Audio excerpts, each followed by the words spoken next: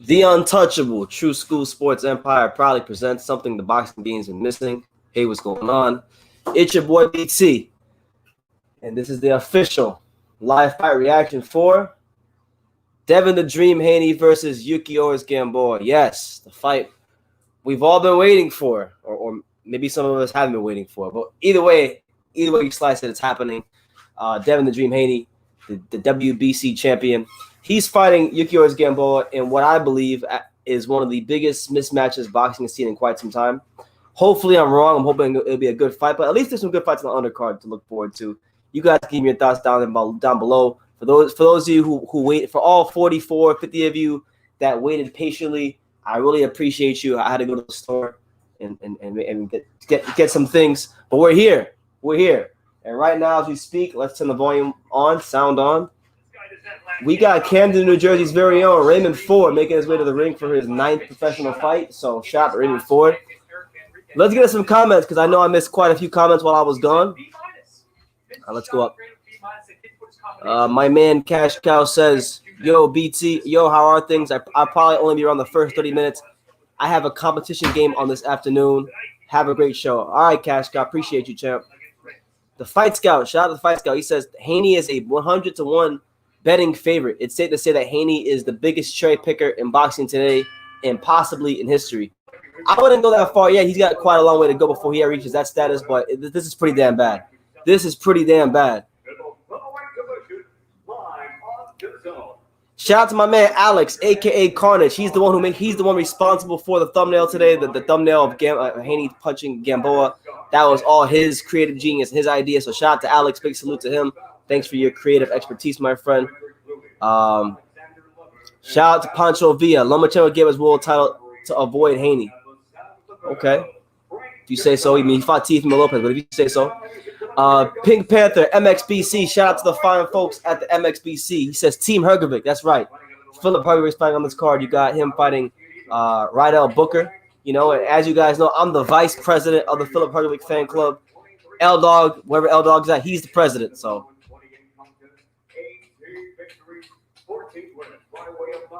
let me see. Anointed 1988 says, well, to me, this is his hardest fight. And that really says more about Haney's resume more than it does this fight itself. You know, in my opinion, you know. Who else? Did I miss anybody? My man Musa out there in Birmingham. What's up, champ? How you living? You good? MMA champ says, yo, Haney 7th round KO. I got Haney in the 9th. Maybe even earlier. Only reason I won't put it on, I won't say it's earlier, is because Devin Haney don't have that kind of power. But right now, we're gonna zone in on the. All right, Musa, good to hear from you, bro. We're gonna zone in on the fight happening right now. We got Raymond Ford. All right, now this kid Raymond Ford, good prospect. Eddie Hearn signed him off Instagram. Eddie Hearn saw him in the Golden Gloves and signed him off Instagram. So that's pretty interesting stuff. But Ford's a good southpaw, good speed, good fundamentals. But I watched his last fight, and you know he fought a can and didn't even stop him. So I'm looking forward to hopefully a better performance from the youngin Raymond Ford. You know, and his last fight too, Raymond Ford wore a jean jacket to the ring. And how you gonna wear a jean jacket vest to the ring and not stop a guy who has like 7 losses? You can't wear no jean jacket to the ring and not stop a guy with 7 losses. But that's just my opinion. So yeah, the first of a 6-fight undercard. We're gonna be here for a very, very long time here on True School Sports, the untouchable True School Sports Empire. We're here. Our first fight on the card is Raymond Ford versus Rafael Reyes. Reyes is 18-10, and he's on a 5-fight losing streak. So the 6th rounder, Raymond Ford versus Rafael Reyes. First fight on the Devin Haney Gamboa undercard from Hollywood, Florida. Ain't that some shit? Eddie Hearn brings fights to my hometown, 2 fight cards to my hometown, and no crowds, no nothing. So I can't even go, and it's literally like 20 minutes away. But Raymond Ford looking to really get his name more in the consciousness of boxing fans, because like he's a good prospect and whatnot, but I don't think he's really caught on yet because of the fact that he hasn't really impressed too much. But here he goes right now. He's pressing Rafael Reyes, looking for a big stoppage. Reyes holding on. It's a first of 6 rounds. Raymond Ford's last fight was on the undercard of Israel Madrimov versus Cecilia Brækhus versus Jessica McCaskill in Tulsa, Oklahoma. So, you know, Matchroom Boxing, Eddie Hearn, they're doing a good job keeping this kid young and active thus far. Good left hand there from Ford. You know, one thing about Ford that I noticed too, you know, aside from the boxing, is he always has these real flashy outfits. So if he's gonna keep having these flashy outfits, he's got to start turning in some better performances. But I like Raymond Ford.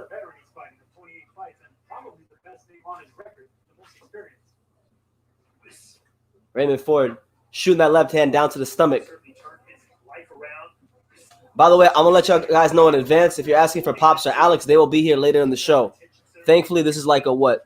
1, 2, 3, 4, 6 fight undercard. So, oh, snap. And there it is. Raymond Ford drops Rafael Reyes.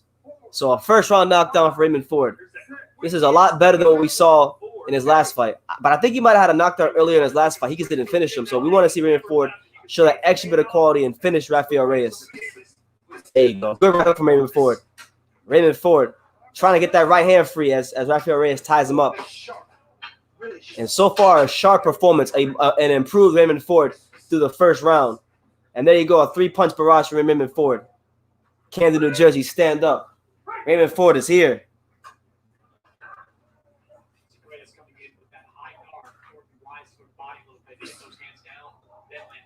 Jalen Thompson says 954. Run it. Salute BT. Damn right. 954. You know, Broward County, Dania Beach, Hollywood, Fort Lauderdale, Weston, Pembroke Pines, Hollandale, stand up. All of y'all stand up. You know? There you go. A good straight left to the stomach by Raymond Ford, followed up by a right hook. So there you go. The intelligent punch selection of Raymond Ford is on full display right now. We're seeing Raymond Ford thus far use his feet, use the angles, use his speed, use his athletic ability that God gave him. And that's a much more improved first round for Raymond Ford. So that's the first round in our first fight on what will be a long undercard. Let me acknowledge some comments. Where is he? Where is he at? I see him in the comments. Where is he at? My main man, the president of the Filip Hrgovic fan club. I'm the vice president. He's the president. L-Dog. He says Hrgovic. And that's a play on Haney. You know? Somewhere H Money, Mr. DAZN's watching this stream. He's going insane for Haney. Me and L-Dog are going insane for Hrgovic. You know what I'm saying? But yeah, if you guys are new to the channel, make sure you hit the subscribe button. You know, lots of great content, lots of interviews coming out, footage coming out. I still have a whole hour interview with Stacey McKinley. I haven't even edited it yet. So I'll be working on that. There's all kinds of videos that I shot. So I got this new iPhone, so there's gonna be a lot more videos coming out. My main man said Filip Hrgovic is the future of the heavyweight division. I agree. You know, I think after Fury and AJ and all them guys, I got him. My man Joe Biz says, call me a casual. I had no idea Devin was fighting tonight. No, it's all good. This fight really, I know, like, listen, Devin Haney, a fantastic fighter, but this is one of the worst mismatches in years. I'm not trying to disrespect Gamboa. Gamboa has been flying the flag for boxing in Cuba for a long time. You know, former pound fighter, gold medalist, you know, exceptional talent. But, you know, he's seen better days, and those days were long ago.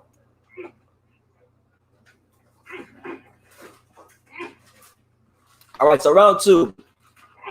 Raymond Ford giving Rafael Reyes a steady diet, that right hook to the body. He's dipping to his right, and he just continues to throw that right hook to the body over and over again.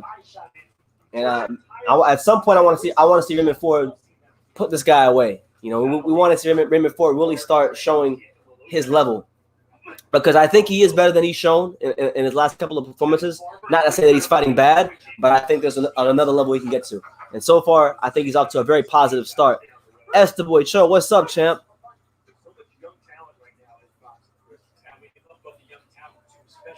Demetrius Andre is coming to Hollywood, Florida on the Rosado Jacobs undercard. Yeah, but unfortunately, Enrique Luna, and shouts out to Enrique Luna, unfortunately, Eddie Hearn and Matchroom Boxing are ducking and disrespecting True School Sports. They're bringing fights locally to my area, and then they're not letting media go to the fights. And then when I email them and message them, they say no, we can't let you in. So, I mean, it's cool, but it doesn't really mean anything to me. But it's cool that he's at least boxing, even though he's boxing somebody completely irrelevant. Well, there you go, Raymond Ford. Oh my God, Raymond Ford. He did a great job right there. He was handing out rib dinners. He went right to the stomach on the right side, came over to the left hook to the stomach on the left side, and then finished with a hook up top. So that's very good punch selection there by Raymond Ford. But you guys don't know the policy here on True School Sports. If a fighter comes in with a really flashy outfit, if he's got tassels or sparkles or chinchilla, or he comes out with a jean jacket vest, you gotta get a knockout. If you don't get a knockout, it's a bad performance. You can't put that much effort into your boxing outfit and then not like turn in an amazing performance to match the quality of your outfit. That's not how it goes. Alfred Miller asks, "Where's Pops?" Pops is he's at work right now. He'll be home soon. What time does it start? The card is on right now. We're in the first fight. We're in the last 10 seconds of our second round between Raymond Ford and Rafael Reyes. And Raymond Ford right now is doing a good job of doing what he wants. Autonomic Action Boxing. Shout out to Audrey, one of South Florida's very own. One of the great channel. Go subscribe. She says, Ford looking like Adrian Broner in the ring. Yes. His boxing style and his outfit are reminiscent of a young Adrian Broner. That is a good comparison from Autonomic Action Boxing. Absolutely. Make sure y'all go subscribe to Autonomic Action Boxing because they put out a lot of great content.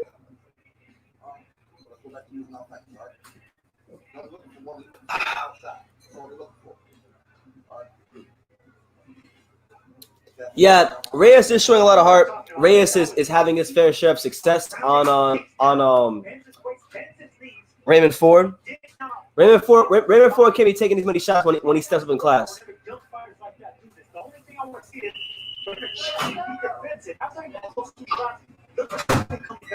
Nice job reading his opponent. So we're heading into the third round of Raymond Ford versus Rafael Reyes. It's your boy BT, the untouchable True School Sports Empire, patiently awaiting for Devin the Dream Haney. Here we go. Here comes Raymond Ford pressing the action, trying to back up Rafael Reyes and get a stoppage victory that his career needs.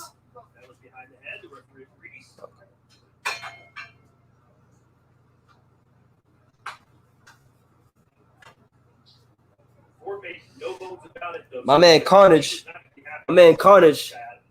Alex from Warriors Boxing Gym, he said, where is Alex and where is the motherfucking Fago? Well, I went to the store. They didn't have no Fago. You know, the store up the street, they don't. I get the Fagos when the store just gets them, and then when they run out, it takes a while. It takes about a month, and then they restock them. So I don't know what's going on. So I had to set up for the Coke. Truthfully, I gotta. There it is. Raymond Ford with a big left hand drops Rafael Reyes.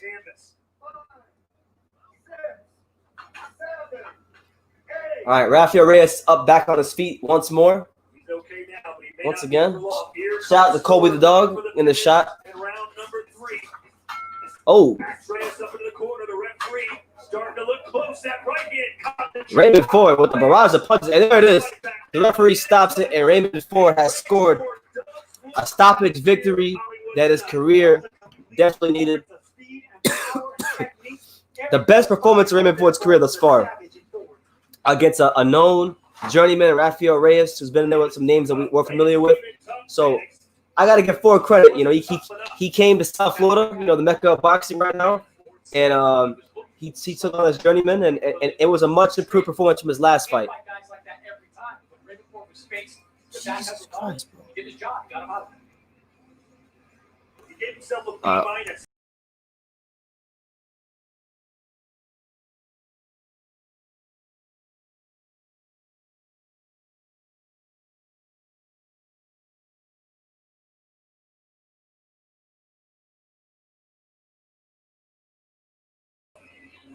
All right, I'm back, guys. The picture quality, I don't know what it is. I don't know if it's the internet in my house, but the picture quality was getting all pixelated. I'm not a big fan of when I get all pixelated. All right. Yeah, it's raining outside, so maybe that's why, but we'll make it do what it do. Shout out to everybody here. Oh my God, you're right. The back of that trainer's head is gross. Jesus. But yeah, a much more improved performance from him before. This is the kind of performance that I wanted to see from him, that I want to see more from him, because I feel like he's a very talented fighter, and these are the kind of performances I feel he should be turning in on a more regular basis. You know, shout out to him. Give me 1 second, guys. I'm gonna try to fix something on the back end right quick. Hold on, 1 second.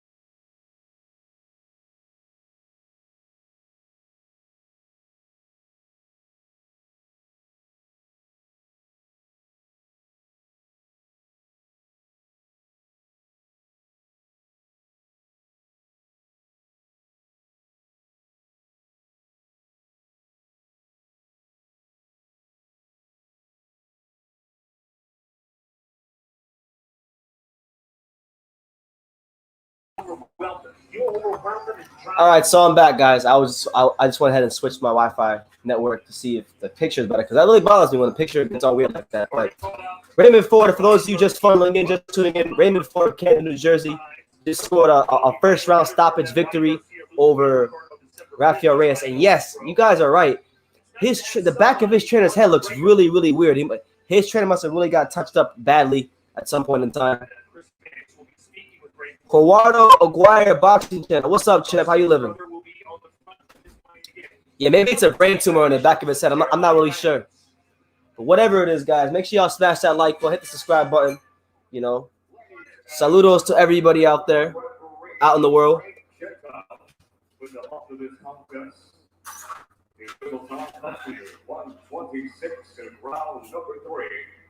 Declaring your winner by TKO is still undefeated, Raymond Savage.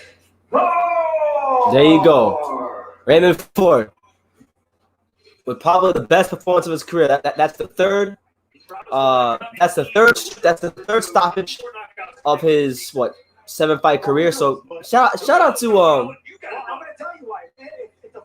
Gerardo Aguirre says, I saw you at the boxing gym a while ago. Which boxing gym did you see me at? By the way, since you mentioned it, speaking of boxing gyms, I want to let y'all know that your boy BT, as of yesterday, started training again. I started boxing training again yesterday. I've decided to start my boxing training at the illustrious Bay Boxing Gym in Hollywood, Florida. Shout out to Jeff Ports. Yesterday's my first day. I didn't go today. Tomorrow I won't go either because the gym is closed. But starting Monday is my first full week. So looking forward to getting back in the gym regularly and get my fitness at the top level. The next fight on the card, I'm not really sure, but I'll tell you guys the remaining fights on the card. You got Movladin Bayer Zalanov, 6-0. He's fighting a 28-9 guy. You got Rashawn Matty. He's fighting Marcos Mojica. You got Filip Hrgovic fighting Rydell Booker, and you got Zheli Zhang versus Devin Vargas, and then the main event. So it's quite a lot of fights. You know, it's a busy night of boxing. You know, they've really beefed up the undercard, and that's what it is right now.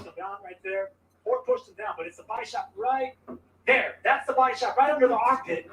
That hurt, man. I'm telling you. That's no matter how tough of a fighter you are, that body shot makes a coward out of anyone. Reyes was tough. Bro, I'm thinking of having the skill level gap, which is too wide here in South. Gerardo says, Stacy Cobra's boxing gym. You were talking with Stacy. I was hitting the bag. Which okay. Shout out to you, Gerardo. I don't remember if I talked to you, but shout out to you. I'm glad that you remember me. Yeah, man. Stacy McKinley's a great guy. It's a great boxing gym, and I love that boxing gym. So let's listen to what Raymond Ford has to say. I want to hear what Raymond Ford has to say. So I'm turning the volume up. What do you like about it? I mean, I just showed a little bit more than what I usually showed in my past fight. So I showed the power, the speed, body shot. I did everything I said I was going to do. You talked about how you weren't as comfortable going up against the counter puncher in your last fight. Reyes seemed to be the kind of guy that was sort of tailor-made for your style. And I've been saying this for a long time now. I've been saying I didn't want no jittery fighters, no scary fighters in there with me. They don't belong in there with me. And if you put guys in there who want to come to fight, this is what happens. So he came to fight. I said I was going to bring my heat if he brought his heat. That's what I did. And that was the result. So you said you're ready for a bigger fight in 2021. What does a bigger fight look like to you? Sean Garcia. That's a big fight for me. You have to explain this a little bit more because everybody in boxing is calling out Ryan Garcia. Right. Why are you calling out Sean Garcia?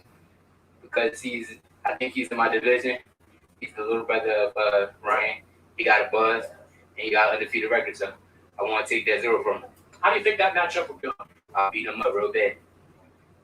Have you seen much of it? Many of his fights, he comes back on December 5th on the undercard of Ryan Garcia and Luke Campbell. Yeah, I've seen him fight just like Ryan, or try to fight just like Ryan, but I don't really think he's good. Pay more respect, so that's just how I feel. Still a young fighter, a couple years into your pro career. When you get back in the gym, what are some of those things you want to improve on? Just stay relaxed, touching the body a little bit more, put more combinations together, and just keep elevating every time I get in the ring. So I want to step up every time. Congratulations, Randall. We look forward to seeing you back in that ring. Let me say one thing. Sure. Shout out to my family, all my loved ones that's watching back at home. Kevin, New Jersey, we on the mat. My unborn child, Alani, I love you. And my girlfriend, Amaya, I love you. And my mom, my brothers and sisters, I love everybody. You got it, Raymond. Terrific performance. Thank you. All right, so there you go. There you go. So, That's my man, Raymond Ford, Camden, New Jersey. What the Bulls call out, because, normally right now, and I want to talk about this. Let's camp out and let's talk about this for a second. The next fight, for those of you wondering what the next fight is, the next fight on our card is going to be Rashawn Matty versus Marcos Mojica. So for those of you wondering what the next fight is, 7-0 matchroom prospect. Rashawn Matty will be taking on Marcos Mojica. That's next fight on the card. But getting back to Raymond Ford, he's coming out with the bull call out, the real bull call out. He's calling out Ryan. He didn't call Ryan Garcia. He called out his brother, Sean Garcia, who is very talented. I don't know if I don't think he's better than Ryan Garcia, but he's talented. He fights like Ryan. And Raymond Ford is calling him out. He's calling him out for that step-up fight. So Raymond Ford looking for that Sean Garcia smoke, and we'll see if Matchroom Boxing and Golden Boy give it to him. But either way, good performance from him, and I think it was a great response to some underwhelming performances he's had his last couple of fights. Honestly, so good win for him. My man Joe Biz, gmail.com says, bro, I'm thinking of having my first amateur fights. Do you got any tips? Not any tips. I mean, it's going to sound cliche, but go to the gym, train hard, keep trying to improve your skill set, believe in yourself, and just go for it, Just go for it. I don't have any, crazy tips. I'm just going to tell you the stuff that works. Okay, yeah, man. South Florida's in the building. So some of you guys are from Miami. Some of you guys are from Fort Lauderdale. We got Palm Beach. South Florida, stand up. South Florida's in the stream tonight. What else we got? I do see a lot of comments. Yeah, this service is tripping out. Wooly Cumrod says, FLA in the house. You got the juice in you. You damn right. Now, the fight I'm looking forward to the most on this card, and rightfully so, because if you guys have been following the channel this week, lion's share of videos that I've dropped have been about Filip Hrgovic. It's all been footage from my time at Mundo Boxing Gym, not this week, but last week. Oh, no. Yeah, last week. And, I interviewed Filip Hrgovic. I got footage of him training with Rigondeaux, him hitting the pads with Pedro Diaz. So shout out to Hrgovic. Hrgovic's coming in here tonight looking forward to making a big statement. A big statement, against Rydell Booker, who's never been stopped in his whole career. Never been stopped. Very durable, very game, and very formidable in terms of giving him quality in-ring experience. So right now, only one fight on the 6-fight undercard has concluded. We got Rashawn Matty next. You know, Rashawn Matty, a decent prospect, or nothing really too impressive from what I've seen in the past. I'm looking forward to hopefully a better performance from Rashawn Matty, kind of like Raymond Ford did. But the thing is, with Rashawn Matty, I never really rated him as highly as I rate like Raymond Ford. I thought Raymond Ford was already pretty solid and pretty good. You know, he just needed to show it. Rashawn Matty, I'm still like jury's out on him for me. That's just my opinion, though. And that rain outside, man. If y'all can hear that rain right now, it's all over that rain. That rain is pouring down. So I apologize if my picture's not that good right now. I appreciate all 52 of you that are here. But like right now, it's like a damn tropical depression outside. It's damn near a tropical depression outside, and it's just all over South Florida. Yeah, and it'll probably like that until tomorrow. My man Carlos Valenciano says, "We're in Texas. Where are y'all watching it?" I'm watching it in South Florida, North Miami to be exact. I'm in Miami.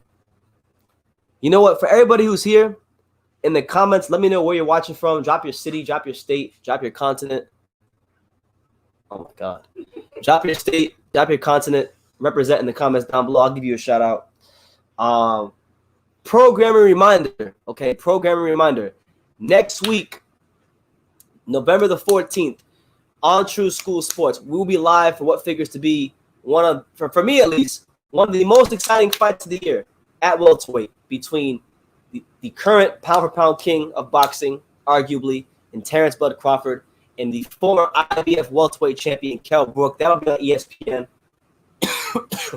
Joshua Franco versus Jason Maloney. The rematch is your co-main event, so we'll be live for that. Shout out to my man Alfred Miller in New Jersey. New Jersey, stand up. Omerta Tarani says, Washington, D.C. Shout out to D.C. L-Dog, True School Soldier L-Dog. He's in New Zealand. Shout out to New Zealand. We got my man, we got Jonathan Cummins, Dublin, Ireland. Ireland, stand up. Pink Panther MXBC, Toronto, bruh. MMA the Champ says, USA. That's right. Shout out to the Stars and Stripes. Omerta Tereni says, I'm in front of the White House now. Okay, champ. Be safe. Be safe out there. Florida, West Palm Beach. Okay, shout out to Joe. We got my man Ruben Crespo from Coney Island, Brooklyn. Shout out to Brooklyn.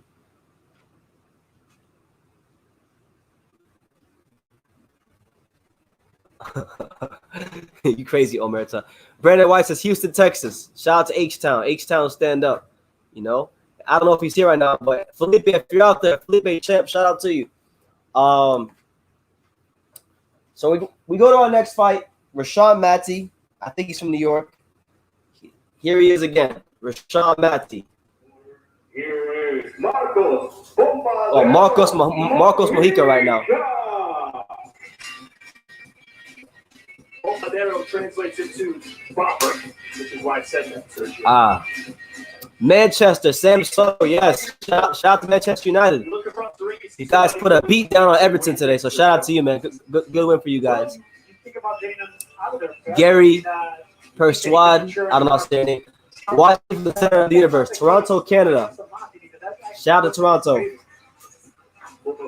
My man Brian Van Diver says 4110-443. Shout out to you.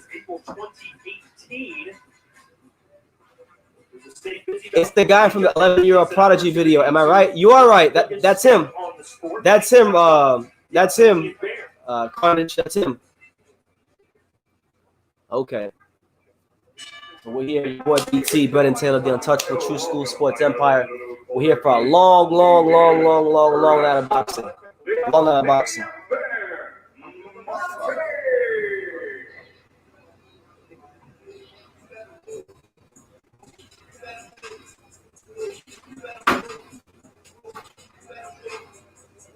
Monty refers to himself as a body snatcher because he says he loves going to the body to finish guys off.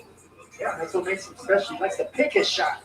We have, including this fight, we have 4 fights. We have Rashawn Matty, we have Jihi Zhang, we have Filip Hrgovic, and we have some other random guys. So there's like 4 fights. Both these guys in the amateur said he lost to both of them, but in very close decisions.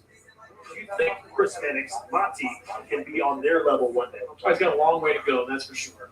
Still young, still a prospect, still unsure what weight class he's ultimately going to find. He could drop down 140 pounds at some point in the future.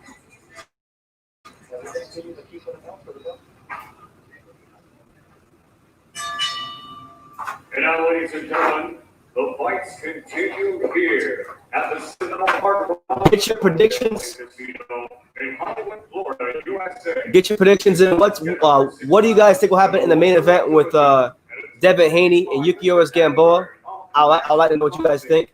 The three judges for this contest at ringside are Fernando Barbosa, Michael Ross, and Michael King, and our referee at the South of the Bell, Samuel Burgos. Oh shit, Sam Burgos, Florida boxing legend. For those of you who don't know, the guy refereeing this fight, Sam Burgos, he's the referee for like almost every single fight in Florida. This guy's a legend, straight legend. Sam Stowe says, "Who did you vote for?" I'm not disclosing that on a live stream with 71 people. I'm not doing that. I voted for boxing. Desde Managua, Nicaragua, here is Marcos Bombazero Mojica. That's right. And across the ring, I'm watching the fight on DAZN. I have DAZN. with trainers Aureliano Sosa and father Adrian Mati. Tonight, wearing blue with yellow, is ready to go. And Skelton at 146 pounds. Tonight, he enters the contest perfect. 7 pounds, 7 victories, including 5 wins by way of knockout. Introducing to you the 2018 National Golden Glove Champion, fighting out of Staten Island, New York, the undefeated Russia. I have no idea.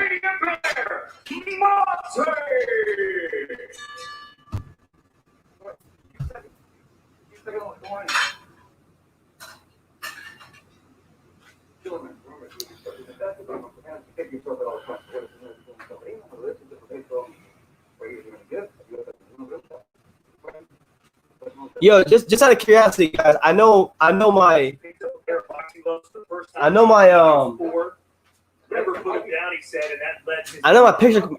my picture quality is trash right now, but can y'all hear me? Like, is the audio fine or am I choppy? Let me know in the comments if I'm choppy or not.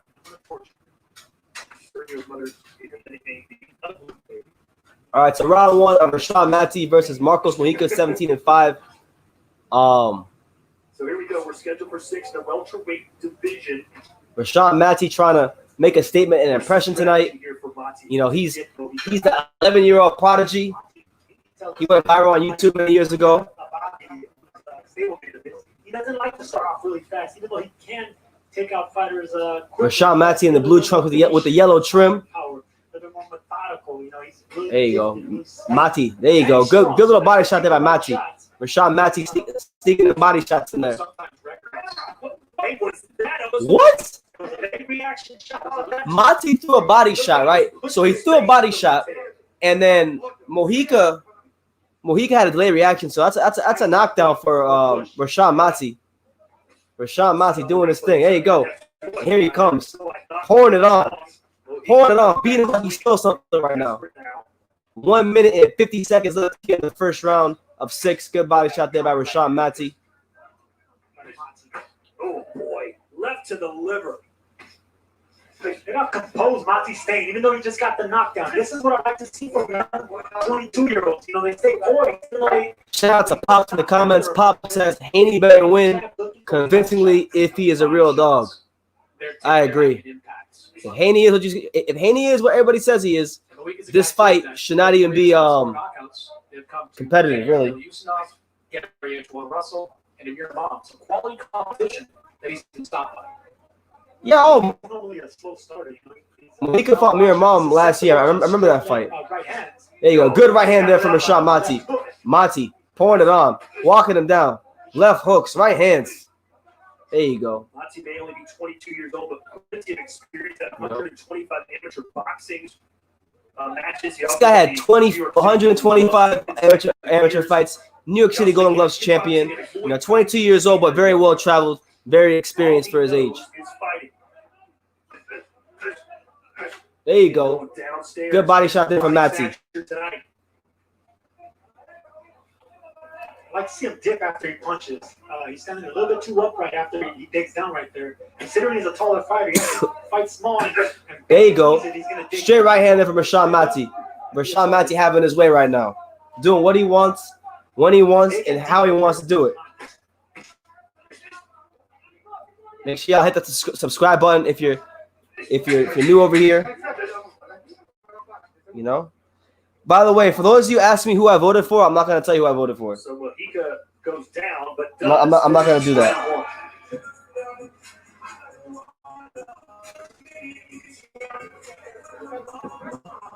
Yeah, hit the subscribe button, hit the like button for more great boxing content here on True School Sports. And we got the main event coming up later with Devin Haney, Devin the Dream Haney, one of boxing's brightest stars. You know, he's fighting on a very sharp Gamboa. But the real main event is the co-main event, which is Filip Hrgovic, you know, the Croatian sensation. And this is the you know, the cash cow Croatian boxing. The future of the heavyweight division, the future heavyweight champion. He's fighting Rydell Booker. Consecutively, but it was a left hook that actually dropped Mojica.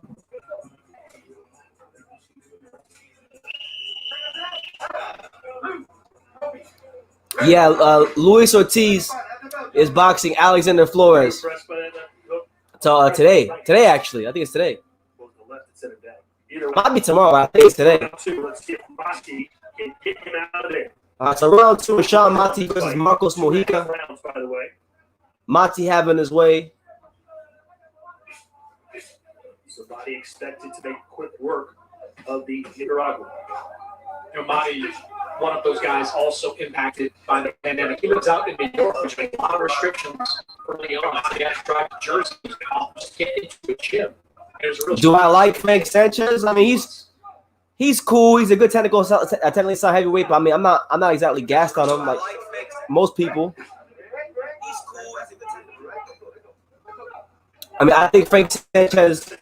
I want to see Frank Sanchez versus like Charles Martin and F.A. Jogbuzz and guys like that. I want to see how he'll do at that level. Let's cut him up and see what we have there. Again, I shouted them out once already, but I got to shout them out again. Shout out to the whole MXBC, El Jefe, Big Panther. That's a slip there by Marcos Mojica. At the mat, like he's slipping on something. Oh, big right hand there from Rashawn Matty.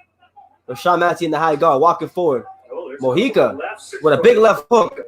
And that one snapped. Yo, Mojica's fighting right now. Oh, damn. And there it is. Rashawn Matty just dropped Marcos Mojica again. Late reaction by Marcos Mojica going down. He says no mas, and there it is, a no mas. And there you go, the Albanian Bear improves to 8-0. Rashawn Matty with a good performance over the journeyman Marcos Mojica. There you go. Shout out to Rashawn Matty. Rashawn Matty getting things done in sensational fashion over here in South Florida.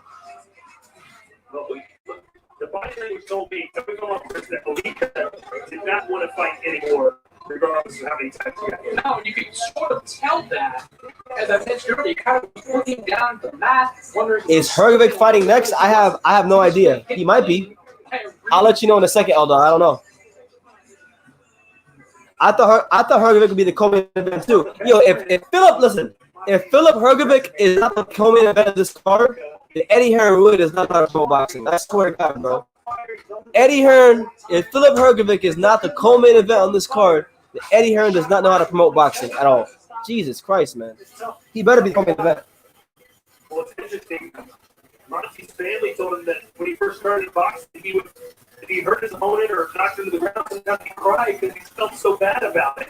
Today he runs and jumps up on the top rope, feeling fine. But good performance there from Rashawn Matty. He made him say no mas. You know, this is a Mojica that's been with some names that we're familiar with, and you know, it's a good performance. You know, I'm not going to get too crazy or get too gassed on Rashawn Matty and what he did do or didn't do, but you know, it was cool.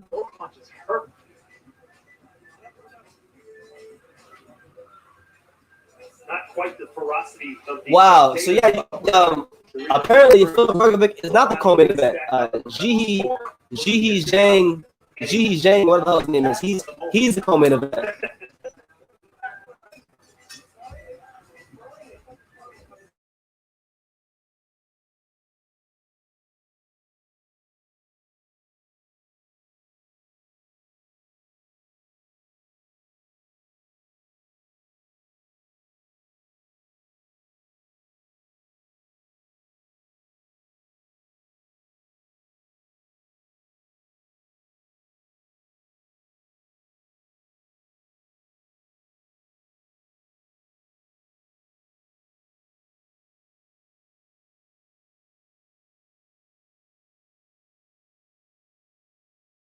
All right, so there you go.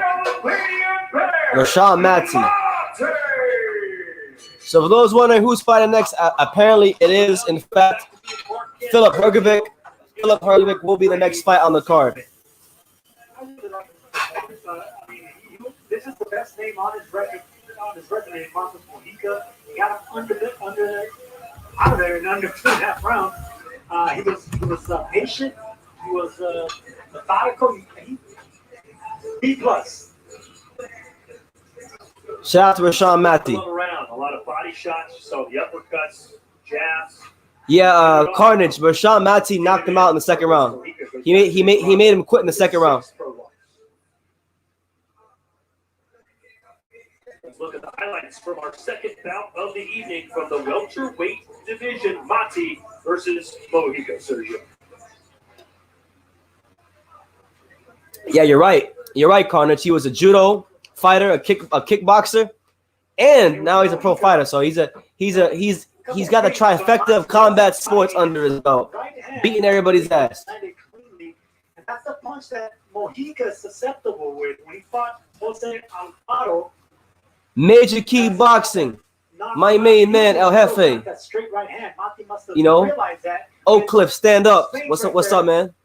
It actually helps close the distance with a veteran of 28. Joe Biden's speech is interrupting the Luis Ortiz fight right now. Okay. Shout out to him. Bouncing him at the right time. Hrgovic. Yeah, we're patiently awaiting Filip Hrgovic.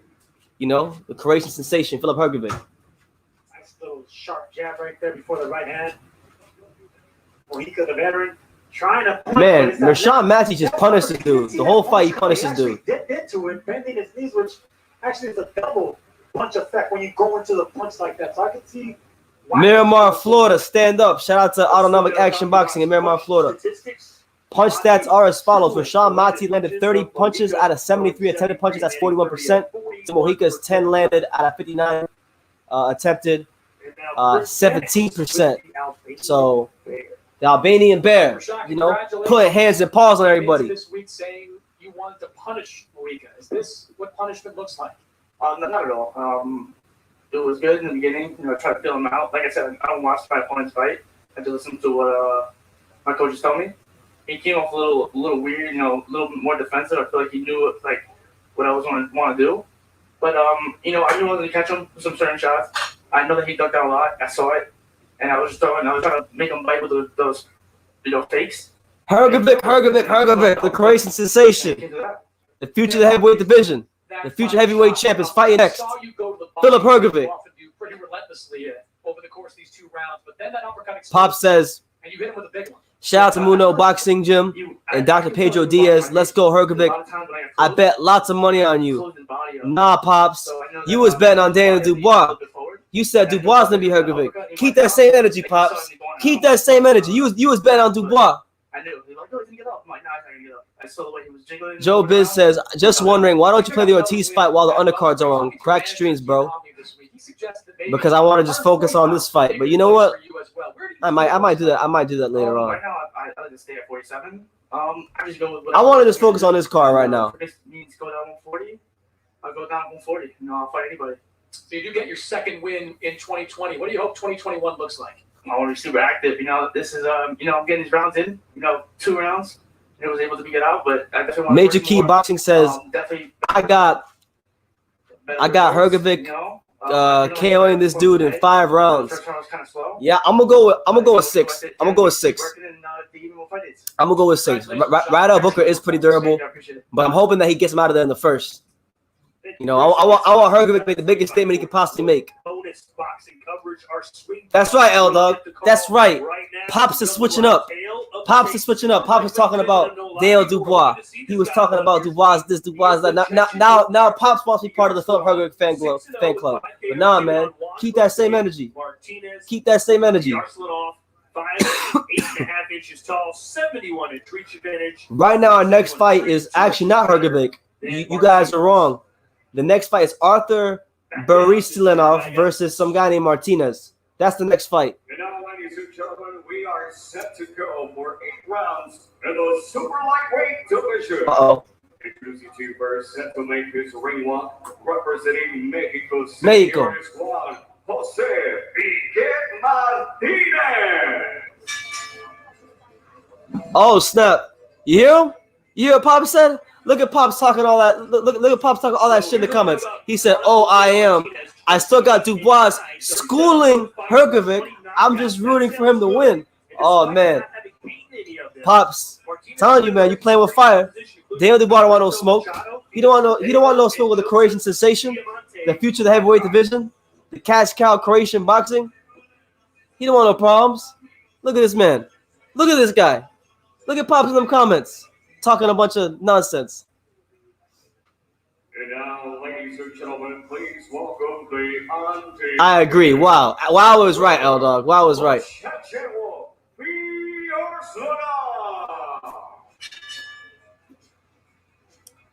Right. Arthur Borilisny. I don't know his last name. He has thunder in both those fists, I'll tell you that. I'm probably gonna butcher his name, so I won't even try to say his last name. I'm just gonna call him Arthur. That's right. That's right, L Dog. L Dog says, "Pops, don't try to be cool with me after that. After that, it's on site." That's right. That's right. You know, Eddie Hearn was talking about Dillian White fighting. Dillian White fighting Fury now that Povetkin got COVID or whatever. But Frank Warren said that he should fight Hrgovic next. That he should fight Hrgovic next. And has Eddie Hearn responded to Frank Warren saying that Dillian White should fight Hrgovic next? No, he hasn't. So that means Dillian White is ducking Filip Hrgovic. He's ducking Filip Hrgovic. He don't want no smoke with the Croatian sensation. He don't want no smoke with the future heavyweight boxing. He's ducking Filip Hrgovic. I'm having too much fun. Sebastian, the technician, Santana, one of South Florida's very own, a product of the Flacos Community Boxing Gym. How you doing, champ? Good to see you in the chat. Pop says, I have become a fan of Mundo Boxing and Pedro Diaz, so I got support. All right, Pops. That's right. Hrgovic is the boogeyman. They don't want to fight Hrgovic. They don't want no smoke. And I don't blame them, because that's a big-ass dude with a good blend of speed and power and a dangerous right hand. So I can't blame them.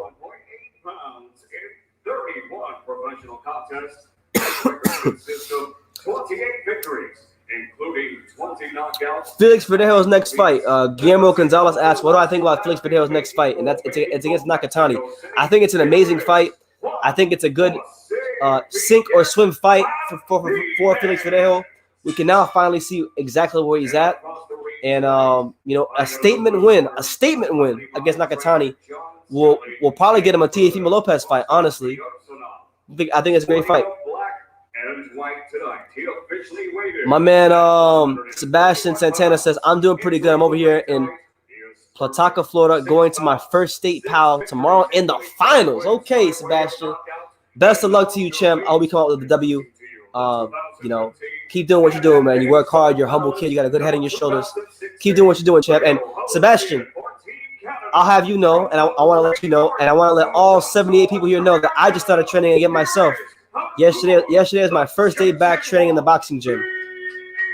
So your boy BT, getting back in the boxing gym myself. 6 rounds. That's right. Hrgovic is the face of heavyweight boxing. He's the next Vitaly Klitschko. That's facts. That's all facts. No lies, all facts. All true. A little bit high. shake hands, and God bless. All right, so we're here in our next fight between Arthur Bielitsanov, whatever his last name is, versus this Mexican dude. Bielitsanov. BT, what weight class would you be fighting in? If I was a boxer, I'd probably be fighting in I'd probably be a featherweight or super bantamweight because I walk around around 136. So I'd probably be a featherweight or super bantamweight. So I'd have to go out there and take out. Wearing the black and white trunks, the black gloves. Have you dropped all your footage from the Texas trip? I mean, I have some footage from Texas, but the vlog, I don't even know if I want to put the vlog out because I was having issues with my phone. It's gonna be weird if I put it out because like I had issues with my other phone. But no, I haven't. To answer your question, no, I haven't. Good body shots with a straight left hand. That's what you're gonna see all night. BT versus Emmanuel Navarrete. Oh my God! Arthur Bielitsanov just dropped this dude in the first round. So that's a knockdown for Bielitsanov. Already. Oh, that's it. Another stoppage. Another one. Just like that. Another one. Easy as you want it. Bro, yo. We are just zooming right through this card. This is the quickest card of all time. The quickest card of all time. Raymond Ford was like a third round stoppage. The last fight was a 2-round stoppage. This is a first round stoppage. So, man, we might be in the Devin Haney main event in like an hour. It's a straight, But Major Key Boxing says LFA says BT versus Navarrete. Emmanuel Navarrete don't want that smoke, man. He don't want that smoke. BT can do it all. BT can box. BT can bang. BT's got speed. He's got power. He's got defense. He's got it all. But yeah, yesterday was my first day back in the boxing gym. I'll be back on Monday. So Monday, Tuesday. I'm trying to go to the gym at least 3 or 4 times next week. I'm training over at Beta Bay Boxing Gym in Hollywood. Shout out to Jeff Ports. It's a great gym, great people, and yeah, man, it feels good to be boxing again. Pop says Hrgovic and the Florida Panthers. That's right. Nobody can beat Filip Hrgovic with the Florida Panthers jersey on. Eddie Hearn has to step up his matchmaking. Yeah, man. I mean, sometimes they get it right, but man, when Eddie Hearn and the matchmaking get it wrong, they really, really, really get it wrong. Dude's out of shape. Come on, man. Don't sign up and not train. I mean, listen, yeah, it looked like one of these fights where the guy just came up for a check. I mean, we see that knockdown again. He got hit with 2 shots. And that was it. All it took was 2 punches and the fight was over. So it's a crying shame. Oh, there he is. There's the man himself. Devin the Dream Haney. Devin the Dream Haney. Devin the Dream Haney making his way into the arena, accompanied by his father, the OG Bill Haney, who was here the other night in the comments, but didn't click on the link. So hopefully we get Bill Haney on the channel soon. He saw what St. Davis did. He wants to do something just as dramatic. Yeah, and he actually predicted that he wants to knock down Gamboa at least 4 times before he stops him. So he's looking to make a statement tonight. And now we come back to get the official decision, even though neither one of these men has broken a sweat. It's all over. Here's Jeremiah Gatos. Ladies and gentlemen, the end comes to you. 59 seconds into round number 1 for your winner by TKO. Make sure y'all subscribe. For all 86 of you that are here, make sure you guys smash that like button. Hit that like button. Subscribe if you're new around here for more great boxing content. The official time, 59 seconds. Devin the Dream Haney. He's fighting tonight. He's fighting Gamboa. Put the sound on mute for a second because I want to get some comments while we wait for the next interview and whatnot. My man Sebastian Tantana says, he said, "You got to come train with us. Get that Supreme Team training, champ." I will. I'll come by the gym one day.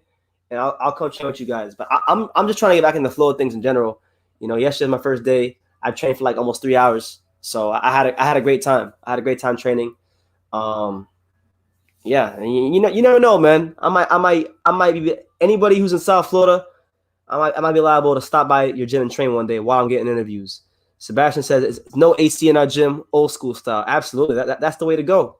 No AC, in the slums, in the trenches, all that stuff. Let me see. I saw a ridiculous comment. Flawless Clarity says, Chicken Fury is shook of Deontay the Monster Wilder. You out your damn mind.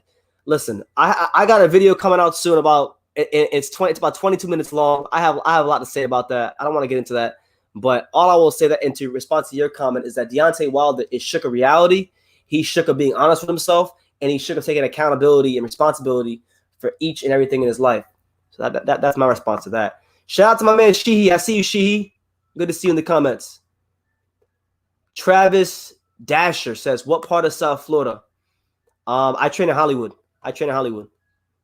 But I go to a lot of gyms in South Florida for interviews for my channel. So like, you might catch me in Boca one day. You might catch me in Fort Lauderdale, Dania, Miami. You never know.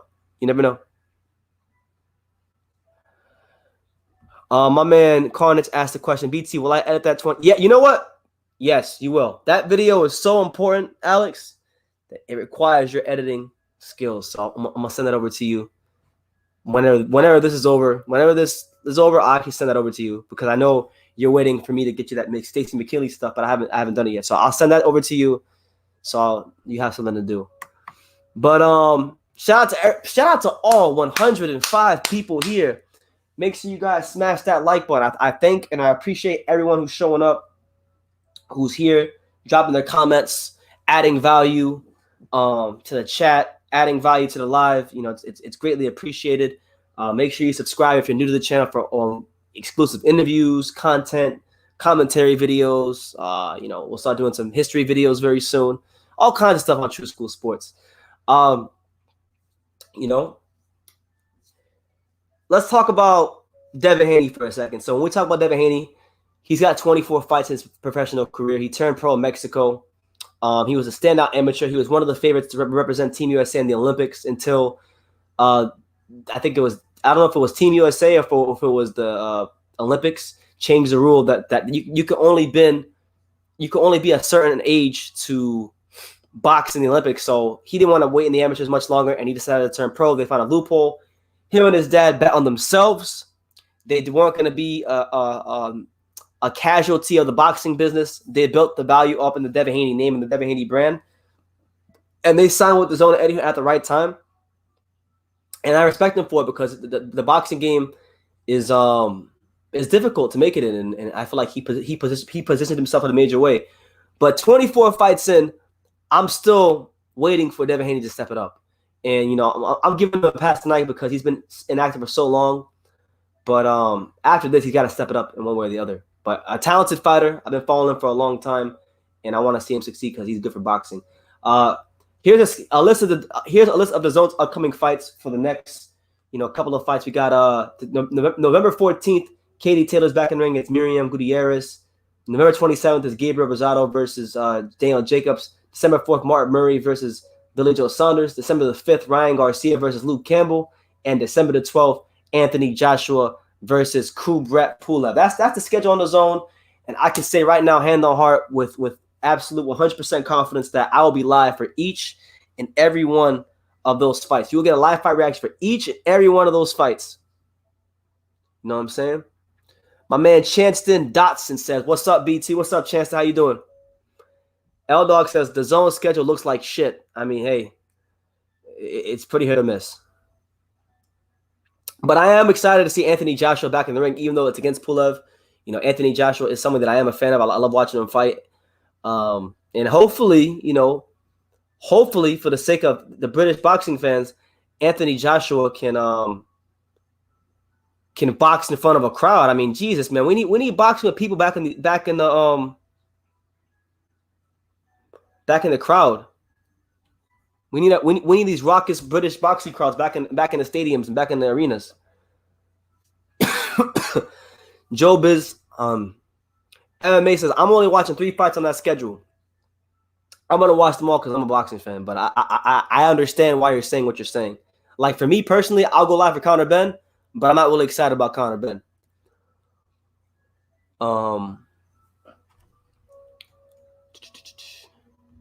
My main man, Daniel Tobias, says, hey, I'm 13. I've been in boxing for 8 months.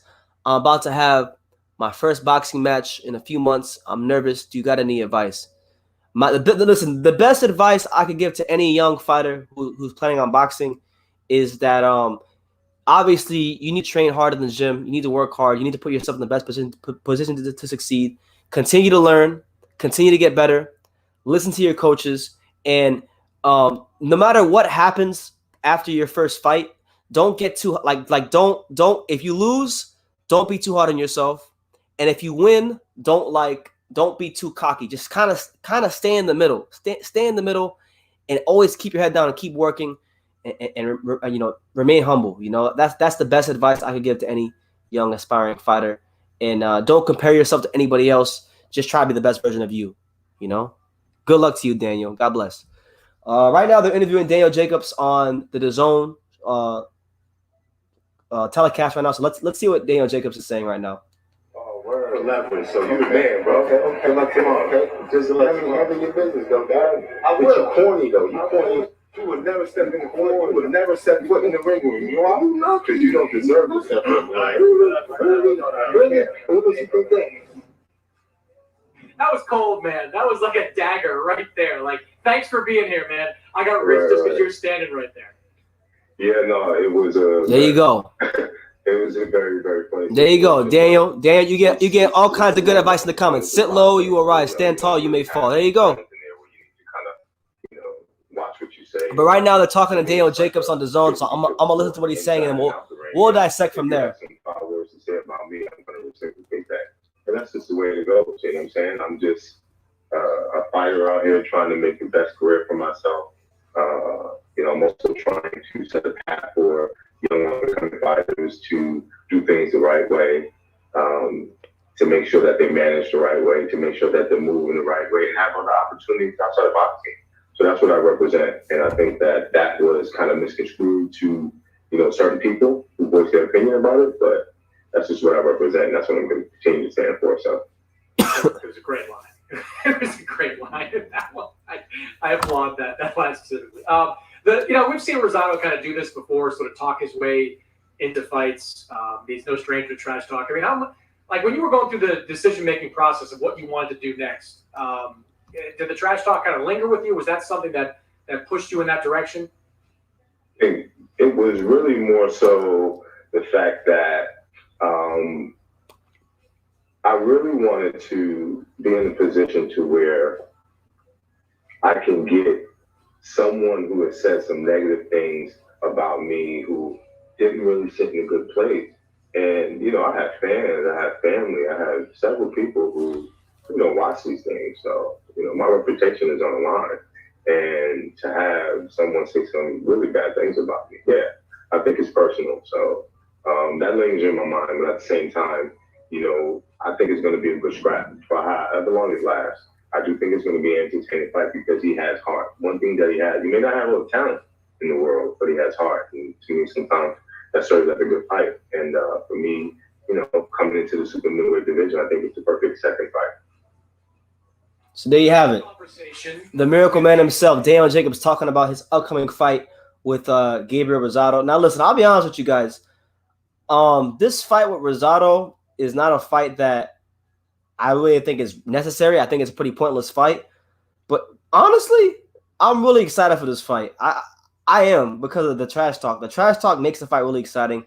It's a good old-fashioned, grudge match, which I think grudge matches are awesome for boxing. It's always great to have two fighters in that boxing ring that do not like each other. And one thing we can say about Rosado is that we know he's coming to fight. We know that he's coming to give his best efforts to go in there and really try to take Daniel Jacobs to some deep, dark, and uncomfortable places. And should he be successful, should he be successful, he's going to be a shoo-in for some big fights in the future. And Rosado, he's one of these guys that, he came up the hard way. He came up as a guy that, was willing to fight on all comers, and he has. So I respect him. And I'm looking forward to the fight. Hopefully, Jacobs can pass the test of flying colors because, look, his first fight at 68 was against Chavez Jr. Chavez Jr. quit. we didn't really get to see much of Jacobs and what he could do in that fight for some rounds. So hopefully Rosado can give him some rounds, take him to some deep dark places, and we'll see how Daniel Jacobs responds at this particular stage of his career. You know, that's where we're at right now with Daniel Jacobs. You see what I'm saying? Now, Flawless Clarity wants me to explain Tyson Fury's gloves. He's asking me to explain the gloves, and what my response to you will be this. Okay, there's nothing wrong with the gloves, and if you want my explanation to the gloves, go on my channel, go on the search bar, and type in Tyson Fury gloves, and you'll find all the videos you need there. I've already explained it. You know? Yo, bro, just do a backflip. Let's go viral. I can't do a backflip. I'm not that athletic. I'm athletic, but I'm not like gymnastic athletic. I can't do backflips. I'm not trying to hit a concussion. You know, I'll leave the backflips. I'll leave the backflips to the guys like Teofimo Lopez and Vasyl Lomachenko and all that kind of stuff.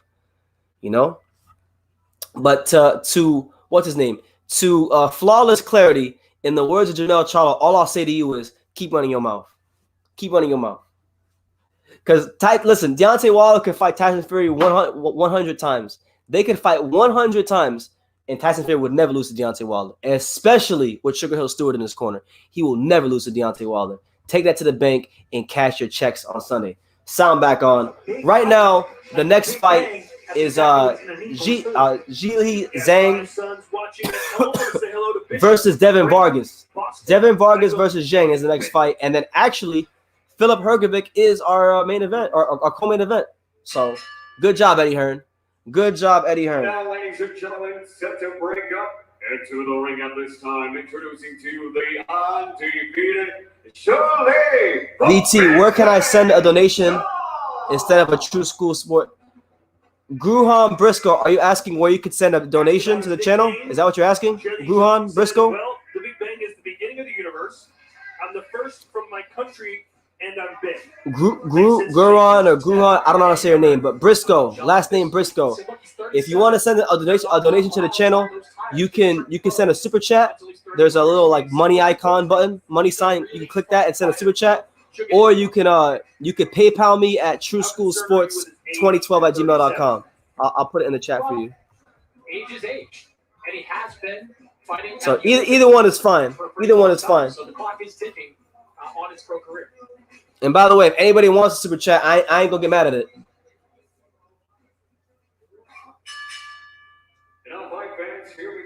So right now we're waiting for the Zhili Zhang versus Devin Vargas, and then we got Hrgovic, and then we got the main event, Devin the Dream Haney, the youngest world champion in boxing.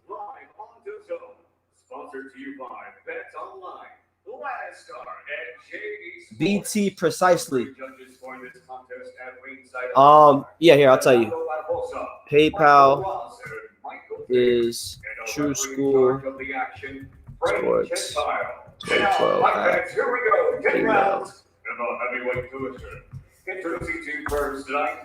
So yeah, you Gruhan Briscoe, you could PayPal me there, or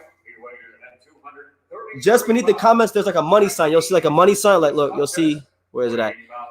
You'll see that money. Wait, where is it? You'll see that money sign right there. You can click that as well for the donation. How do you explain Wilder, the dent in Wilder's skull? He got punched up a million times. He had no defense. That's why there's a dent in Wilder's skull. If any heavyweight hits you like that, that's gonna happen to you. You know? Stop. All you Deontay Wilder fanboys and conspiracy theorists, stop trying to clutch for straws. He lost because Tyson Fury is way better than him, and Deontay Wilder will never, ever, ever, ever in his life beat Tyson Fury, especially not now. Tyson Fury took his soul. Now living and fighting out of Las Vegas, Nevada, by way of Zone Code China, introducing to you the undefeated Shirley, the Big Bang Show! All right. That's right. Fury took him to the woodshed. Oh my God, this guy is huge. I mean, I've seen him before, but I forgot how big that Zhang was. Listen to my commands at all times. Any questions? Listen, you guys need to listen to Carnage. You guys need to listen to my man Alex. He's actually trained with Sugar Hill Stewart here in South Florida, and He's telling you, Sugar Hill Stewart made Tyson Fury into a beast, a demon, a guy that is ridiculously hard to beat. The Omari Jones fight, I haven't. No, he hasn't fought. And if he did fight, it was on the televised portion. 6'6", 260. All right, so round one of Zhihyi Zhang versus Devin Vargas. Zhihyi Zhang, huge, got to be about 6'8", 6'9". A wide load. Fighting Devin Vargas, who's a former USA amateur champion at heavyweight. And here goes Zhang, the Chinese heavyweight. The Chinese heavyweight pressing forward, trying to hit this dude with all he can. You mentioned him being blue collar. This is round 1 of 10. Our next fight is Filip Hrgovic. Filip Hrgovic, the guy that beat up Deontay Wilder when he was a 17-year-old in sparring. That guy's fighting next. You know, he's a bronze medalist like Wilder, but he beat Wilder up in sparring when he was 17. You mentioned Flawless clarity. I'm not going to even respond to you anymore about Wilder and the gloves, because if you think that Deontay Wilder lost because of some gloves, then you're beyond help. You're beyond help. You're beyond help, champ. I can't help you.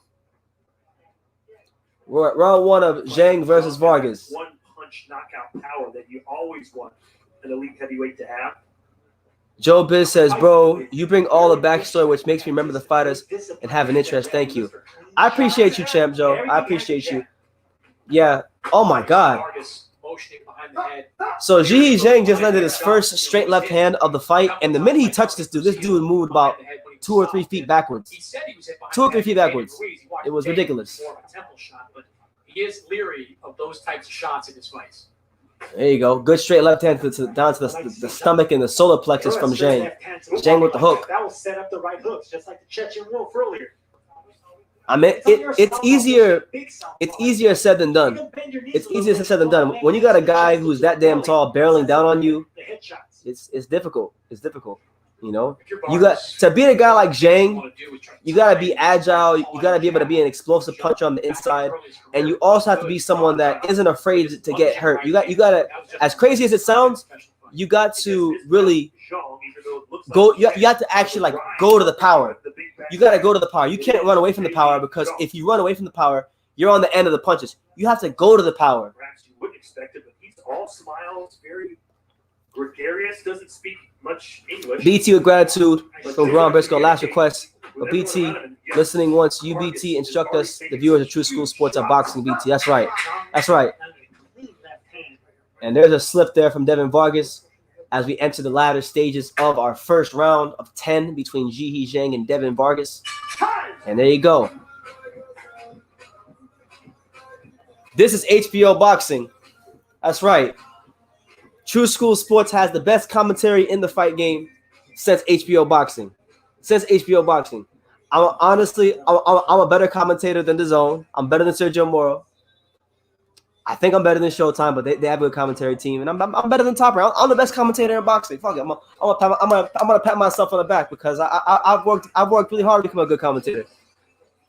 What country has the best women? I think it's Russia.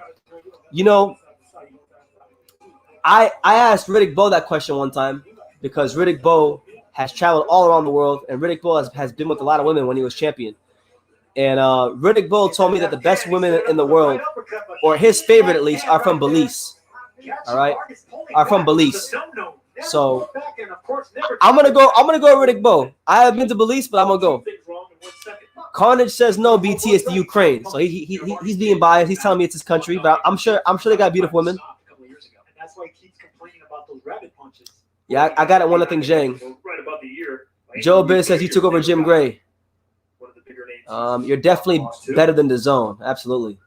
Well, listen, I'm pretty good by myself, but when you get pops, that's the man right there. That's the best commentary team in boxing. Me and Pops, unbeatable.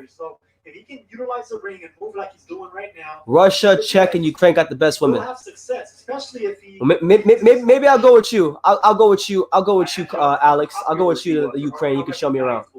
He is Chinese. Fairly. Over round 2 of Zhihee Zhang versus Devin Vargas, and here comes Zhang pressing forward. And now he's using these big forearms. He's using these big, gargantuan, wide forearms to get right up on Vargas and use that big frame of his to barrel down on top of him. And what that's gonna do is that's gonna take the legs and the sting away from Devin Vargas. You know, listen, when God makes you huge like that, when you're a big heavyweight like that, you should fight the way God made you to fight. Barrel down on top of people and take the steam away from your opponent's legs. Vinny Lomeli says, first time here. Welcome to the channel, Lomeli. We're here every Saturday and Friday sometimes when there's fights. Yeah, right now we're watching the Zhihee Zhang versus Devin Vargas fight on the Devin Haney undercard. Zhihee Zhang, Chinese, I think he's Chinese heavyweight prospect, looking to make some waves and become a player in the heavyweight division. I'll tell you this about Zhang. Zhang has no head movement. Zhang has no head movement at all. If he fights like an Andy Ruiz type of heavyweight, I feel like a guy like Ruiz, who's explosive on the inside, would really give this guy some problems. Would probably punch his lights out because, like, Devin Vargas is moving backwards. He's allowing Zhang to fight how he wants to fight. But if he gets somebody that can go in his chest that's explosive on the inside, I think he'd have a lot of problems. Yeah, man, go check Vinny Lomeli. Just go check out all the content on the channel. If any of you are new here, any of you 87 people are new here, go check all the content. You can start off with the greatest hits, popular uploads. They got content on Riddick Bowe, Holyfield, Shannon Briggs, Terrence Crawford, all kinds of people. So go check it all out. Straight right splits the guard for Vargas. He's showing some life here. No, this is what I remember. He's a compact fighter. He knows how to fight. Is that Chinese guy the guy who lost to Joshua at the Olympics? I'm not sure about that one. He might have, but I'm not entirely sure. But he needs to get away. Just like that. How many champions does Sugar House have since he's the best trainer in the game all of a sudden? Well, let me mute. So this clown, Flawless Clarity, the Wild and Nut Hugger, he asked who does Sugar Hill have since he's the best trainer in boxing? Well, Sugar Hill Stewart trained the great Adonis Stevenson when Adonis Stevenson was knocking everybody out, and he was the one of the hardest punching light heavyweights boxing scene in the last 15 to 20 years. Guess who was training him? Sugar Hill Stewart. You know, when Tyson Fury needed to go beat up Deontay Wilder, who would he hire? Sugar Hill Stewart. You know, after Charles Martin got knocked out against Joshua and needed to turn his career around, who did Charles Martin go to improve as a heavyweight? He went to Sugar Hill Stewart. You don't know nothing about boxing. You're just a Wilder nut hugger. Filip Hrgovic is the next fight.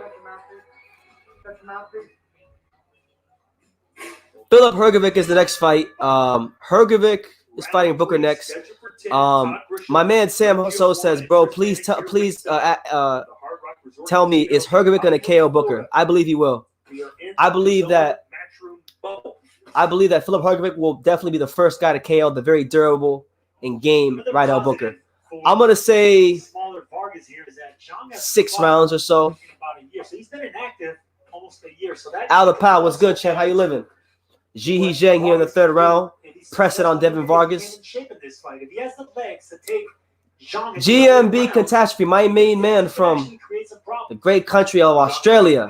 What's up, champ? Yeah, Booker's never been KO'd, but there's a first time for everything. Hrgovic is ready. Hrgovic has a great blend of speed and power and athleticism. He picks his shots well. He's familiar with Booker because they used to be sparring partners. And I think he'll get him out of there tonight. I think he becomes the first guy to stop Booker and make a statement of intent. That's right. Zhihee Zhang pressing forward out of the southpaw stance, down the middle, coming right down the pipe. There you go. Straight left hand to the stomach from Zhihee Zhang. Ivan G says, I can't believe Gamboa lost. Yeah, I already made my post-fight review video for Devin Haney versus I made my video for Devin Haney versus Gamboa. Devin Haney already won.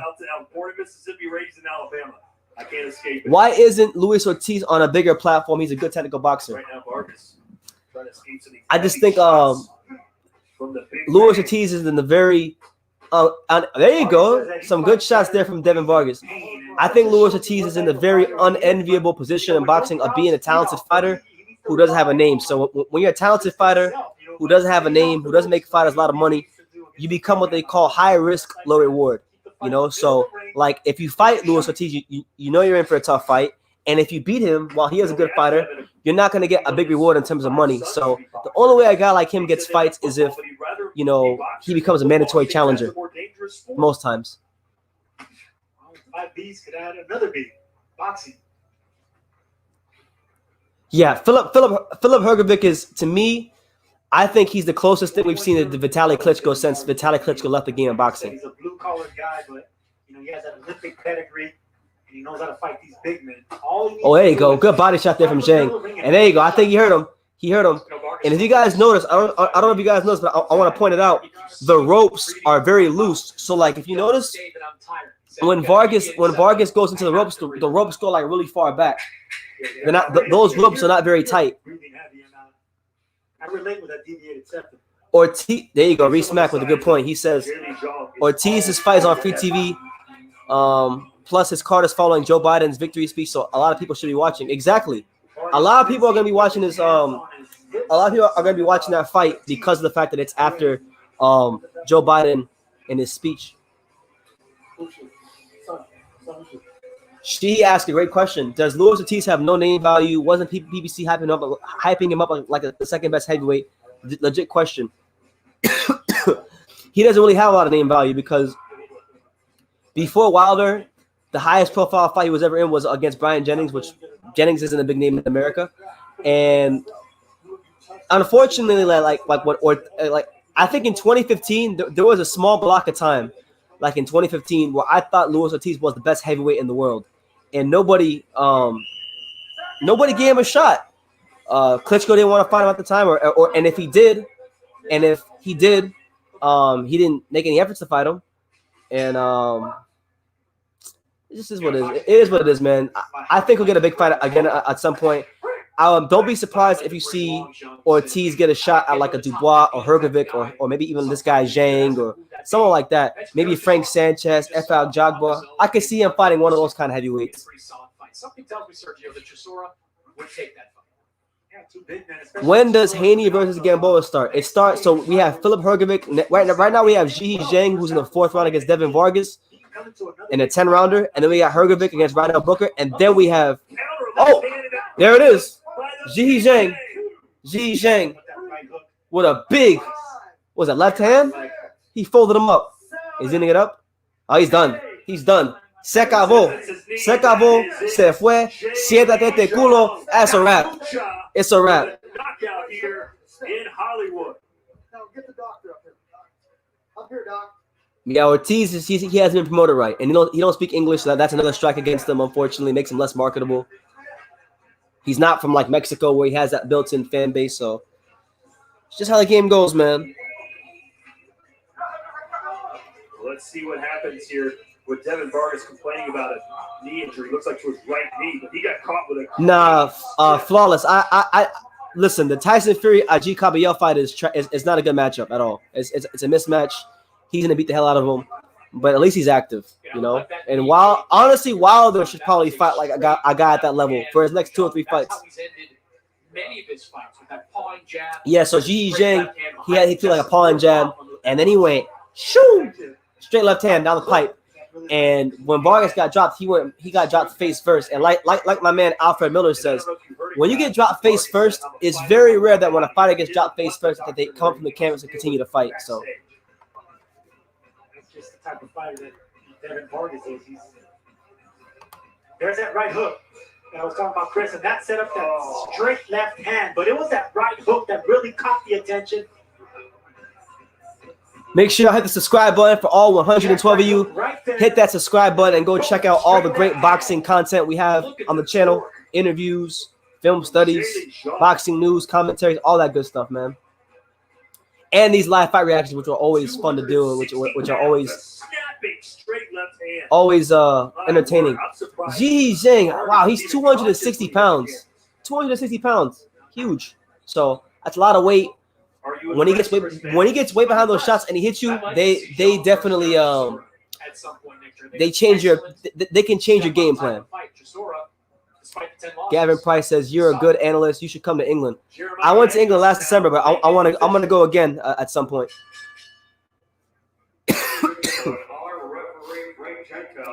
And I'm doing this live for you guys. I'm a bit under the weather, but I couldn't miss this live. There was no way I was gonna miss this live. No way.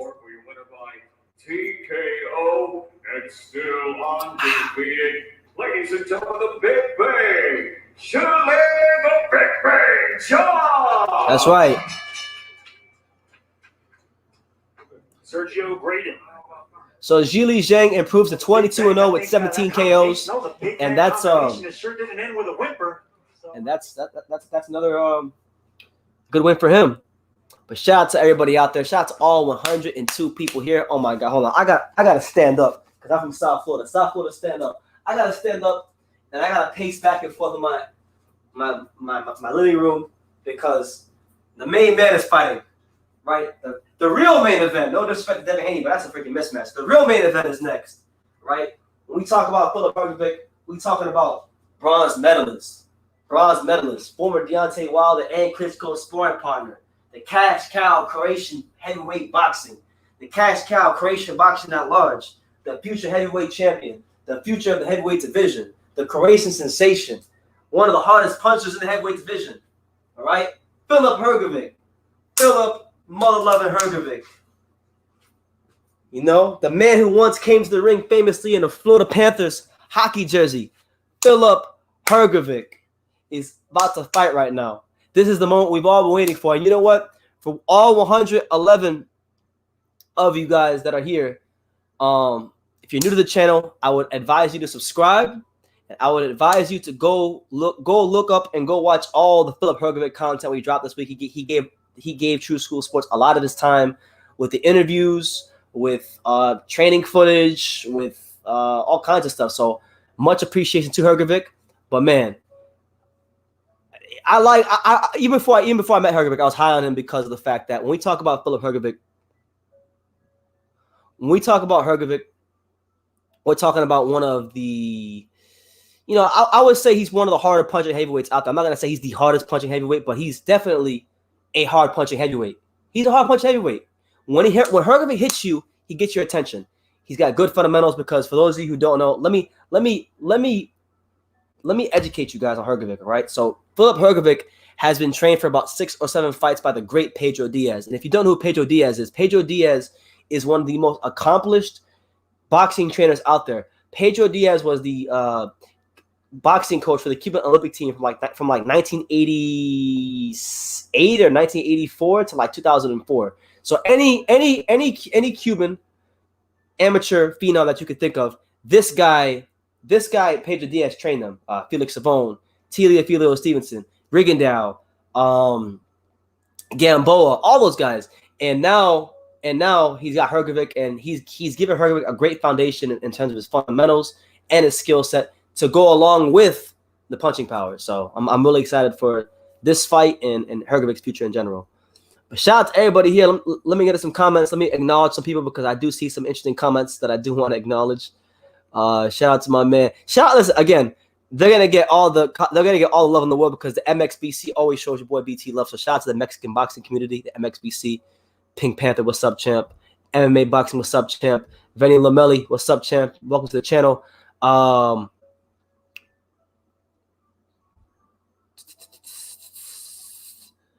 What else? Who else? Pedro Diaz. Wait, I saw one comment. Where is it at? Where the hell is that comment at? Where is it at? Here we go. My main man, Unadulterated Truth, says, BT, I'm coming to Dania for 5 rounds of sparring with Pops. Oh, snap. He said he's coming to the town. He said he's coming to the town. He said he's coming to the greatest city in the world, Dania Beach. Hey, man. Good luck to you, champ. Good luck to you, champ. Speaking of sparring, though, I'll probably spar in the near future myself. I'm back in the gym. I had my first day of training yesterday. My first full week of training is this week, so I'm looking very forward to the future training and seeing what happens and, you know, just getting back in shape, getting back in, you know, top shape, because when I'm in top shape, life is just better. Shout out to my man Zone Reed. Zone Reed with the greatest basketball logo in the history of the NBA, the Charlotte Hornets logo, the throwback Charlotte Hornets logo. You got the B with the basketball and the shoes. Shout out to the Hornets. He says, Jesus, people are still saying Fury cheated. And it never ends. It never ends, Zone Reed. So it's the world we live in. All we can do is just deal with it the best we can. L-Dog says that he's nervous. The president of the Filip Hrgovic fan club says that he's nervous about Filip Hrgovic. Why are you nervous, L-Dog? Why is L-Dog nervous? Hrgovic is going to do what Pulev couldn't do. That's right. That's right.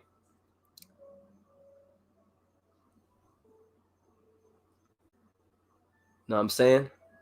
But let's put the sound on. We're putting the sound on for Filip Hrgovic because this is the real main event. No disrespect to the great Devin Haney and the young phenom that he is, but this is the real main event right here. Hrgovic versus Booker. Now, Hrgovic is going to win, but it's just a matter of how is he going to win. How is he going to beat Booker? Will Booker be game and go the full 10 rounds, or will Hrgovic fold him up like the blue steel chair and become the first heavyweight to knock him out? Kubrat Pulev couldn't do it, so it will be a statement. It will be a statement, you know? But let's go. Sound on. There he is. Filip Hrgovic. Shout out to Gavin Price. GMB Catastrophe says, where is he? He said, I was watching Hrgovic and he was almost looking like a bigger, stronger Usyk to my eye at times. You think so? He reminds me a bit of Vitaly Klitschko. Hrgovic's last 4 fights, for those of you who don't know, his last 4 fights have all ended within 3 rounds. So Hrgovic is the guy that gets you out of there. He's not here to play tip-tap boxing. He's not here to play around. He's here to do demolition jobs. Who's 11 years older? Yeah. 248 pounds with a 79. So Hrgovic is 28 years old, 6'6", 242 pounds, 82-inch reach. Rydell Booker, 39 years old, 6'3", 248 pounds, 79 inches. Those are the measurables. That is the tail on the tape. TSX, keep it up with the shout-outs. Makes the listeners feel connected. Absolutely. Everybody, listen, if you're here watching the channel right now and you're someone who comes here regularly, I consider you guys friends of the channel. You guys are friends of the channel. So shout out to everybody here. Make sure you smash the like button, hit the subscribe button, and yeah, we're gonna have a great time. Rydell Booker. Was that Pyro? Rydell Booker coming out with the pyrotechnics, out here looking like Stone Cold Steve Austin and Booker T. Look at all that smoke. Look at all those pyrotechnics. The lights, the music. Let's go. Let's hope he doesn't get smoked. Booker taught that guy said that taking fights on short notice has led to conditioning issues. This fight, he said he had full camp in much better shape. The only problem with that is for the fight against Pulev. Let's go. Shout out to everybody here, man. GMB, Sam, Katie Daly, you know, everyone. All across the world, all across South Florida, all across America, all across Europe, all across the world. The world. Of the world, Craig. Agility, ability, and talent. Let's go. Hrgovic. Here he comes. The man himself. The future of the heavyweight division. El Animo. Let's go. That's right. And the song that he's coming out to is a Croatian song called Jeans of Stone. He's coming out to Jeans of Stone. That's the name of the Croatian song. In Croatian, I don't know what it's called in Croatian, but in English, it translates into Jeans of Stone. Shout out to Cool Arrows Boxing Gym. Shout out to my main. Where is it? He doesn't look that great a shape, but he's put the work in. At least that's what he's told us. And he is very confident. Cool Arrows Boxing Gym. Shout out to Max Chavez. 9 knockouts in his 11 professional wins. That's right. Got the old Marlins jersey back here. You know, if you know, you know. Got the Floyd. Got the Floyd Mayweather shirt. Very familiar with Hrgovic. He was a sparring partner back in the day. He says he knows what. And Tangible Boxing News says Filip Hrgovic is getting knocked out. He's getting knocked out. So normally, whenever you spar somebody and end up fighting them, that's true. You do get the ins and outs. Filip Hrgovic proudly sporting the robe with the Croatian flag on it, accompanied by the legendary Pedro Diaz. Ladies and gentlemen, from the Seminole Hard Rock, Hollywood, Florida. A flawless clarity. If never mind. I want to just focus on this fight. I just want to focus on Filip Hrgovic right now. We're not going to talk about these has-been champions like Deontay Wilder. We're going to focus on the future of the heavyweight division. Filip Hrgovic. Sponsored to you by Bet Online, Latin Star, and JD Sports. Make sure y'all smash the like button, subscribe, check out all the content on True School Sports. Here we are, the co-main event, the real main event. Filip Hrgovic, bronze medalist, Croatian sensation. You know, going to be a big factor in the heavyweight division for many years to come. He's already ranked in like 2 or 3 of the sanctioning bodies.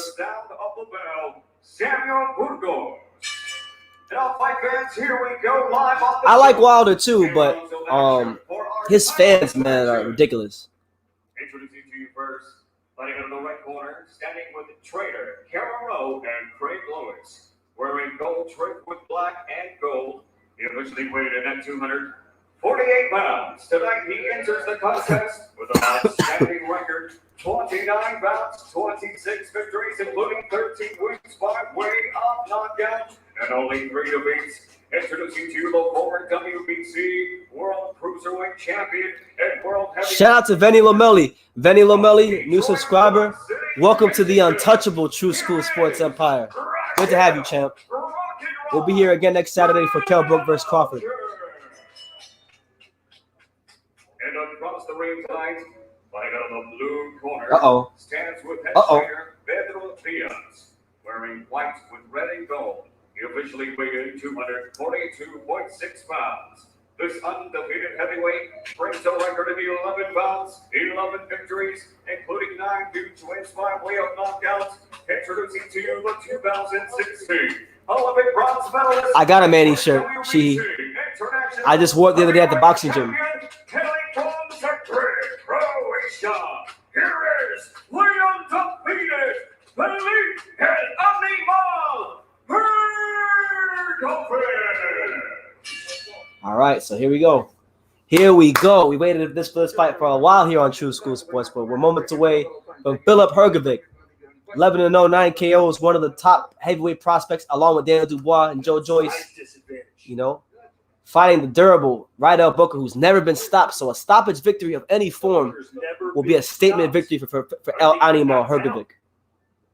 Shout out to L-Dog, too, by the way. All right, so round 1. Hrgovic in the white trunks, Booker in the bronze and red trunks. Here we go. Good jab there from Rydell Booker. You know, Booker's been a guy who's known for taking fights on short notice. And this is actually one of the few fights in his career where he's had a full camp. So we're expecting a good performance from Booker, a more durable, more formidable Booker. Filip Hrgovic pulling with the jab right now.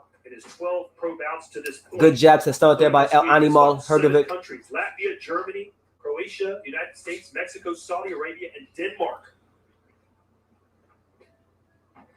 There you go. Good step back there by Hrgovic. Hrgovic making Booker fall short with these punches. Taking these little half steps back. There you go. Double jab. Right hand to the stomach there from Filip Hrgovic. Hrgovic has that European upright stance and style. You know, he looks for precision and the right punches, especially a 1-2, a clean 1-2. Right now, Hrgovic, I'm watching the way he's throwing these punches, and he's just touching them right now. He's not really putting a lot of force or power behind these punches. He just seeing what Rydell Booker is giving him. Less is more usually with the European style, but you know, still dangerous. There you go. Good body shot there from Hrgovic. Well, speaking of Klitschko, Hrgovic used to spar with Klitschko, and at the time, Klitschko said Hrgovic left a lasting impression on him that he was one day. There you go. Good right hand to the stomach there by Hrgovic. There you go. Hrgovic with the 2-punch combination. I've always wondered why someone his size doesn't have a go-to jab. As you're mentioning, man, I said, Anthony Joshua isn't the best jabber in the world. How can he be that tall and long and not be a master with his jab? But certainly something. Good right hand to the stomach there by Hrgovic. Develop as his career goes on. The more effective that jab is, the more effective the right. Ooh, good right hook to the around the right rib cage of Booker by Hrgovic. Was mindful of his defense right there, so he knows how slight Booker can be. There you go. Body shot. A short right hand down the pipe from Hrgovic. And on that left hook. And Hrgovic, as this round's going on, like Hrgovic's not even really throwing punches with that much force, but he's starting to score more and more as the fight progresses. The late great Emmanuel Stewart. Said he sparred everyone back in the day, from Tommy Hearns to Michael Moore. He was 14, 15 years old. Yeah, I asked Booker if he loves training in that. There you go. Good left hook from Hrgovic. You know, I don't like training in heat. It takes away the legs. And I asked him about Tommy Hearns, and he said it wasn't the heat that Tommy Hearns suffered from. Is he didn't jump rope. That's the reason. There you go. Good right hand to the stomach there by Filip Hrgovic. Hrgovic being very, very poised and just waiting for the openings. And he's going to the body. The body is a big investment for Hrgovic right now.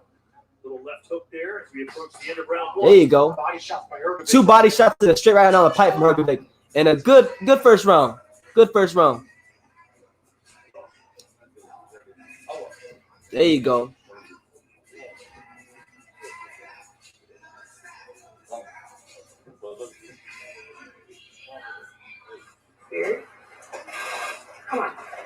So what are y'all making of the first round so far from Hrgovic? I mean, I thought it was a feel-out round. He got he started landing more punches as the round progressed, but you know, good positive start from El Animo.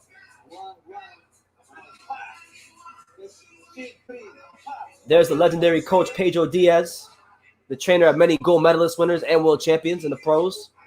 One of the best boxing trainers out there.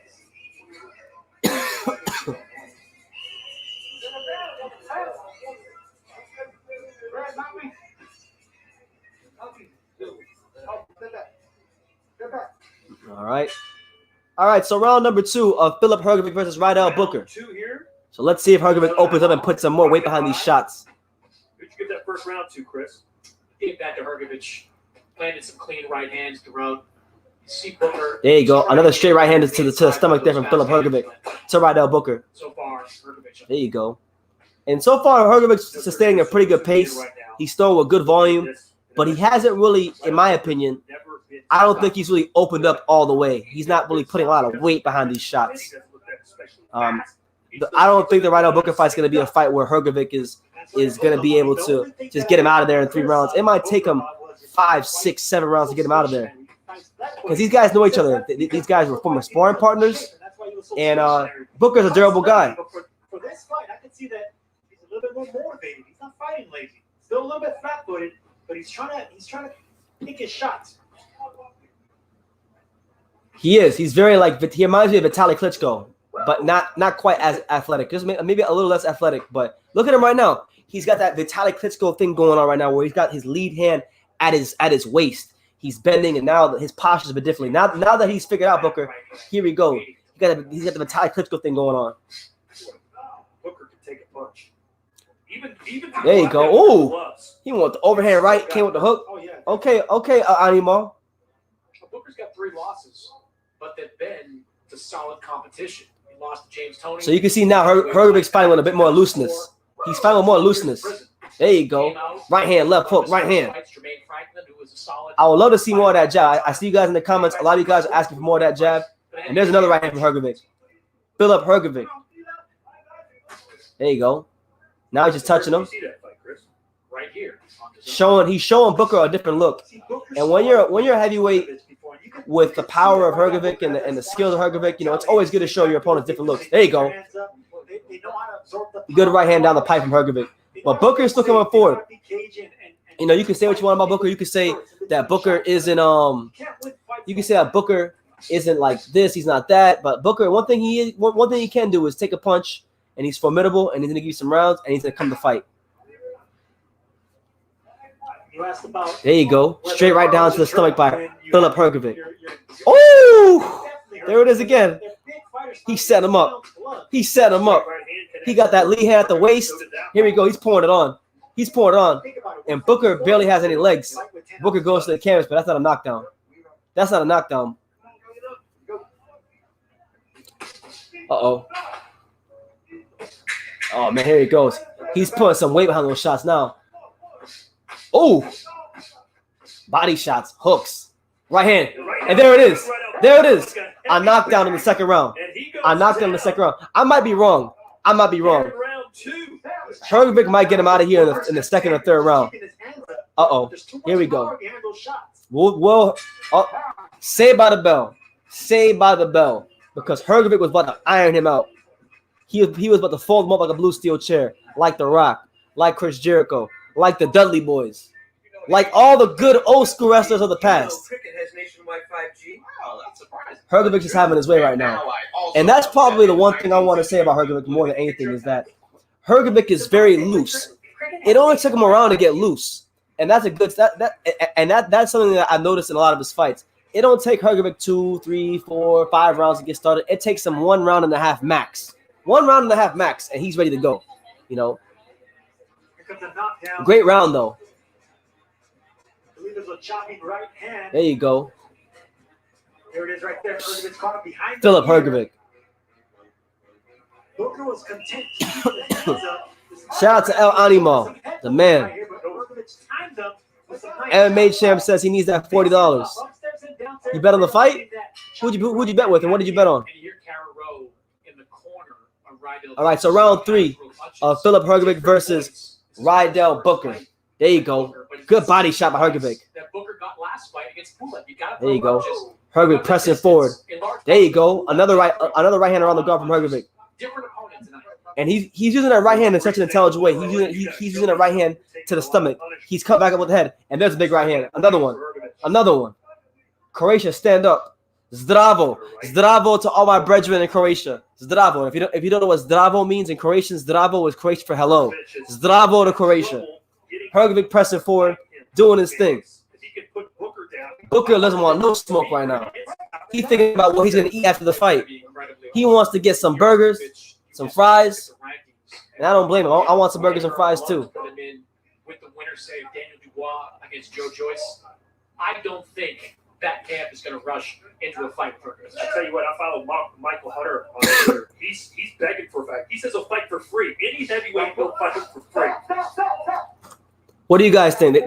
They say Michael Hunter wants to jump in there with Filip Hrgovic. What do you guys think about Filip Hrgovic and Michael Hunter? There you go. Body shot, right hand, left hook. Look at him. Just putting them together.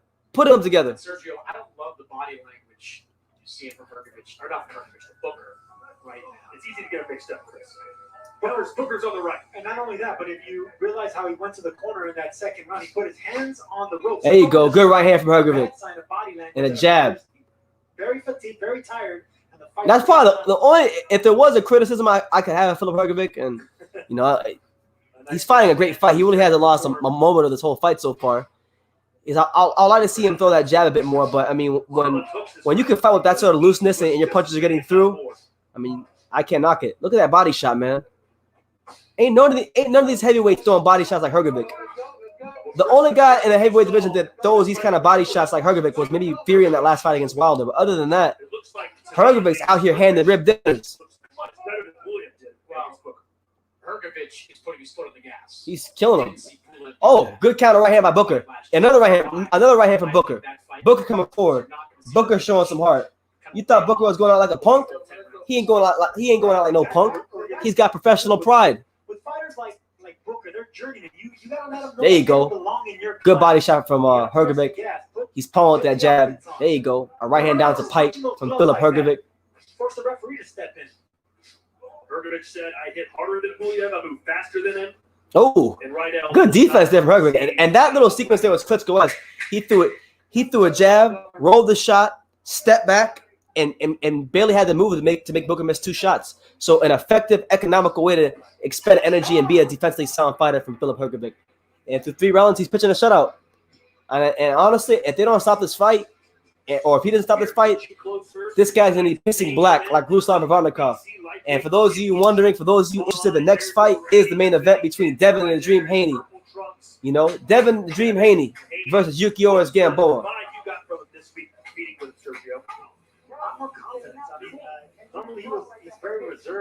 For those of you wondering about the betting odds, Yuriorkis Gamboa is a plus 1100. And if you don't know what that means in betting terms, it basically means that if you go to the casino and you bet $100 on Yuriorkis Gamboa right now to beat Devin Haney and he wins, you get $1,100 back. So that kind of tells you about the odds of this fight. He got confidence under him. He's the youngest champion in boxing. Why not? Is he too overconfident? When you start talking about, hey, I'm not just going, I'm going to knock this guy down 4 times. Make sure you guys hit that subscribe button if you haven't done so already. You know, make sure you check out all the content. You know, all that stuff. We're here in round number 4 of Filip Hrgovic versus Rydell Booker. Hrgovic is trying to attempt to become the first man to stop Booker. He got him knocked down in the second round. And he's trying to get him out of here. There you go. Hrgovic with these short, compact 1-2s down the pipe. There you go. Body shots from Filip Hrgovic. Keeping his hands a little bit too high, blocking that head. Well, the belly's a small target. So. Yeah, Rydell Booker he's got these big forearms, so he's using a high guard because he knows that if Hrgovic goes down to the stomach, he's got forearms big enough to just slide him down just enough to take enough steam off those punches for Hrgovic to not get like knocked down with a body shot. You gotta be brave. There you go. Right hand on the pipe from Filip Hrgovic. And Booker is just taking these shots, man. I'm surprised. Booker's trying to catch and counter, just like that. See, I can see what Booker's trying to do. He's trying to. But I did say I think it's going to take about 6 to 7 rounds to get him out of there. You know, Booker is very durable. He's very, very durable. There you go. And Sam Burgos, the referee, the legendary referee in Florida, Sam Burgos, he just said that Rydell Booker he better start doing something or he's going to stop the fight. So if Hrgovic keeps putting his foot on the gas, he's going to be in a great position. The referee will stop the fight. Because they don't really come to win. They come to just survive, the hands up. And normally, you can take those fighters out of there, but it'll take some rounds. Well, I like the fact that the referee's like, listen, man, show me something. Yeah, right now, for those of you who are just tuning in, we're in the 4th round of our co-main event between heavyweight prospect Filip Hrgovic and Rydell Booker. And right now, Hrgovic is beginning to pull out that jab a bit more. I like to see Hrgovic really step in with that jab. You know, step in with that jab and then come with the right hand over the top. You know, throw that jab with some conviction, with some oomph, throw a power jab, and then come with the right hand. There you go. Oh, a big body shot from Hrgovic. How the hell is he taking all these damn body shots, Booker? Even still, after this round, you would look your fighter in the eyes if you want to take 6 more rounds of punishment like this. And that's what it is, straight punishment. 30 seconds left here in the 4th round. Oh, big left hook on a temple. Yeah, right here, some temple shots from Hrgovic. Another one. He'll force the referee to stop the fight because I don't think Booker really wants to. Yo, this referee, I'm telling you guys right now, when this round is over, they're going to stop this fight. There's no way the referee will allow Booker to continue to take this beating. Well, we know how great Homer Simpson's boxing career was. Oh, good straight to the head by Hrgovic. Another one. And another one. See, Booker's talking to him. I mean, that's normally what sparring partners do. You know, they don't really come to be offensive. They just talk about it. Here's a good question. Shout out to my man GMB. GMB says, "Hey, Derek Chisora put up a fantastic effort the other day. With that great form of a Chisora Hrgovic fight would be a mighty rumble, or at least be a mighty interesting one. I wouldn't mind seeing that. That'd be a good step up for Hrgovic. You know, we know that Hrgovic or that Chisora comes to fight. You know, he comes with that War Chisora hat and bandana on. So, you know, shout out to Chisora. I'd love to see that fight. It would be a good step up fight. And yeah, they just compared Rydell Booker to Homer Simpson. That's disrespectful. Chris, what you make of that coaching in the corner? First was throw a big shot and tie up. Then she said, I don't care if you throw a punch, just don't get hit. Well, more noticeable. By the way, apparently, Luis Ortiz stopped Alexander Flores in the 1st round. So shout out to King Kong. He's back in the win column. I'll have to check that out myself. And here comes the 5th round. Filip Hrgovic out here handing out rib dinners in the middle of the fight, midway point of the fight. Pawing with the jab. Okay, give Hrgovic credit. He has taken the fight out. He has put his foot on the gas throughout this fight, continued to throw right hands, put pressure. Good left hook from Hrgovic. Fight backing up. Well, here's Booker showing a little life at least, landed a couple there you go. shots. Big right hand from Hrgovic. And now Booker just telling Hrgovic, good shot. This is literally like a sparring match. And a lot of you guys are asking me, is Rydell Booker's trainer a woman? I think it is. Oh, the There it is. There it is. There it is. Filip Hrgovic. Filip Hrgovic. My main man, 50 grand. Filip Hrgovic, the pride of Croatia, makes a statement and becomes the first man to stop Rydell Booker. And the heavyweight, the ascension of Filip Hrgovic just continues and continues and continues. And that stock is rising. That stock is rising in a major way. Shout out to Filip Hrgovic, El Animo. He stopped his old sparring partner in the 5th round. We're enemies on Saturday and tomorrow. And yes, for those of you wondering, Rydell Booker's trainer is a chick. It is a woman. It looks like it, at least. It might be. I see a guy and I see a girl, but I think his trainer might be a girl. There you go. Where's L Dog at? Where's L Dog at? I want to know what L Dog thinks about this. Was Booker not as good as we thought, or was Hrgovic just too good? No, you know what? I think Booker, he was exuding confidence in the fighter. He said he had a great camp. He's never been stopped. He had a successful amateur, pedigree. Make sure y'all hit the subscribe button. Do all that good stuff. He backs up his talk and he does his talking with his fist. And he did the right thing. He fought this fight at a distance, never smothered his punches. And Chris, it's very rare. They said L Dog. Oh man, this is the comment of the night. Fight Scout said, "Where is he? Where is he?" He said, "L Dog had to go empty his nuts." Oh Jesus, maybe he did, But I'm so happy. I'm happy that he went out there and did what he was supposed to do against Rydell Booker, because Rydell Booker didn't want no smoke. Our referee can give. Referee has to step in. I think that referee did an excellent job. I agree. Alfred Miller asked a great question. He says, BT, who do you have as a top lightweight? I have the One, followed by Tio. Listen, the One is Gervonta Davis, a.k.a. the One, is very, very good when he's focused and he's on his way. But I got Teofimo Lopez ahead of him. Gervonta Davis, a.k.a. the One, is still very unproven at 135. Great at 130, but still needs to show something at 135. Teofimo Lopez is just beat Lomachenko. The official time comes to you. Hrgovic put on a better display than Bruno Fernandes against Everton today. Why you gotta go there, champ? Why you gotta go there, man? I'm so sick of Bruno Fernandes. From Croatia, Filip There you have it. So Filip Hrgovic improves to 12-0 with 10 KOs and puts Rydell Booker on the mantle. Filip Hrgovic, the Croatian sensation, one of the hardest punching and hottest heavyweight prospects in the game right now. Him and Daniel Dubois and Joe Joyce and all them guys. And what's his name? Tony Yoka as well.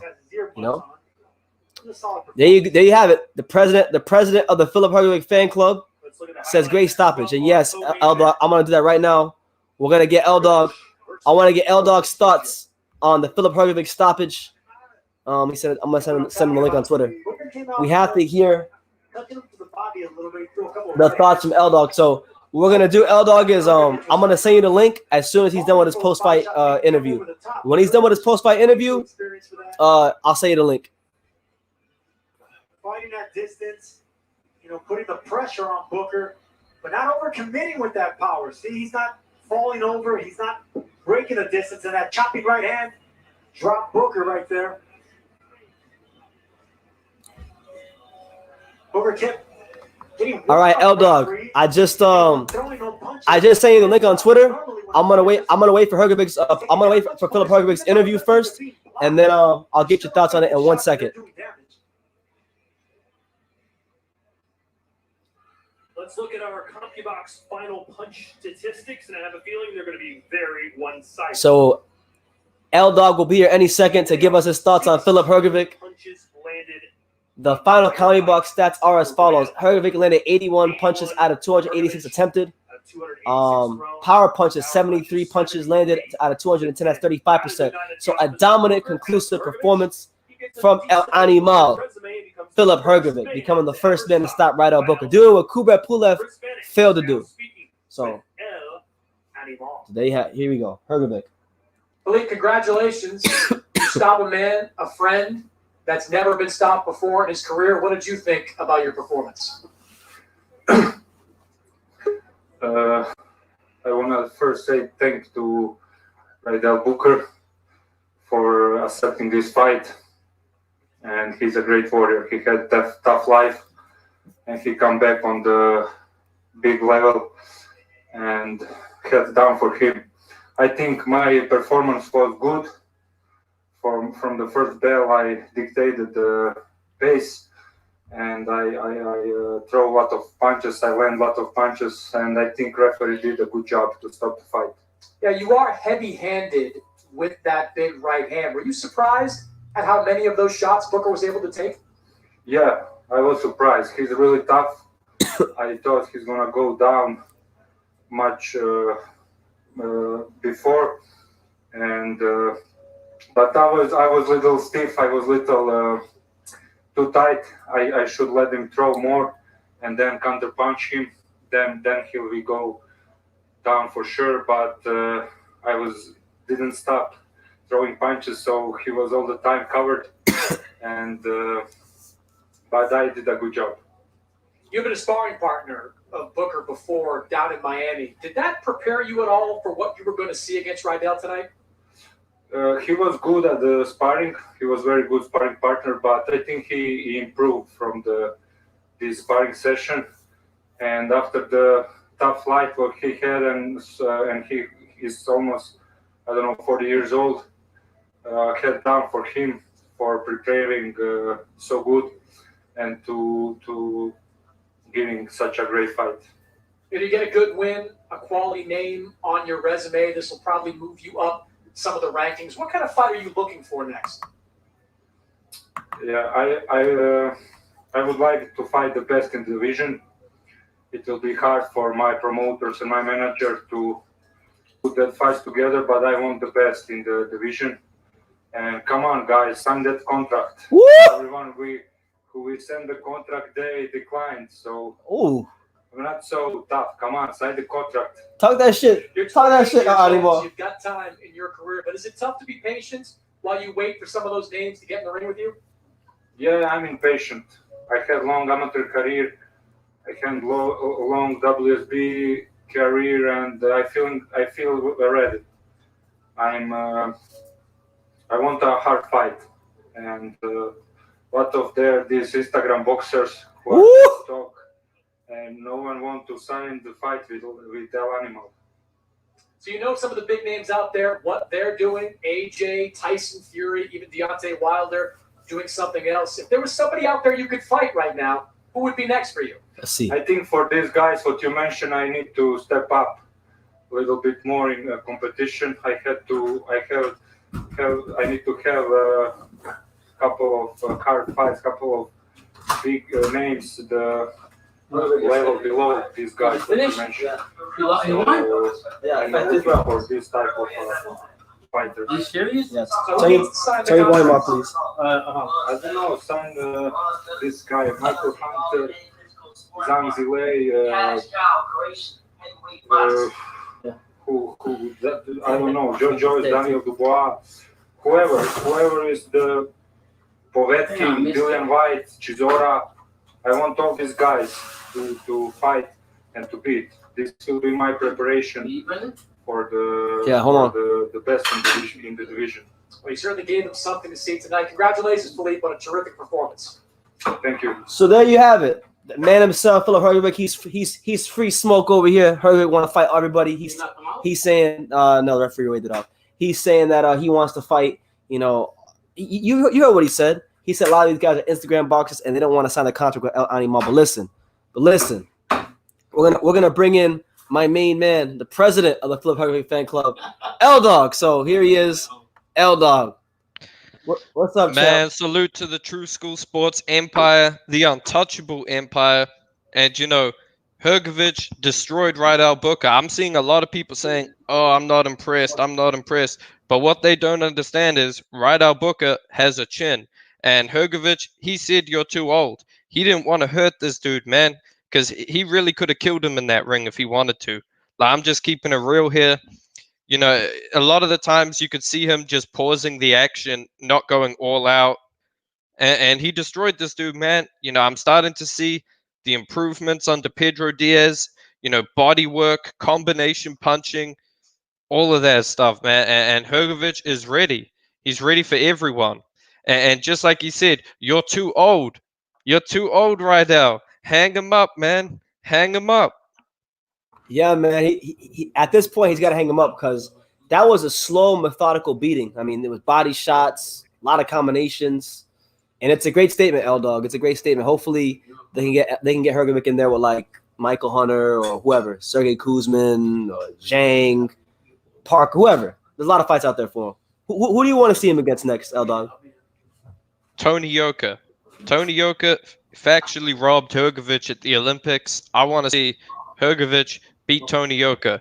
Tony Yoka, an Olympic gold medalist with an asterisk, because that really should have been Hrgovic's gold medal.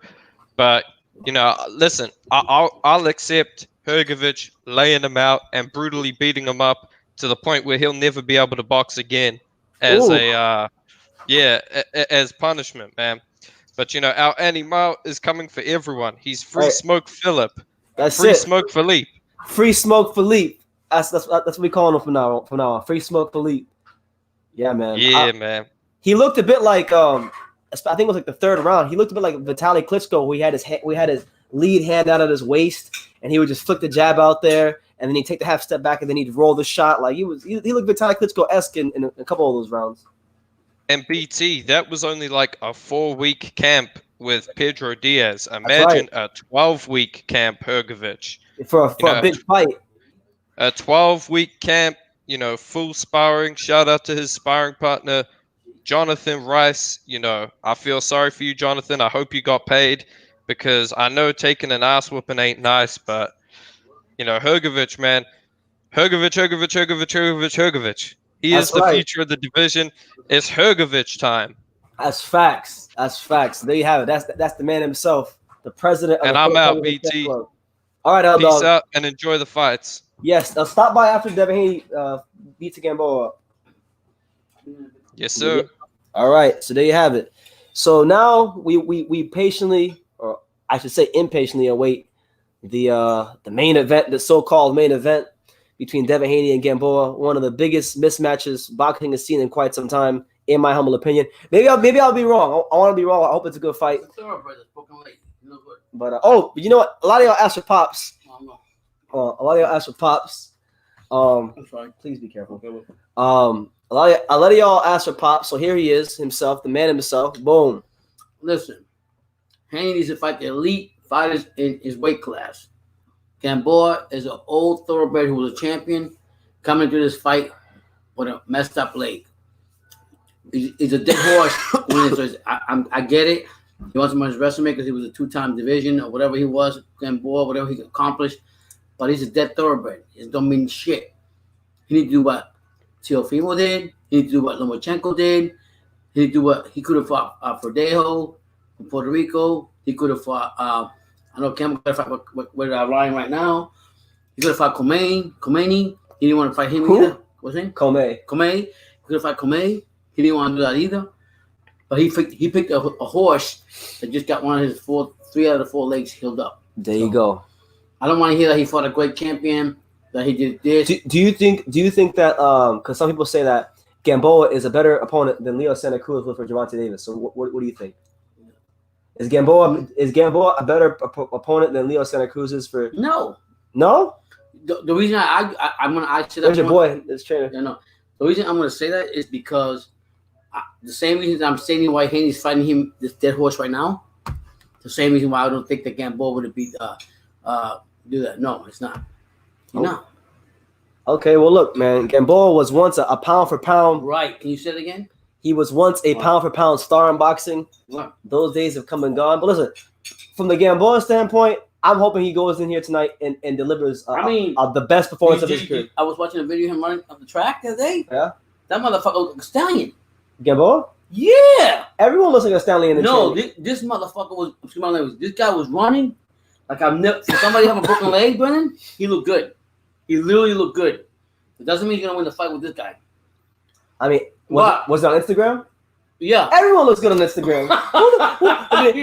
Name me one boxer who's I knew you was posted there. training footage on Instagram that didn't look good. I post training footage on Instagram. I look sensational. No, but I'm saying, I look sensational on people Instagram. say that he's old, he's not this, he's this and that. But even running the way he was running, he looked pretty good. But that being said, I still don't think Haney better come make a big noise. Big noise. Big noise. I'm gonna go to Mr. DMZ's channel, and I'm gonna let him know. H Money, you might come here. I love my. You might come here. I don't get, and I love Haney. I love his father. I just don't think that you're making too much out of him when he hasn't done shit in boxing. As I feel, I love his work ethic. I love what he's accomplished with being a promoter. But as far as a fighter, he's got to step it up. Simple as that. It's been about it's been a long time since he's really won. He hasn't been at that level for a while. But somebody, Esther Boy Cho has a great question here. I know the answer to this, but he wants to know. Right. So we'll get it answered. Hold on. Where is it? Hold on. Let me see. Where we at? Esther Boy Cho. He says right here. He says, Burdell versus Haney. Who do you got? You already know. Why? You already know. Objectively, you think Burdell's gonna win? But personally, this is what I see. Burdell's gonna come up again. Look at that picture. Beautiful. Burdell, I know that's Haney. Yeah. Burdell is gonna come up again, and I think how he's training, how he's going about things now, is gonna be a big difference. So your question is, will I take him over Haney? Haney hasn't shown me shit yet. He has not knocked out nobody. He has not overruled anybody. He knocked out Antonio Moreno. I don't want to hear this bullshit. If he didn't fight a true, Burdell's been in there with who's Burdell fought that I can't think of him right now. He fought William Silva. He fought a couple okay names. Saying, he hasn't really fought anybody. He hasn't either. But in my case, until I see Haney be a live dog and fight real competition, I'm taking the guy from Puerto Rico. Okay, so there you have it. There's no excuse. By the way, for all 142 of you here, make sure y'all smash that like button. If you're new to the channel, subscribe and go check out all the great content on the channel. Yeah, but you're really under the weather and you're still doing this. God, you don't understand. Man, don't rest. Oh yeah, I am under the weather. Yeah, that's what it is. You don't rest enough. Yeah. Sam. So you don't want that smoke, champ. It's free smoke over here, Sam. BT's from Dania. I'm from Dania Beach, bro. You listen, and if you don't know about Dania Beach, you're gonna find out about Dania Beach, Sam. Quick. He says, BT, I take you on. You make a station. You don't want no smoke, Sam. I'm telling you right now. You don't want no smoke, champ. I love you, Sam. I don't want to fight my friends. Right. I don't want to fight my friends. But right now we're moments away from them fighting. Boxing therapy. Lyndon Jones. Shout out to Lyndon Jones. He says, I'm not knocking the Gamboa, but Haney got youth on the side. Exactly. That's my whole point. Same thing. You're fighting up from up. But let me tell you like this. Ladies and gentlemen, for our main if Haney goes, how many rounds is this? 12. 12 rounds. He doesn't do shit. Doesn't stop before then. That'll tell. Actions speak louder than words. You guys will understand what I'm saying about Haney. Okay? All right, so the tail of the tape, Devin Haney's 21 years old, 5'9", 72-inch reach to Gamboa's 38 years of age, 5'5.5" to 65-inch reach. He's got a 7-inch reach advantage, a 3.5-inch height advantage, and he's 17 years younger. Yeah, let's be honest. Do you honestly think the bullshit that Haney's saying? We about a container. I mean, what do you say? Yeah, a good a position here that's good and everything. I'm 17 years older than him, younger than him, and Gamboa is a broken horse. I'm surprised they haven't shot him, killed him yet. Like a horse. I got a question, guys. So if Haney goes like 8 rounds or 9 rounds and like loses a round or 2, does that mean he gets exposed? Are we gonna throw the E word around? If Haney, the E word, if the Haney goes like tap dancing the whole thing, and gets a UD. I seen that. Beautiful. It's like Haney punching Gamboa. Yeah, how you do that? I didn't do that. Alex, Carnage. Thank you, Alex. I appreciate that. But yeah, so I'm trying to tell you, if Haney comes down here and top dance all the way through, you already know how I feel about him. Don't even compare with Team Fimo or anybody else. And fight fans, it's time to get ready to rock and roll. Get ready to rock and roll. We welcome the challenger. Samso says, "Alfred, how about we fight for the mandatory and the winner gets BT?" Exactly. the cash cow sitting on the throne. But here comes the man himself, the former world champion, the former gold medalist, the man that was once a pound-for-pound star, the man that was once signed at 50 Cent. Yuriorkis Gamboa. Listen, I know a lot of people are writing off Gamboa. I'm writing him off. But I'm writing him off. I hope Gamboa goes in there and gives a great fight. But Haney's sake, if he wants to make a statement, he better do it with this guy right here. And he better do it Is that a before. Christian song? Different opponents in his career, but it's not what happens It's like a when he Christian gets song. down. It's when he gets up and he keeps coming until the referee basically has to pull him off his opponent. Gamboa has the heart of a lion. Scoot it just a little bit. 30-3 with 18 knockouts. I'm telling you right now, The full distance. if Haney doesn't take care of this guy quick, don't compare with nobody. Don't compare with nobody in the 135. Don't compare with nobody. And if he wins, you better be realistic and understand he fought an old horse that's still running the race, but will never be the thoroughbred that he was before. 7 Osh, what's up, champ? Straight up. 38 years old. I don't know how mobile he's able to be, but Let's see what Devin Haney's entrance is like. 7 Oceans, how you doing, champ? Good to see you. What's up, all you guys are here. Hit like, subscribe to the Untouchable Tush Reports. There you go. He told you the cash cow, the channel told you.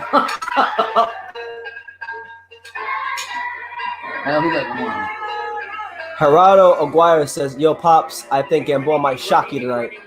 Hey, if he does, I'll be happy for it because I'm Latin. I would like to do that.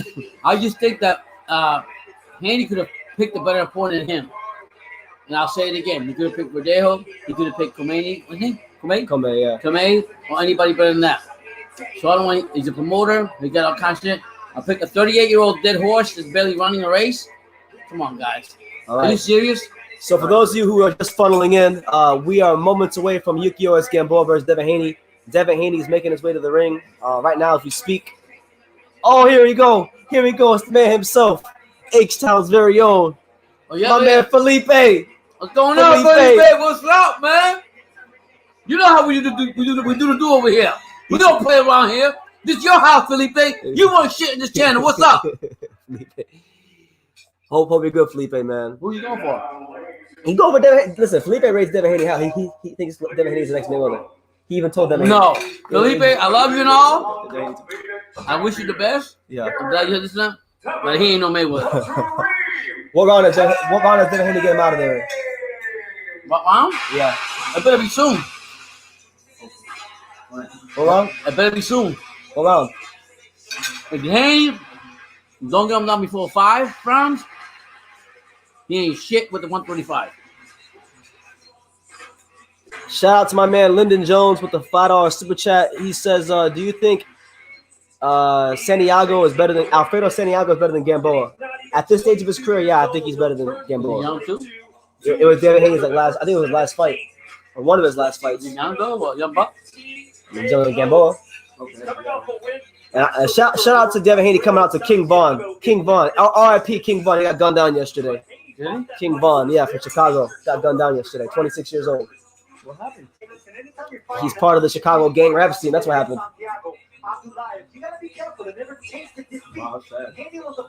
That song you hear him talk about, that's the guy got shot. He's young too, right? That's bad. So Haney should make short work in theory. Yes, Devin Haney. Exactly. If he's talking like, I'm talking about inside of 6 rounds, he should be getting Gamboa. If he's saying that he can fight the elites and everything, if he goes past 8 rounds like Tank did, you already know what I feel about him. Hollywood, Florida, USA. But it's right in Hollywood. Where you been at the last month? I've been telling you for a month. This But it's closed, right? Yeah, it's closed. Damn, man. I've been telling you for a month. I've been telling you for like a whole month. It's been in Hollywood. South Florida, stand up. That's why Eddie Hearn's a clown. He brings the fights to Hollywood, and we can't go to him.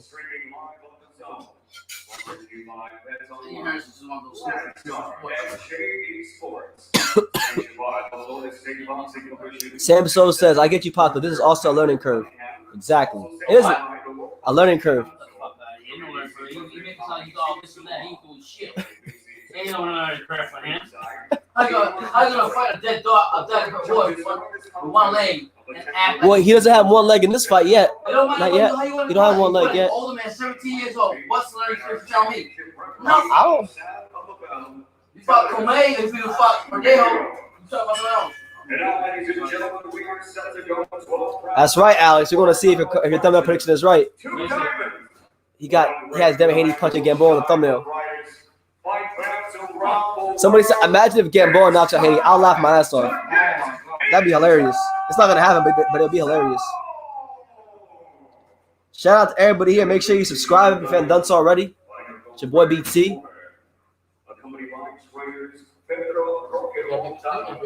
You know, Gamboa 30-3 with 18 KOs. Fighting via Miami, Florida, out of the Pedro O'Rourke Boxing Academy, South Florida stand up. Florida's big come around, boy. Boxing. Yeah. Shout out to Bowser. He said I subscribed. Thank you, champ. Welcome to the Untouchable True School Sports Empire. You're not gonna regret it.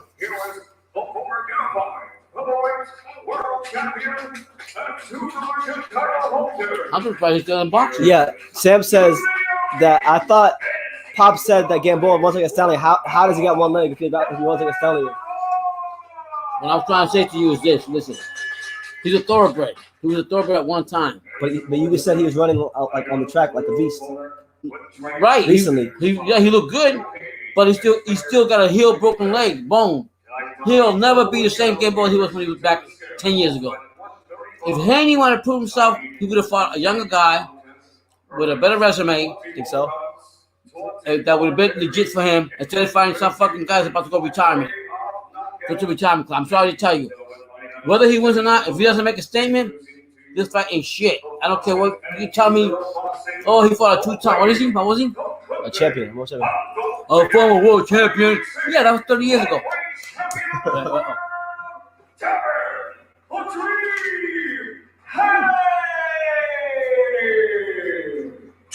So there you have it. So the introductions have been made. The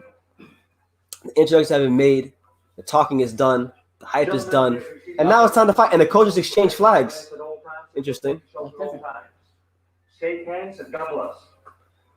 Pedro O'Rourke and Bill Haney exchanged the American and Cuban flags. So that's a good sign of respect from both teams. Ryan Garcia, big performance tonight. You guys are going crazy. He looks like a young Mike Tyson, no cap. Gamboa. Find lightning in a bottle. But will he get hit by All right, so round one. Devin Haney versus Yuriorkis Gamboa. Haney in the, what is that, pink trunks. Gamboa in the blue trunks with the white trim. It's your boy BT, the untouchable True School Sports Empire with Pops. Devin Haney, the youngest world champion in boxing. 21 years old. Some people will go as far as to say he's the next Floyd Mayweather. We're going to see. Fighting goes Yuriorkis Gamboa, pressing forward. You see that shit he's doing right now? It's the first round. What? Haney's coming in like this and backing out like that. That ain't gonna happen with a fucking Teofimo. What are you talking about? All he did was just throw a jab to the stomach. No, but watch. What do that? So much experience, Chris, that he's What am I trying to tell you? There you go. Good jab to the stomach there by Devin Haney. Because he knows how to fight smaller fighters. He knows taller fighters because he's always been the smaller. There you go. Good feint there from Gamboa. Gamboa. Experience. No, he's got some pop in those punches. There you go. Good jab from Devin Haney. Devin Haney so far using that lead left hand, that jab. With a big shot, so he does have some pop. Gamboa in search of the 135 title. So far, so good for Gamboa. Gamboa. Was, but he quoted Prowess 24-16. I'm saying. Wow, it's on the Lord. Devin Haney has Lord in his trunks, but he calls himself Lord Haney. There was a fight where he didn't continue in that fight. No comment. No comment. You don't like to use the word quit. I don't like to use the quit. There you go. In that fight. Good jab there from Devin Haney. The fight beaten out of him. There you go. Right, he did at the end of that fight effectively say no mas. There you go. A jab to the stomach there from Devin Haney. Devin Haney shooting a good power jab to the stomach there. Never dare call him a quitter, but he was in a so far through the first almost 2 minutes, Devin Haney hasn't really flashed the right hand. It looks like he's just putting that jab out there and seeing what Gamboa will give him. He's trying to establish that jab. Well, that's what you want to do. You're a taller fighter. You want to establish that jab early. There you go. Another jab to the stomach. Some power jabs. And there you go. There's the right hand. throwing to the gut right there. That's going to get the hands down of Gamboa. Someone said Gamboa looks pregnant.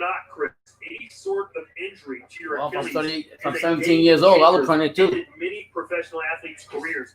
Let's see how Gamboa is with his feet tonight. Yeah, and most recently, you saw David Hay against Tony Bellew tear his Achilles. He came back to fight a rematch against Bellew. Devin Haney changing levels right now, trying to find the openings and create the openings against Gamboa, who is still a good technical fighter.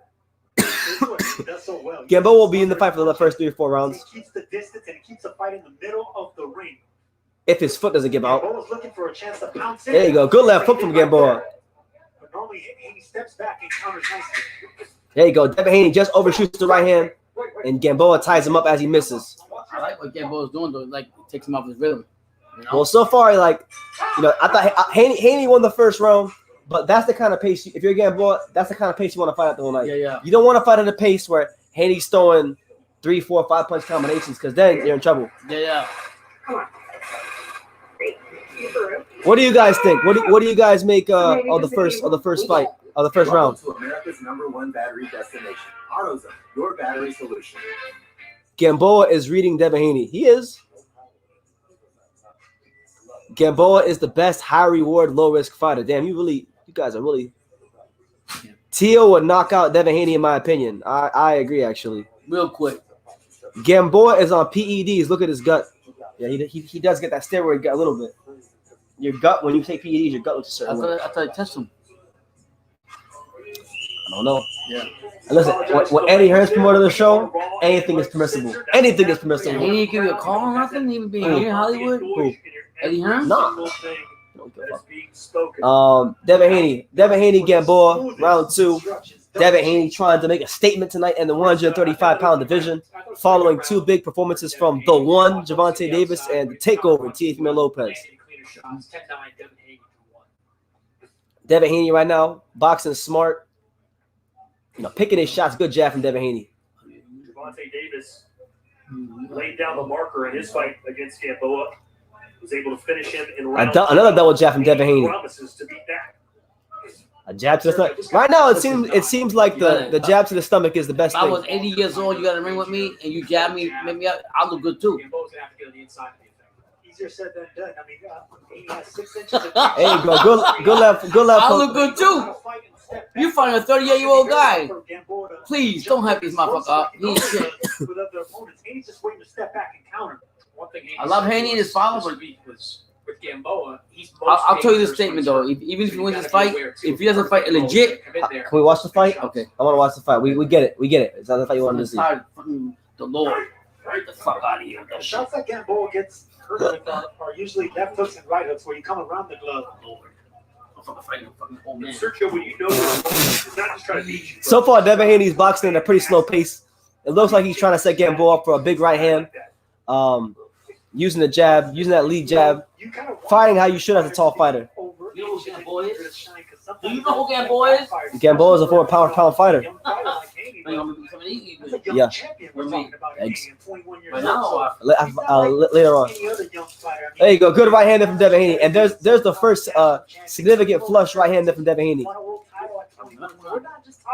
Devin Haney using all kinds of jabs. So he's using a straight jab, he's using an up jab, and then he's using the jab to the stomach. For those of you who don't know, when you jab somebody like who's taller, when you jab, your thumb points up. When you jab to the stomach, your thumb points down. And when you jab normal, your thumb is just asymmetrical. Yeah. He's using all kinds of jabs. That's probably the best thing about Devin Haney is the fact that basically Devin Haney, the versatility of his jab. That's like one of the best things about him.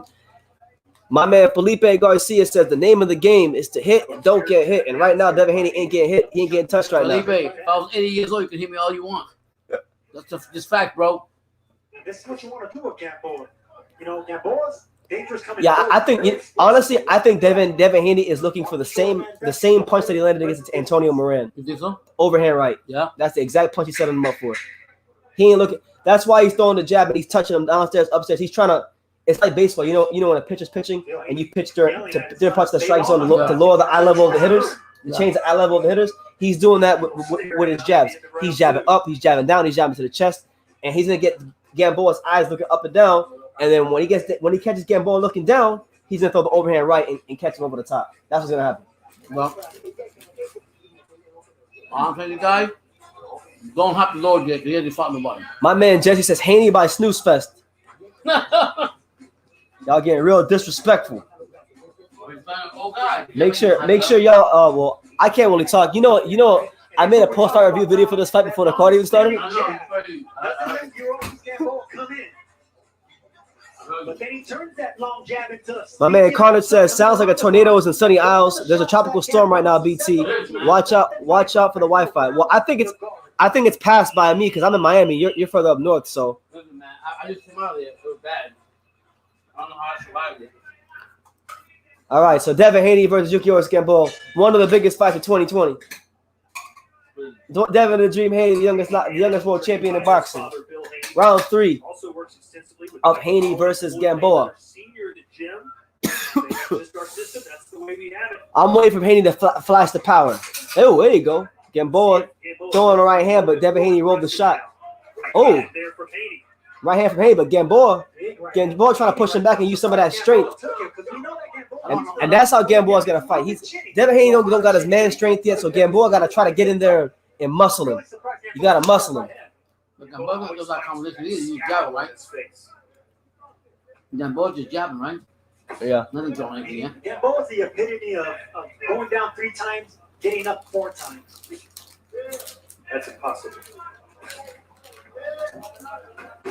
Oh, Gamboa started to open up a little bit, and I feel like the minute Gamboa really starts to open up, that's when we're gonna see Devin Haney start to shine.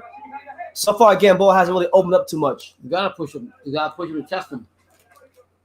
Haney as a young fighter set a blueprint. But Alex, I don't live in Dania. I live in North Miami. I'm from Dania, but I live in Dania. Establishing yourself. He was telling me. Good right hand there for Orange. You didn't really know who you were there you go. An up jab from Devin Haney. And then a straight jab from Devin Haney followed by a right hand. And good forward from Devin Haney. But like, look, I don't know if you can saw it. He gets through a right hand and fell off balance. Yeah. He gets through a right hand and fell off balance. So look, Devin Haney is gonna win this fight. But there's things in this fight. I'm telling you guys, he better correct these things before he fights Teofimo Lopez. Is that something you put that on before? Yes, I've been saying it. He better correct these before, because sometimes when he throws these right hands, he falls off balance to his right. And it just happened. It just happened about 2 punches ago. In the elite fighter, you can't do that, man. That's what I'm saying. And what I'm saying is this. Over the top of something. He's gonna get away with it in this fight. So it's gonna be, if it's a bad habit now, it'll continue being a bad habit. That's why you need to be in better fights. You call it out. Good straight right hand from Devin Haney. There you go. Gamboa with the right hand. Okay, Gamboa. He's here, bro. He's here. Gamboa. He thought Gamboa was going like a punk. He thought he was going like a punk. He's killing us some smoke. Good job from Devin Haney. But just the way he throws, is it a reaction to the way he throws the right hand? It normally happens if he's throwing it in a combination. If he throws it just as the first punch, he's not gonna fall out of balance. But if he throws it 2, 3, 4 punches, he's gonna fall out of balance. Wow. Chipping away. There you go. Good body shot from Devin Haney. Chipping away at Gamboa.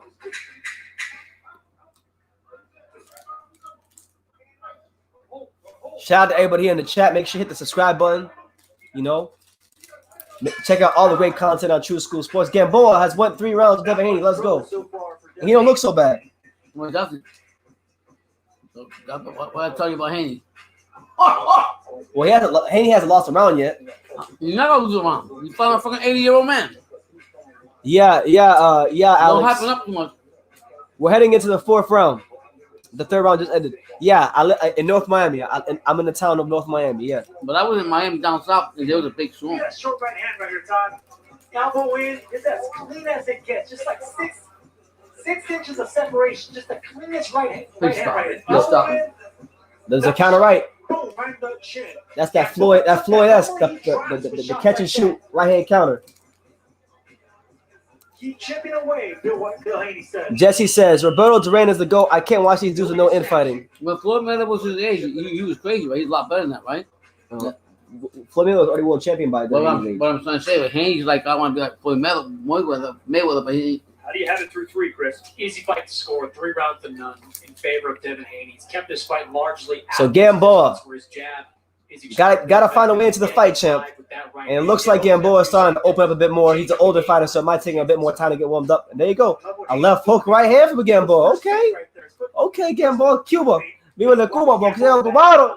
Ay, boxeo cubano, Pedro Diaz, El Mundo Boxing.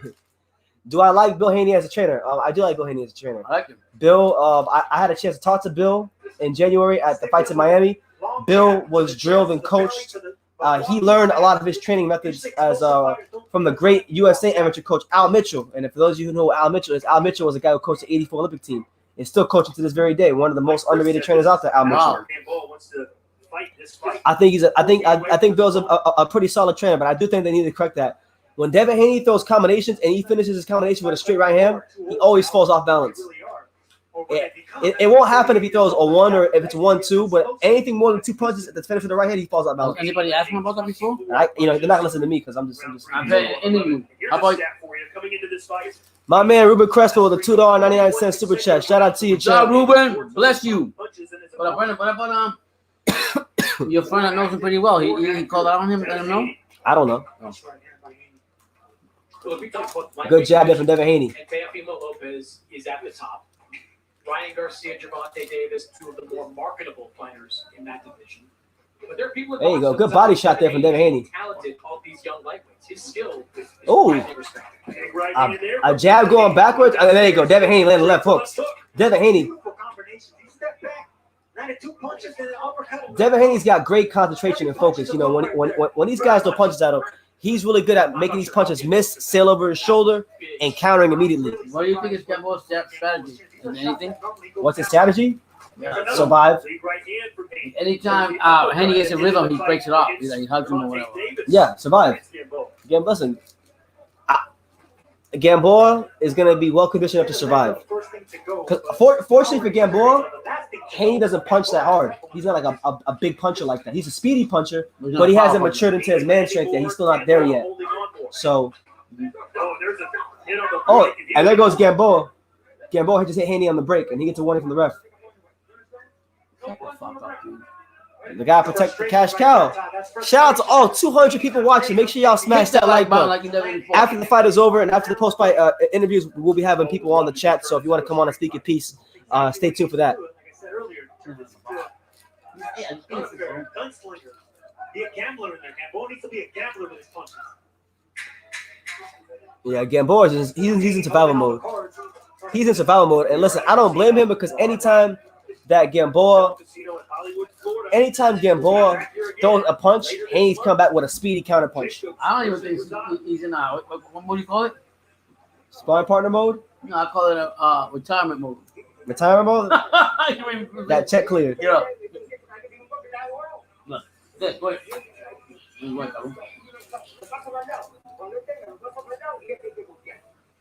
Like I said, this is a bad fight for Gamboa. He's going to be retired soon. Yeah, He should have retired 3 years ago when he lost to Castellanos. All I'm saying is, when Robinson Castellanos with 12 losses stopped him, that shit and now he retired. Respect to Haney, but he better come with a better fight than this. Sharp counter punches, and that's what makes Haney so impressive here. Like, how is Gamboa still in the fighting game, man? Huh? How is Gamboa still in the fighting game? Because he still wants to fight. He's a fighter. Yeah, I don't knock it. I don't knock it. Anything on King Kong? Apparently, Ortiz scored a first-round knockout with a body shot. So King Kong back in the win column, Pops, your boy. You know what I'm saying? King Kong. Nobody wants to knock him. He should fight Hrgovic. You know, South Florida, a South Florida matchup. A matchup of South Florida heavyweights. How do you look? I didn't watch it. I just know that. He won. So round 5 of Devin Haney versus Yuriorkis Gamboa. Devin Haney pitching a shutout right now. Why don't Wilder fight? What's his name? Hrgovic? No, not Hrgovic. Is Pop saying drinking? Royce. They want to know if you're not drinking. Well, I had 2 and I'm about to have 2 more. Yeah, I'm still drinking. That's a tradition here. It's fucking storm out there. I was drinking out in the storm. No Bud Lights for Pops? No, I got Bush today. I didn't. Publix didn't have no Bud Light. Man, Publix. Hey, Publix. You got to know to have your Bud Lights when Pops comes through. What the fuck is wrong with you guys?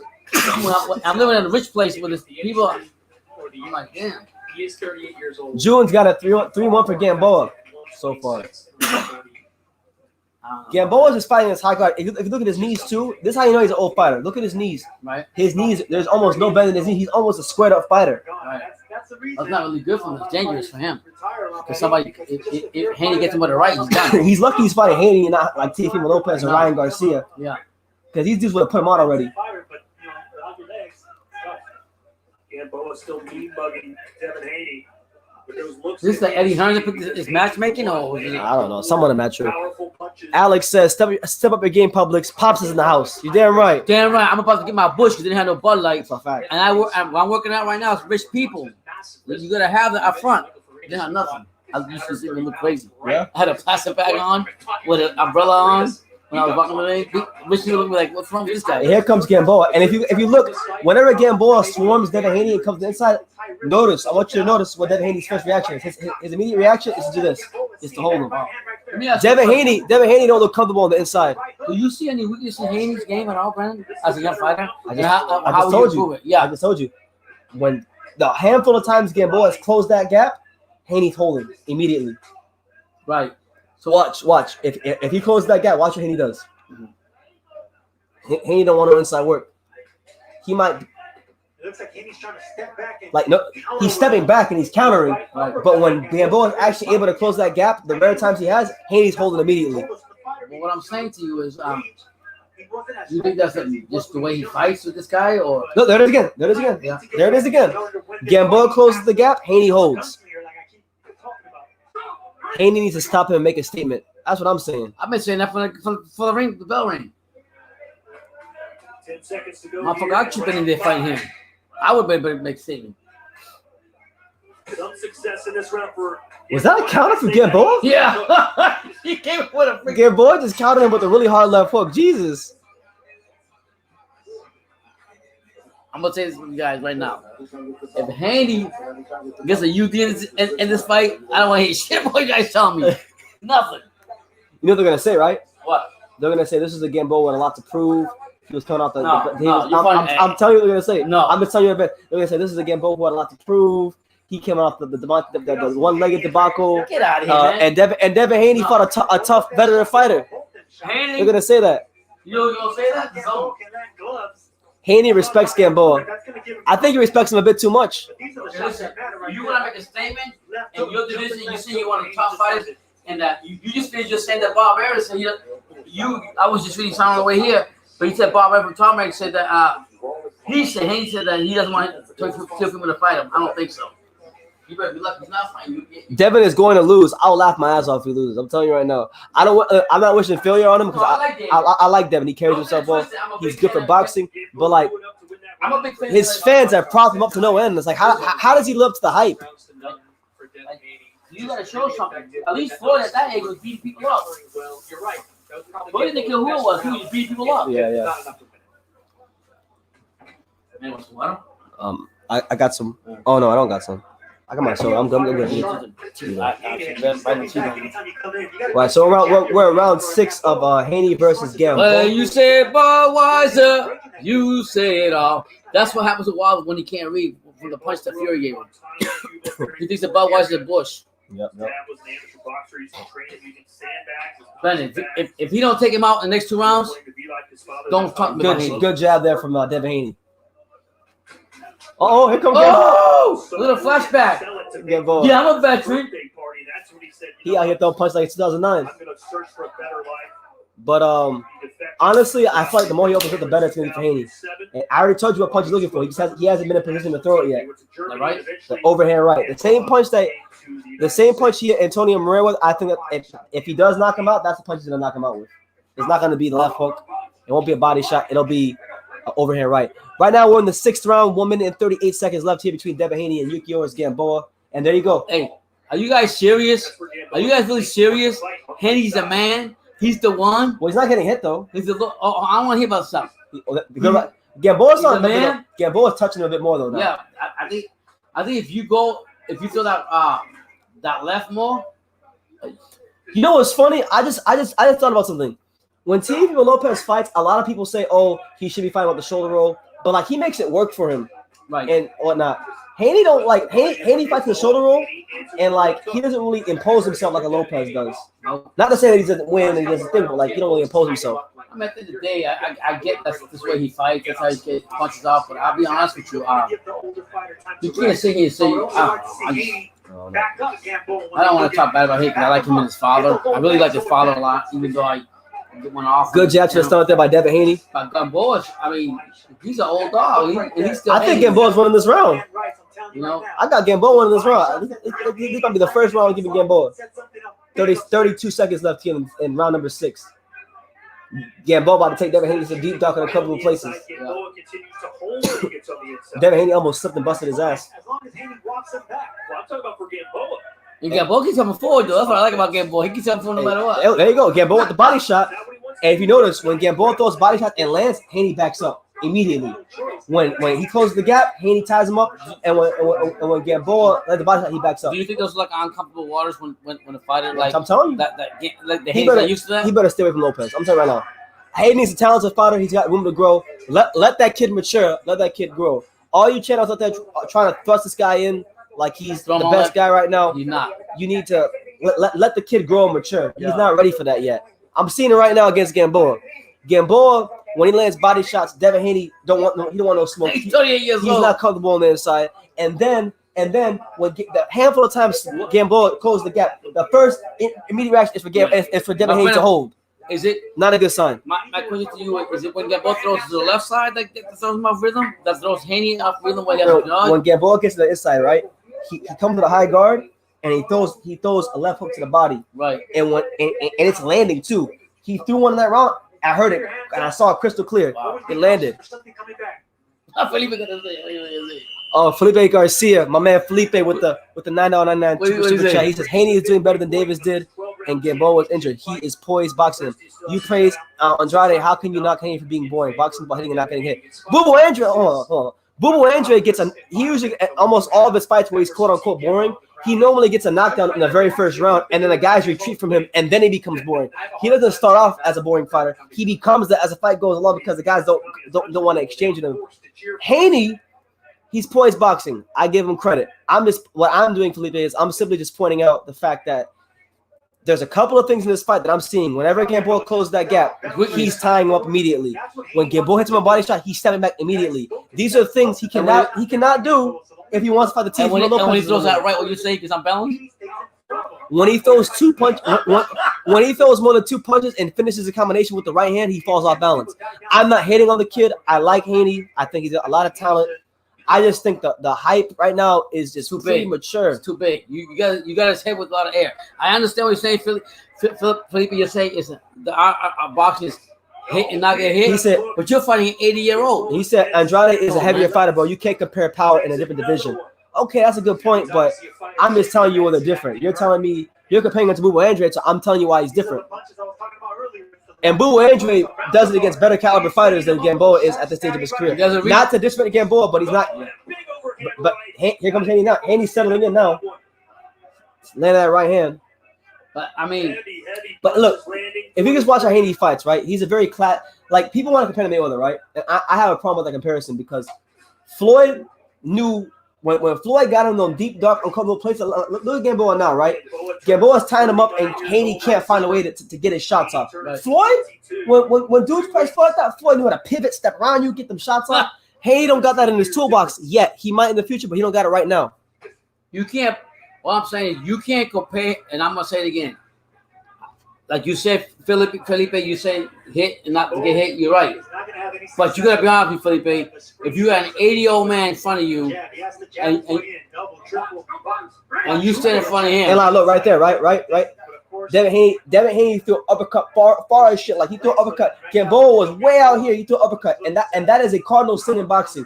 Throwing uppercuts from long distances, because if you throw uppercut right, if I throw uppercut from way out here and a guy misses, you're susceptible to a left hook, a straight right. Right. You know, I'm not saying he can't. Obviously, he can fight. Obviously, he's talented. I just think there's a lot of things he got to work on. Who else trains him besides his dad? Mike McCallum is one of his assistant trainers. Here comes Gamboa. Gamboa's pressing him. Gamboa's getting in his chest, and Haney's getting back to the middle of the ring. So on a positive note for Haney, the positive I'll give him is he knows who he is in the ring. He knows right now at this stage of his career he can't fight on the inside. Right. So when Gamboa closes the gap, if his hands are free, he tries to get back to the middle of the ring as soon as possible. Yeah. So he knows who he is. And I'm gonna say again, if I fought an 8-year-old guy in the ring, and you try to swing at me, I don't care how you look at it. It doesn't matter. He's fighting an old guy that's done. That's done. I just think Devin Haney is not a finished article, and the boxing channels on YouTube who are popping up to no end, they should give him time to grow. I think he'll be turned into an exceptional fighter in the future. You're saying basically until he matures. You're waiting for his maturity rate. I want him to mature. Like I think he's definitely got skills. He's talented. There's no doubt about it. His work ethic but crazy. give the kid time to grow. Just because he's not as good as Teofimo right now doesn't mean he won't be as good as Teofimo Who besides the elites? Who would you put in besides this fight here that you think the will next help fight? I'd like to see with Devin Haney. I'd like to see him get to Manio Tego next. Yeah, Manio Tego's from Ghana, tough fighter. He's ranked in the top 15. Right.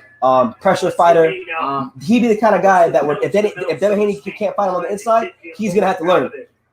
So let me ask you a question now. BT, you know this better than I do. By the way, we're round 8 of Gamboa versus Haney. Good job from Haney. You being an outsider. If Haney came to you today and said to you, "Hey, BT, what could teach me? How can you make me a better boxer?" What's the first thing you tell him? The first thing I would tell him, simply, you got to get more comfortable on the inside. How do you do that? Whenever a fighter closes the gap, just watch this round. Whenever Gamboa gets close to him, look what his first instinct is. Backwards. Right. Backwards. Immediately backwards. Right. And there's going to come a point in this kid's career where somebody is going to take him to some deep, dark, and uncomfortable places. Right. Somebody made a good point that he's just coming off an injury, and that is a great point.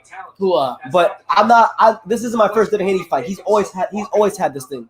He's always been this way. I don't care if you tell me injury or not. He's 21 years younger than he is. He's 17. 17 years younger than he is. And I want to hear that shit. You make excuses for him. You can't. You guys. All I'm saying is, look, I want to see Devin Haney get to a point in his career where, there you go, good left hook from Haney. I want to see him get a bit more comfortable on that inside. Would you The fight isn't over. No, the fight's not over. Right now we're around 8. Here comes Gamboa. Gamboa with the straight right. Yeah. Let me ask you a question, Brendan. Devin Haney does not look comfortable at all. No. When Gamboa touches him, his immediate reaction is to hold. Yeah. There it is again. If you had a fight to pick, let's say, for example, Haney and Ryan Garcia, who would win, you think? Like right now. Right now? That's right now. Who's a better fighter in your opinion? Not knockout, not punching, skill-wise. Oh, skill for skill? Yeah. It's hard to say at Ryan because Ryan's been knocking everybody out. You don't really know what's in that toolbox. But they fought in the amateurs and Ryan beat him both times and Haney beat him. Oh, wow. Yeah. That's a good point. I didn't know that. Yeah. He's got a PhD in holding. Look, Chris Merrick is talking about how Devin Haney got a PhD in holding. Wow. Right now. Well, let me ask you another question. There again, more holding from Devin Haney. Yeah, this is a hypothetical question. And another, like, look, when he holds him right, I'm this point. I'm not trying to nitpick at the kid. You just want to make it better. I'm trying to point out to the people here on YouTube that don't understand what they're watching. When Devin Haney holds him too, and I know Gamboa is probably physically stronger than him, but like he needs when he holds him, bend the knees a bit in the clinch, so that way if you bend the knees and you get Gamboa off balance, you can spin off of him. I'm gonna say one thing. Haney being a young fighter, I need to see more quickness in him. With his feet, with his movement. No, he's quick. Right? He's quick. I just don't think, like you said. So you say he won't beat a Garcia then at this stage? Maybe not. Honestly, I don't think he'll beat him at any stage. I'll be honest with you. Ryan Garcia punches harder than Devin Haney. Listen. He punches harder than Devin Haney. He's taller than Devin Haney. I don't know, man. I don't even want to say all that. All I can tell you right now. All I can tell you about all these guys is that Teofimo Lopez and Shakur Stevenson, when the smoke clears, will be better than both of them. You can change the channel. What's the remote? No, Kobe changed the channel. For now, we have a president-elect, Joe Biden. He came out, he addressed the nation, gave a call. Listen, Devin Haney got all the tools in the world to be a great fighter, but all I'm saying is, let the kid develop. And I totally agree with you, Brandon, but I think Haney's father here are not ready for that development no more. They want him to fight the big dogs, Brandon. They're not waiting for that. Sometimes you gotta use your logic over. Can I ask you another question, Brandon? Do you think it's right to have like a motivator constantly there, hyping up and blowing your mind like this? Right like Church, the guy? Anybody? I'm just saying in general. Like, you think it's right in fine mind? Like, you think you gotta have people who keep it 100,000 real, 100,000. Like how you talk about people. Yeah, like, that's how you need to be. Like, one thing about BT guys. Go ahead. One thing about BT, a lot of fighters come to him, and they'll just come up to BT and say, "Give me your honest opinion."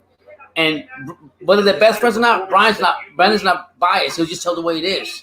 And you gotta have that in your corner sometimes. You can't sit there and go smoke. He's winning the fight. He's winning the fight. At the end of the day, he's winning the fight. You know, Evander Holyfield told me a long time ago. Who's that? Evander Holyfield told me. He told me in boxing, it don't matter if you win by this much or this much, as long as you win.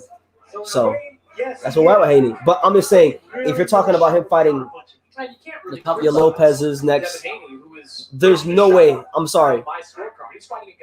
I think in the future, like if they fight at 140 when he's more matured, yeah, he'll give Lopez a fight of his life. But right now, Lopez will start you. Haney's what, in his 20s right now? 20s? He's 21. He'll be 22 in a couple of days. Yo, I'll give him 3 years to really be fully developed. But if 3 years, but that only counts, Brandon, if you have the people around you that's willing to train him and groom him the right way.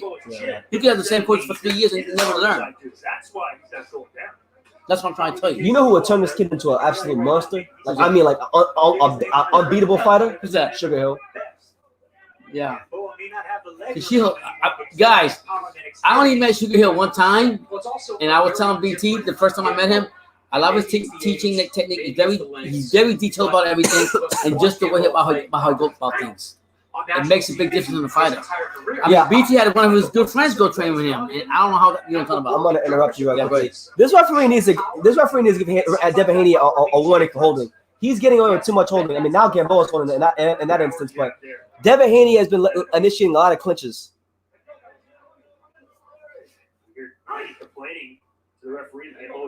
You know, shout out to everybody here. By the way, make sure you hit the subscribe button, hit that like button.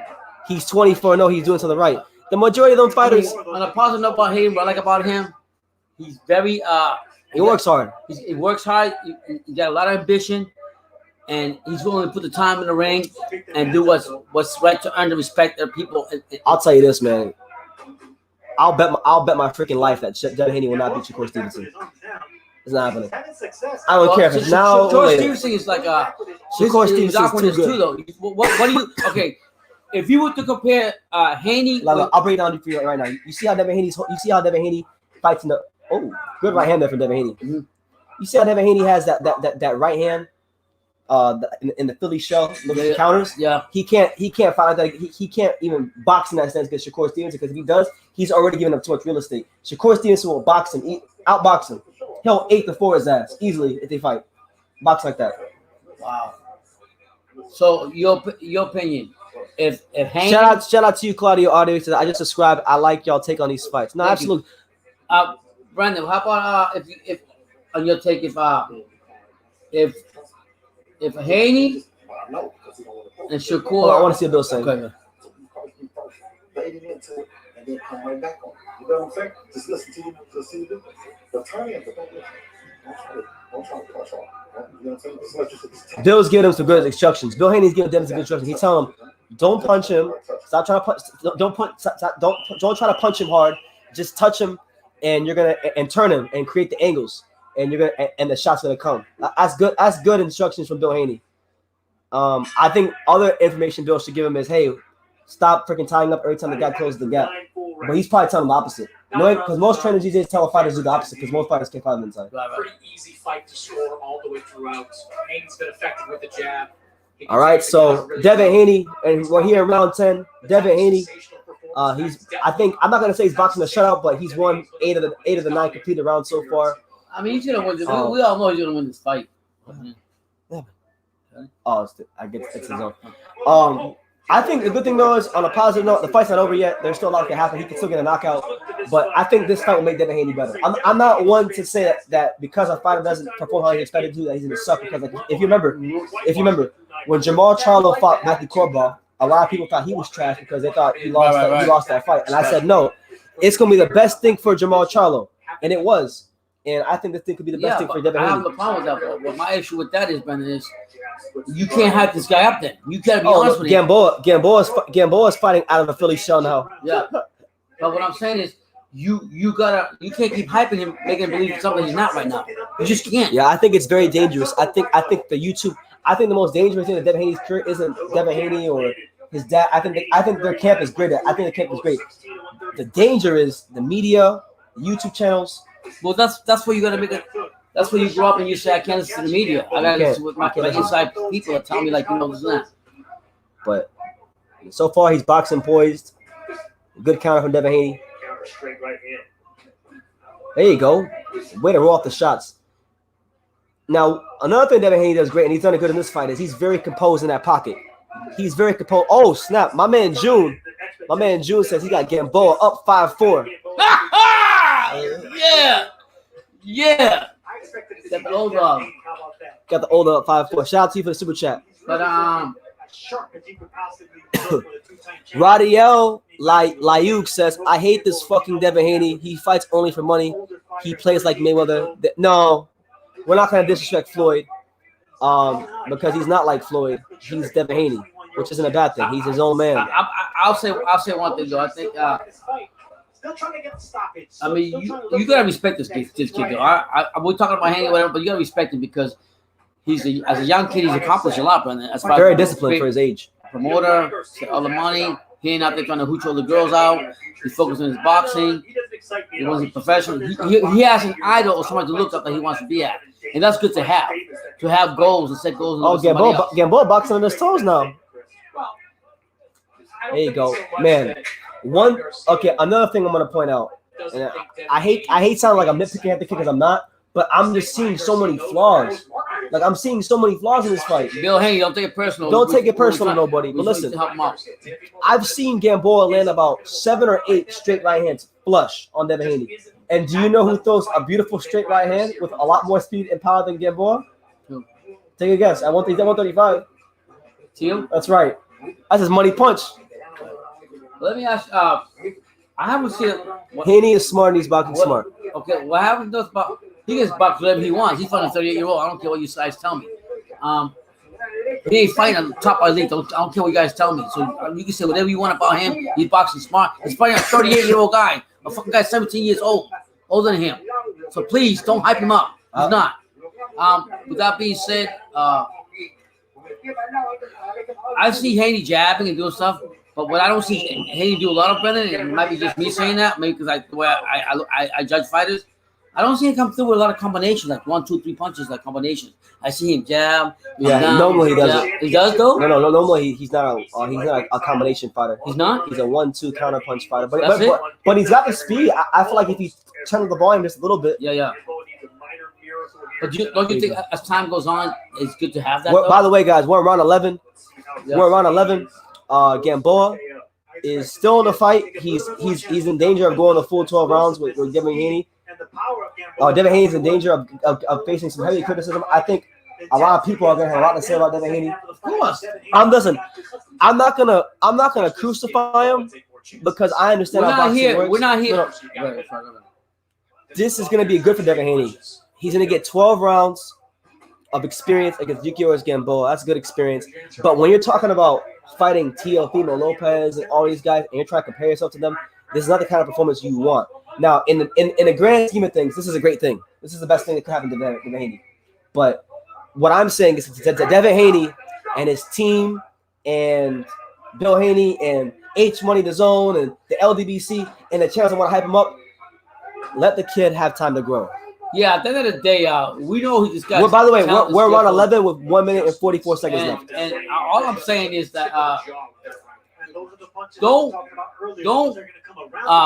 hype the train until he starts shooting beeping the horn, choo, going choo. What I'm getting at is you can't hype him up if he ain't doing nothing. He's fighting a 17. He's 17 years younger, very talented. He's like a 30-year-old guy, but he is boxing smart though. How is he boxing smart, Brennan? You know what I'm saying? In this fight, for a knockout for that. He should be doing his quickness, his speed. He's coming off of injuries. You don't want to. No, I don't want to hear. I'm gonna guarantee. No. I'm gonna tell you. I'm gonna tell you. What did you tell me? He got a surgery on his freaking. I don't want to hear that bullshit. No, he was out for like 6 weeks. But I don't want to hear that bullshit. I'm trying to tell you. He heals faster. He's young. And he heals faster. The referee just took a point from Gamboa. Of course. Fucking get paid off. No, but listen. I'm gonna tell you exactly. I'm gonna tell you exactly what he's gonna say in the interview. He's gonna say he came out from surgery, that Gamboa was a tough veteran, and it was good to get 12 rounds of experience in the bank. He's gonna say those 3 things. He said whatever he wants to. He's 17 years younger. Young people heal faster. I don't care what you tell me. You want to hype up this train? You better get on the track and do shit right. You want to hype him up like he wants to fight this guy, he wants to fight Davis, he wants to fight this other guy, and this is the shit. He's a fucking hype job. I don't disrespect Haney and him. I'm just pissed off because you guys are blowing the horn. You're tooting the horn too loud, and nobody's listening to him. I ain't listening to it. Okay. He's not trying to hear it. And let me make it clear to you. But Gamboa's losing though. I don't care. We know that. Yeah. If I get in a fight with you think I'm gonna beat you? No. No, you're gonna eat me up like chop suey. It's the same thing. Please. They matched him with this and that. But for you to come in this fight and you didn't make a statement, you're gonna tell me it was an injury? Get the F out of here with that. Okay. Well, I'm hard on him, Mr. Bill Haney. I love you guys and everything, but I gotta be hard the way I see it. I'm gonna call it the way I see it. Don't tell me your son's ready. Good body shot from Devin Haney. He ain't ready for Tank. He ain't ready for Lomo. He ain't ready for all the other guys that you want to think he's ready. He's not ready for them. I'm sorry to tell you. Gotta give him time. What do you guys score in the fight? I want to know what y'all's doing scoring the fight. Shout out to my man Freddie 1020. He says, I just subscribed, y'all. Shout out to you, Freddie. Welcome to the Untouchable True School Sports Empire. Make sure the 261 of you out there, make sure you subscribe and check out all the content. When the fight is over, I'm gonna drop the link and we're gonna have people coming in here to talk about the aftermath. Listen, I love Haney. I like what he's accomplished. Young promoter. He's got a lot of ambition. He works hard in the gym. He does everything. You can't have somebody singing in rhymes like he's fucking the biggest guy in the world when he ain't doing shit to show do it. I'm sorry to tell you, you just can't do that. You're doing the young kid. How's it called? You make him believe something that's not injustice. Yeah. All right. So we're in the championship rounds. I haven't even scored this fight, but I got Haney winning pretty wide. He won this fight. I think the most you can give a Gamboa is 2 or 3 rounds. But some of you guys are saying Gamboa is winning this fight. Normally, round 12, baby. Gamboa got to come for it. I don't care, but I'm gonna definitely have to rewatch this fight again. But look at this. And you ain't doing jack. Oh, good jab from Gamboa. Yeah. Those big hooks he's landing. You'd like to see him follow up. I see 8-3. Hey, body shots. Devin Haney handing out rib dinners. That's what I want to see more. Counter right hand in the pocket. Yeah, eat that guy up. You're gonna show Pullman. Put the exclamation point, Devin. You can't call yourself Lord Haney. Put the exclamation point, Devin. You can't call you Lord Haney when you ain't doing jack to back yourself up. Don't tell me, and I'm gonna say it again, Mr. Haney. I'm not disrespectful. Fight a guy his age. Fight a guy his age. Fight somebody that's young. This guy ain't doing shit. Earlier I said it was 41 Alex, you came here just in time to see the final round. So all y'all, I'm not a bandwagon. Hey, don't get it wrong. I just think he can be better. For the talent that he is, you're blowing too much. You're blowing too much smoke up his ass. Simple as that. You got a guy, an old man. Shot from Devin. You got an old man singing raps to him while he's punching the bag, blowing his ass out. Get that fucking man out of there. Get him in the ring and do what he's got to do. Simple as that. Get him back down to earth. You guys are blowing his ass up so high that he thinks more than what he really is. And that's not saying that he can't be it. He can be. And I think me and Pops are only hard on Devin Haney because we know he can be. I like him. If I talk to somebody like that, because I like him, I want him to succeed. But 1 minute and 1 minute and 9 seconds. You can't see him put him in a hype train when he ain't fighting nobody. He fought a senior citizen that's on Social Security. Oh, big right hand from Haney, but then a big right hand from Gamboa. Yuriorkis Gamboa. got the heart of a champion though. You gotta give Gamboa credit. 38 years old, fighting all these young guys. Yeah. I mean, has anybody in boxing fought 2 back-to-back type of fights? First Tank and then now Devin Haney. No, Haney's no joke. I like Haney. I just think that somehow some got a tweak behind that. Some got a tweak. Something got a tweak. Felipe Garcia, shout out to Felipe. Here he goes. Y'all are wrong, man. If KO only want the Deontay Wilder as a man, Mayweather didn't KO. No, Phil, we talking about that. No, we don't. Oh, I know he's 21, Felipe. But I mean, I talked to you, Felipe, and you said Devin Haney's next Floyd Mayweather. So if he's next Floyd Mayweather, that means you're insinuating he's also Pretty Boy Floyd. And he ain't fighting. And when Pretty Boy was 21 years old, Pretty Boy was putting him away. Tear people up. 8-punch combinations. So 9-punch combinations. And don't get me wrong, you know your box. I'm not even knocking Haney for this performance. I think this fight is good for him. I think it's going to be one of the best things that ever happened to him. But I think we need to slow down with him fighting Lopez. Yeah, he's not ready. He ready for Lomo. We got to slow down with Garcia. He ready for the guys. I'm not even sure he's ready for Garcia yet. Give him some time. Give him some time to develop. Give him about 2 years, 2, 3, 4, 5 more fights. And I promise you, he'll be a monster. But don't rush him before he's ready. Yeah, don't jump on the hype train and say he's all this and that. No, I understand what you're saying. We got Alex here, and I want to get Alex's opinion. What do you have to say, Alex? He got the experience in, bruh. He got some experience in. Yeah? My boy got some experience in, bro. Against a 2-time champion, bruh. Think about that real quick, you guys. Think about that. What, 80-year-old? That's on Social Security? No. He's 38. 80-year-old? That's on Social Security, 17 years older? You want to say that's legit? Get the fuck out of here with that. Get the fuck out of here with that shit. Don't even put that in there. Young fighters fight. Fuck young Loma. fighters. Big. Fight the goddamn. What does Loma have to do with this? You said fuck Loma. Because you're saying a 17. You're saying, hold on. You're saying a 17. He fought exactly what I told Brennan. Because if a 2-time champ, yeah. Did you fight him in his prime? You're fighting when he's 38 years old. Okay, young fighters fight old fighters all the time, man. To be fair to Loma, I don't respect that. Hold on. To be fair to Devin Haney, don't get on his dick on that. To be fair to Devin Haney, Lomachenko did fight like Teofimo Lopez. Like people will say that he avoided Devin Haney. Hey, I respect any fighter who steps in the ring. No, I did that too. I'm not hating on that. But you can't hype that guy up. You can't say he fought a 2-world champion. Haney not in his fucking prime, he did it. Not in his prime, he did it. Not in his prime. I didn't say if he was in his prime. But you can't. So how legit is that? But it was good. Pops. How is it legit? Explain to me how a 17-year-old. 2-time. All right. By the way, hold on. I'm gonna cut both of y'all off. For those of you just tuning in, shout out to all 260 you guys. Devin Haney just went 12 rounds with Yuriorkis Gamboa, and he'll more than likely get a decision. Pops is very upset. Don't blow up the hype stream. Don't blow your horn. Okay. And get on the train track with him until he does. Don't toot your horn about him because he hasn't done shit yet. Pops is very frustrated with the game Haney because he wanted to see that extra bit of quality, and Alex is saying that he got the. I mean, I love Alex. Alex is right what he's saying. I'm not arguing the fact that he's not. I'm with Alex. Yeah, he fought a 2-10, but he's an old man. You can't count that as. I think they should slow down. What do you think, Alex? Do you think they should slow down with putting him into? No. They should. But I'm just saying though, like I'm not gonna be like all like angry about it. I am because it happened to be something that's not. Because there's fighters who get hyped up all the time. But the reality is, your whole team is telling you something you're not.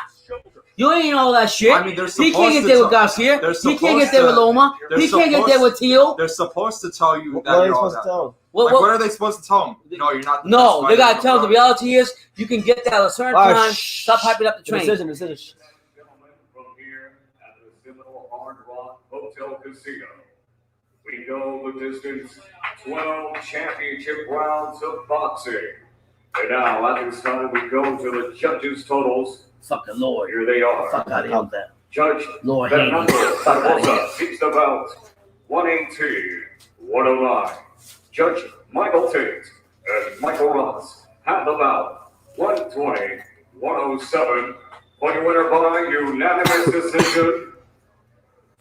And still undefeated, the WBC reigning lightweight champion. It was okay to hype Lopez up when he fought guys like William Silva, but it's not okay for him to fight a legendary 2-time champion. All right.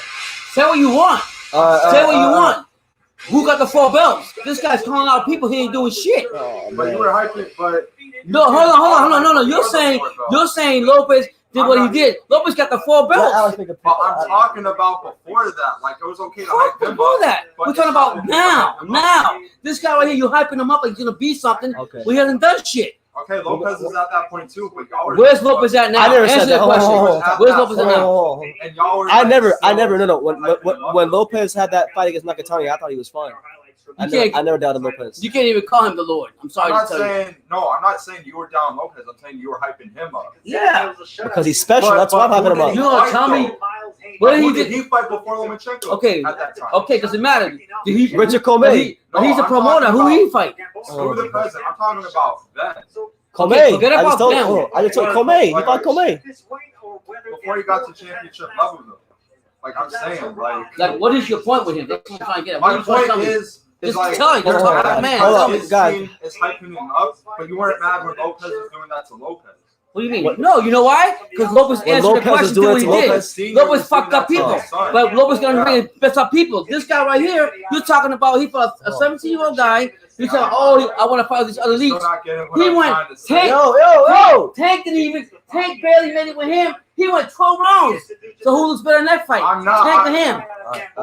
No, you're not getting what I'm trying to say. No, I know what you're saying. All right. You're saying Hey, I'm trying to cut you guys. Like, I'm trying to let the people know what the fuck's going on the channel, and you going back and forth with the damn bush in your hand. So we're gonna wait for the Devin Haney interview. We're gonna see what he says. We'll dissect it, and then after that, I'm gonna drop the link, and y'all guys can speak your piece. When I drop the link and people come on, I'm gonna go outside and shoot the post-fight video, and you can talk to people. no, he can hit too. Alex Yeah, too. Julius Richards says Pops is a hater. Shout out to Julius for the Ain't no hating. He said great experience. I agree. I think it's great experience for Haney. Take the $2 and put it back in your bank. I'm more- Ain't no hating. Sure, absolutely not. Haney ain't doing jack. Absolutely You not. jumping on the train I'll and cut tooting you the off. horn like everybody else. What are you talking about? I'm a hater. I'm not a hater because I told you I appreciate Haney. I like his hard work ethic. I like what he does. But I don't like you hyping him up to be something that he's not. No, All right. that's not the way it is. I don't want to say what you're talking about. I'm a hater. I'm not a hater. Appreciate what I'm trying to tell you. You want to fight somebody, you want to make yourself hype yourself up. Fight top level. You fight a guy that's 17 years older than you. Please.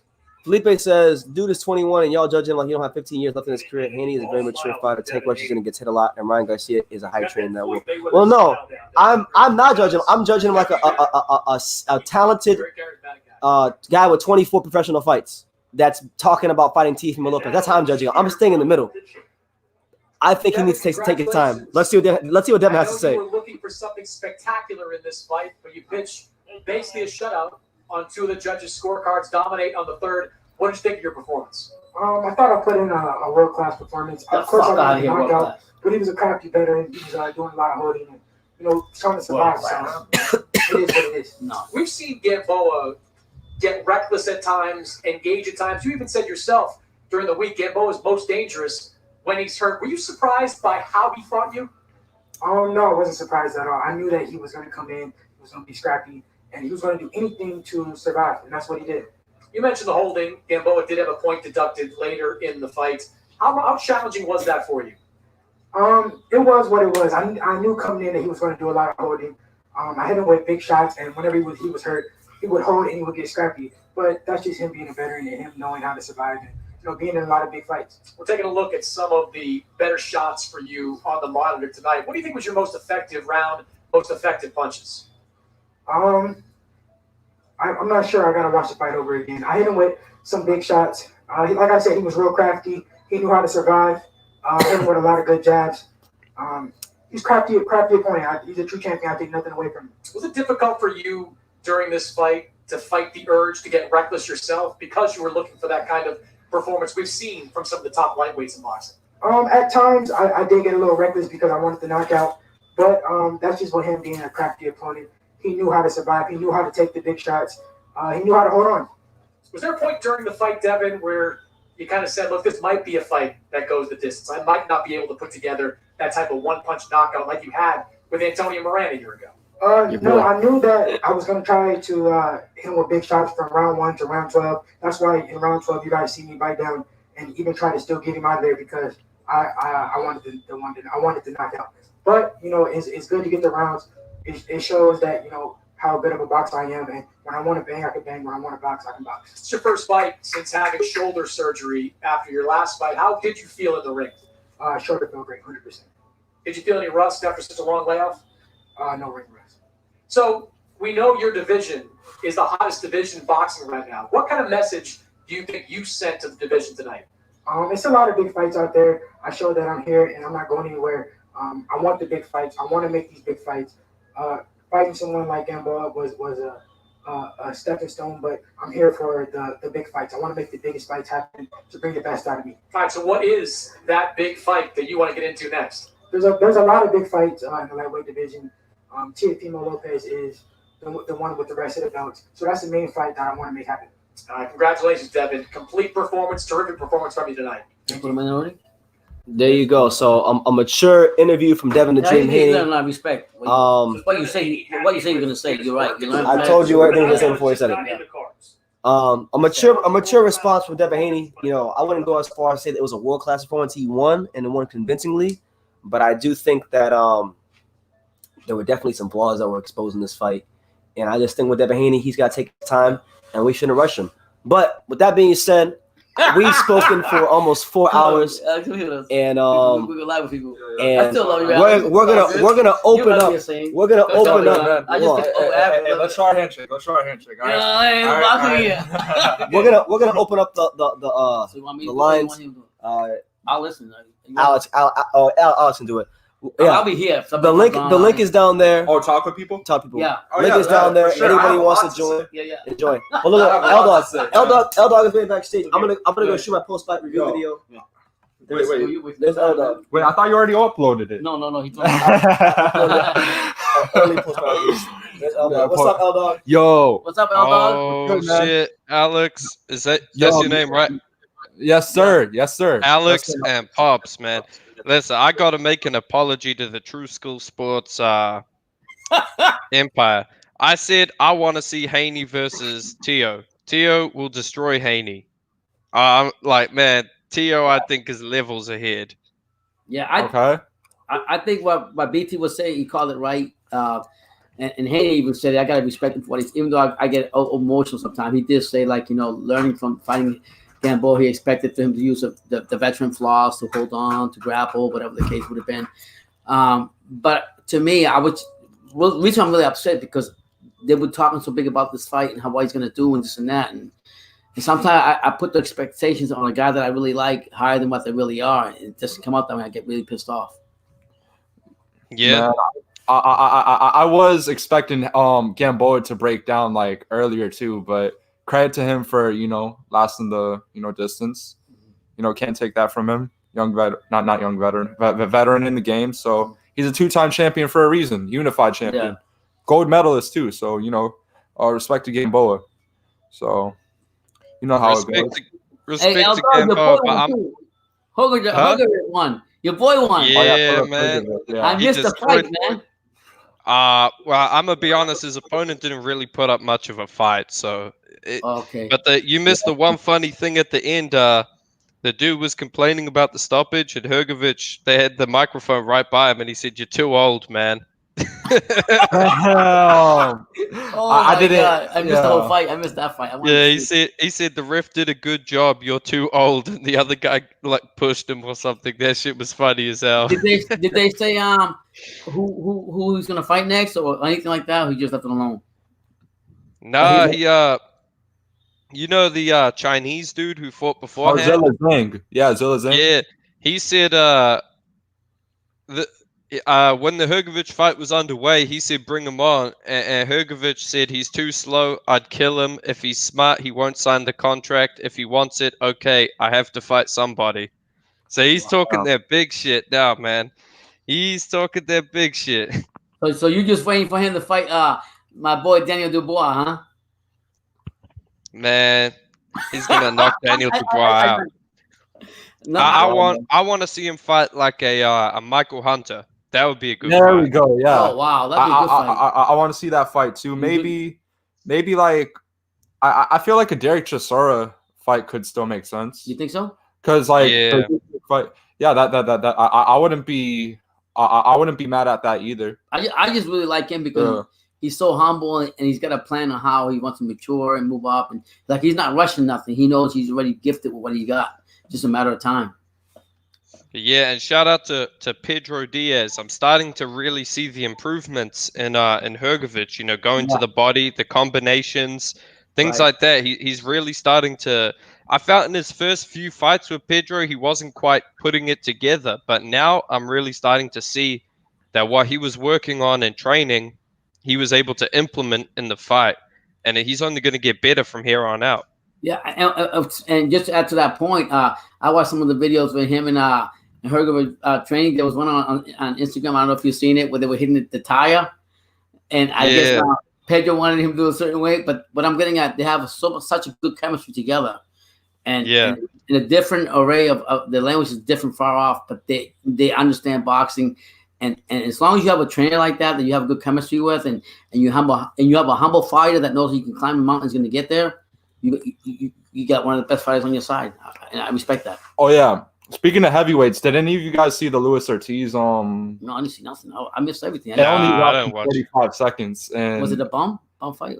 I don't know. Like they say he kind of took a dive, but I don't know. Like the way his face was queasing. Yeah. I don't know.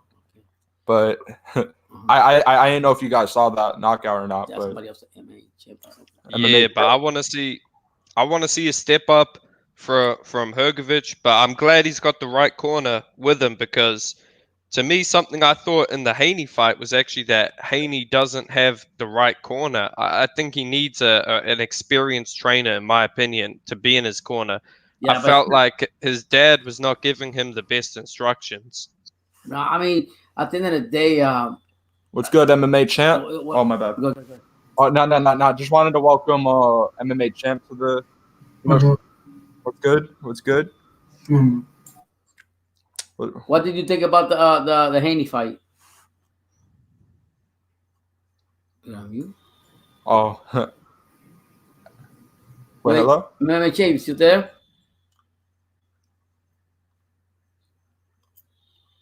Is he there? Oh, he said 1 second. He said 1 second. Yeah. Oh, okay, he said 1 second. But L Dog, man, I haven't gone to the gym yet, and my son met Hrgovic. I already told Brandon when I go there, I'm having send the glove. You just gotta make sure you send the address to Brandon, and I'm gonna. Man, I'm serious. That would be awesome, man. Brandon was like, Dad, I had to work anyways, but he's like, Dad, if you go, you can't just ask him the first time. But just the way he carries himself, he's very humble. I guarantee he'll sign that glove for you in heartbeat. Yeah, man. I really have big expectations for him. I think he's got, he's definitely got the size, and I think he's got the skills. One thing I would like to see him is maybe use a jab a bit more, but at the same time, if you can hit your opponent with power shots nonstop, I mean, is there much need? Well, didn't you say that Klitschko was the one that gave him like a lot of for Klitschko to even call him out and say he's one of the top fighters or something? That says enough in itself. Yeah. All right, we also have Sam So in the building. What is good? Oh yeah, MMA. It's all good, man. It's all good. House pops. All good. I'm doing pretty good. I was just a little excited here and there, but yeah, I just expected Haney to do more. Hey, I tell you what, I don't want to hear no Loma talk from this guy. I don't want to hear any talk from this guy right now. He needs to stay quiet on Insta. Or I think I'm going to go with BT says. He needs a couple of years a couple more fights, or a couple of years to mature a little bit more, and just don't hype him up so much and blow his head up with air. Listen, this guy, Ryan Garcia, these two are just very much active on social media. I think Ryan Garcia may have earned his right a bit, because now he's fighting Luke Campbell, a legit opponent. Yeah. Let's see how he does. But this guy, not only did he not fight anyone, despite being the WBC champion, the email champion, he's still not proved anything yet, and this is why. Man. Yeah, and that's my thing is like I and the thing is I like the kid. That's my biggest problem I have. He's done a lot. He works hard for what he's doing it, but I just don't think like you should hype him up so much where he just like. I'm not saying he overlooks things, like maybe changing his team, like L Dog was saying, or get somebody else in there that could help him out, or whatever the case may be. Just somebody else to literally let him know, like, hey, you're good. but you gotta see other things that make it better. I agree. Yeah, Look, I get think, he like, paid his Mayweather dad- to do some training. And it was Yeah. like Sorry. BT was saying that Mayweather at his age was the old Mayweather that was attacking and fighting, beating people up too. So you can't say you want to be a Mayweather and not come out and act like a Mayweather. But regardless how you're gonna look at it, you know. Yeah, I'm gonna be honest. I think the problems with Haney, to take away his defense is good. He's very athletic. He's young. He's fast. But the cons are, I don't think he creates opportunities in the ring. Like he kind of waits for you to throw a punch and he tries to counter it. He's not, doing what some offensive fighters do when they come forward. They feint you and they create the openings. Yeah, what I was saying is, and I was telling BT throughout the fight, is that I never see him throw like 1 or 2 or 3 combinations at one time. You know what I mean? And BT was telling me it depends who he's fighting and what he's doing, whatever. But I have never seen him do that. And in this fight, when he threw, Brendan said every time he threw with his right or his left, which one it was, he was telling me that he always goes, he loses his balance every time. If he does that with a top fighter, that's not going to happen. He'll get lit up real quick. So I agree with BT what he was saying, that he just needs a little bit more growing up. But at the same time, it was a great experience for him to fight somebody like Gamboa, because like any fight you fight, you just learn from them.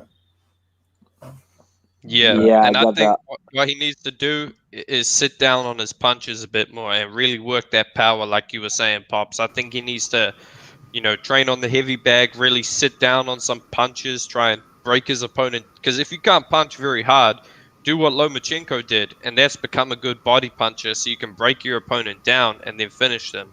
I think that's what Haney should maybe try and do. Yeah, but that being said, you gotta. It starts with the team of getting somebody in there that can open their eyes and see that. If you have the same team that's having the same recipe and the same formula, you're gonna say it's like cooking a plate. If you cook the same plate at the same time every single time, you're the same cook. I don't care how you want to alter it; it's don't have the same taste to it. That's the same thing that's happening with Haney. He's got a great team. He's got a great father. Wants the best for him. We all want the best for him. But you gotta bring somebody into that's not afraid to tell him, hey, you know what? Slow a little bit. Do this and do that. Trick this and trick that. And I don't think that's going to be quite easily be able to be done with his father being involved. Jeff Mayweather. I think a Buddy McGirt. Yeah. McGirt's been around for a long time, so that'd be a great. That's another great. And he's willing. The thing I like about Haney, he's gone with Mayweather. He's gone to other gyms. He's done this. He's done that. So he's willing to learn. He's willing to take that knowledge in. We got to give him that much. You know what I mean? Just got to have the right guy to guide him to say, okay, do this in the ring. Try this out. Do this. And I'll say it again.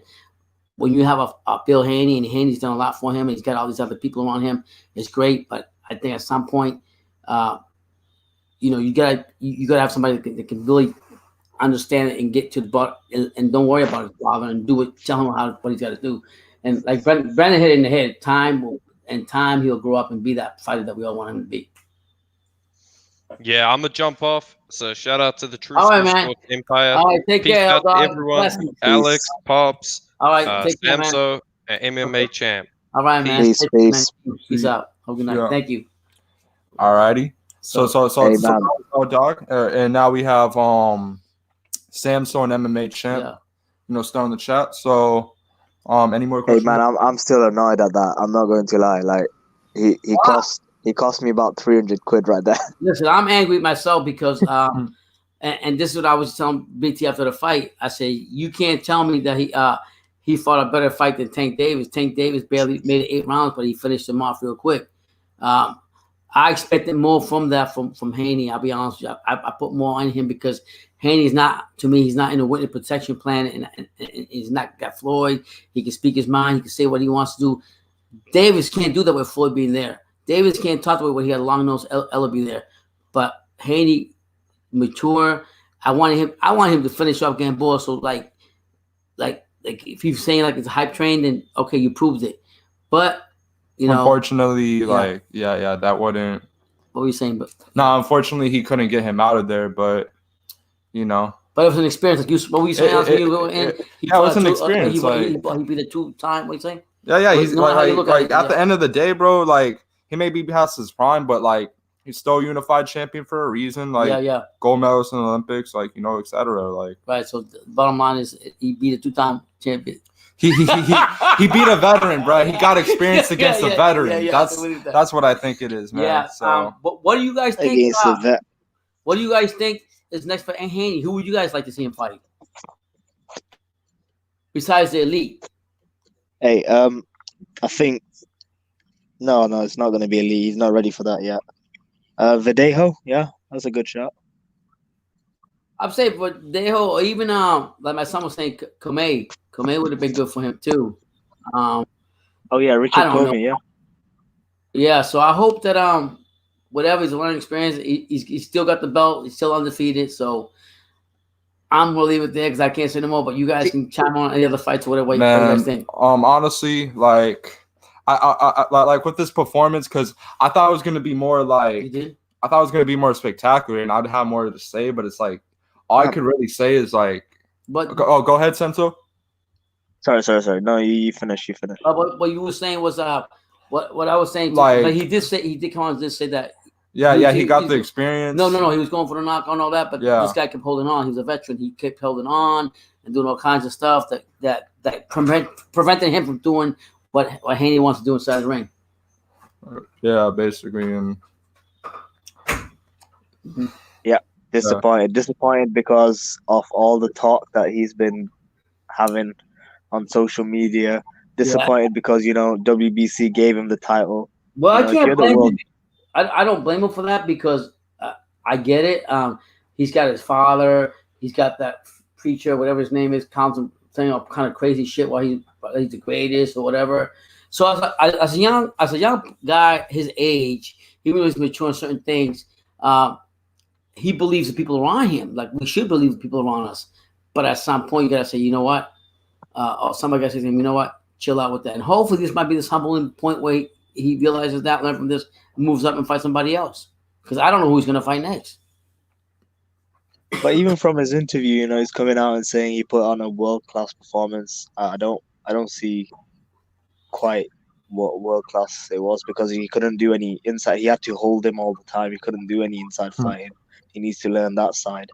A few times he got off balance as well. So it's a learning curve, I guess, isn't it? Yeah, I mean, at the end of the day, he's got what he's got. I just think he's not ready for any of the top guys just yet.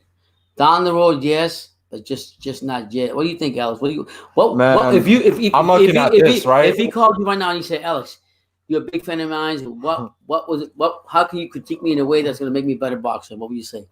Man, like you guys were saying earlier, right? Like going to the like learning how to sound his punches more and stuff, I guess. Like practicing on the heavy bag and stuff. Because it's like, man, Robinson Castellanos was able to like get him out of there. A guy with like. But let's flip the other side. You got the calm side to you, right? But if I push you to an uncomfortable situation, how would you react? Like you will react in a way that you see a part of it that you've never seen before. Do you feel that tonight the fighter that he fought in Gamboa didn't push him to the uncomfortable position where he can actually react to be the fighter that we all expect him to be? I feel like, well, it's like you said too. Like it's different styles. Gervonta Davis, like I said, Devin Haney wasn't throwing as much like combinations. Yeah, it was the single shots. And he just didn't. But there's something you see in Haney that you believe in him.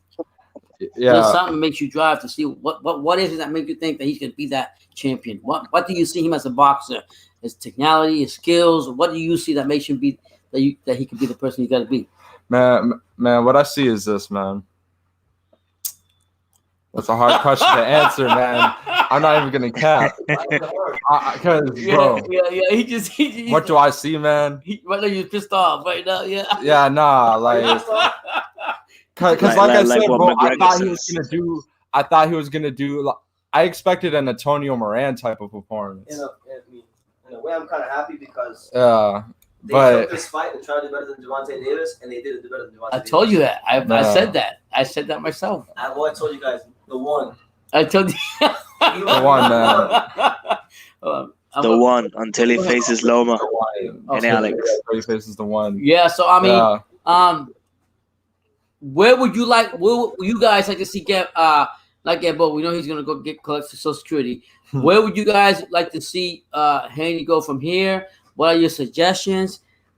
Give us your thoughts on what you guys, besides being disappointed. Tell us what you saw in him, or what did you expect from him, or what do you want him to do? Listen, from this point, he needs to really step up. You see Ryan Garcia stepping in with Luke Campbell, with this guy. He needs to step in with like someone like a Richard Comey. Who else? I mean, with Deho, yeah, we mentioned that. Do you think that someone like that, someone game? Right. How about where are you from UK? UK, right? Well, Gamboa was game. Who would you put him against in the UK if you had Come on, man. I gotta ask the question. I mean, I'm not trying to be sarcastic. I'm just saying, if there was anybody in the UK, USC Handy fight, who would it be? There's nobody there. I mean, other than Luke Campbell, who's already been taken by Ryan Garcia. Yeah. That's a tough question. I'm thinking right now. I'm thinking. Yeah, I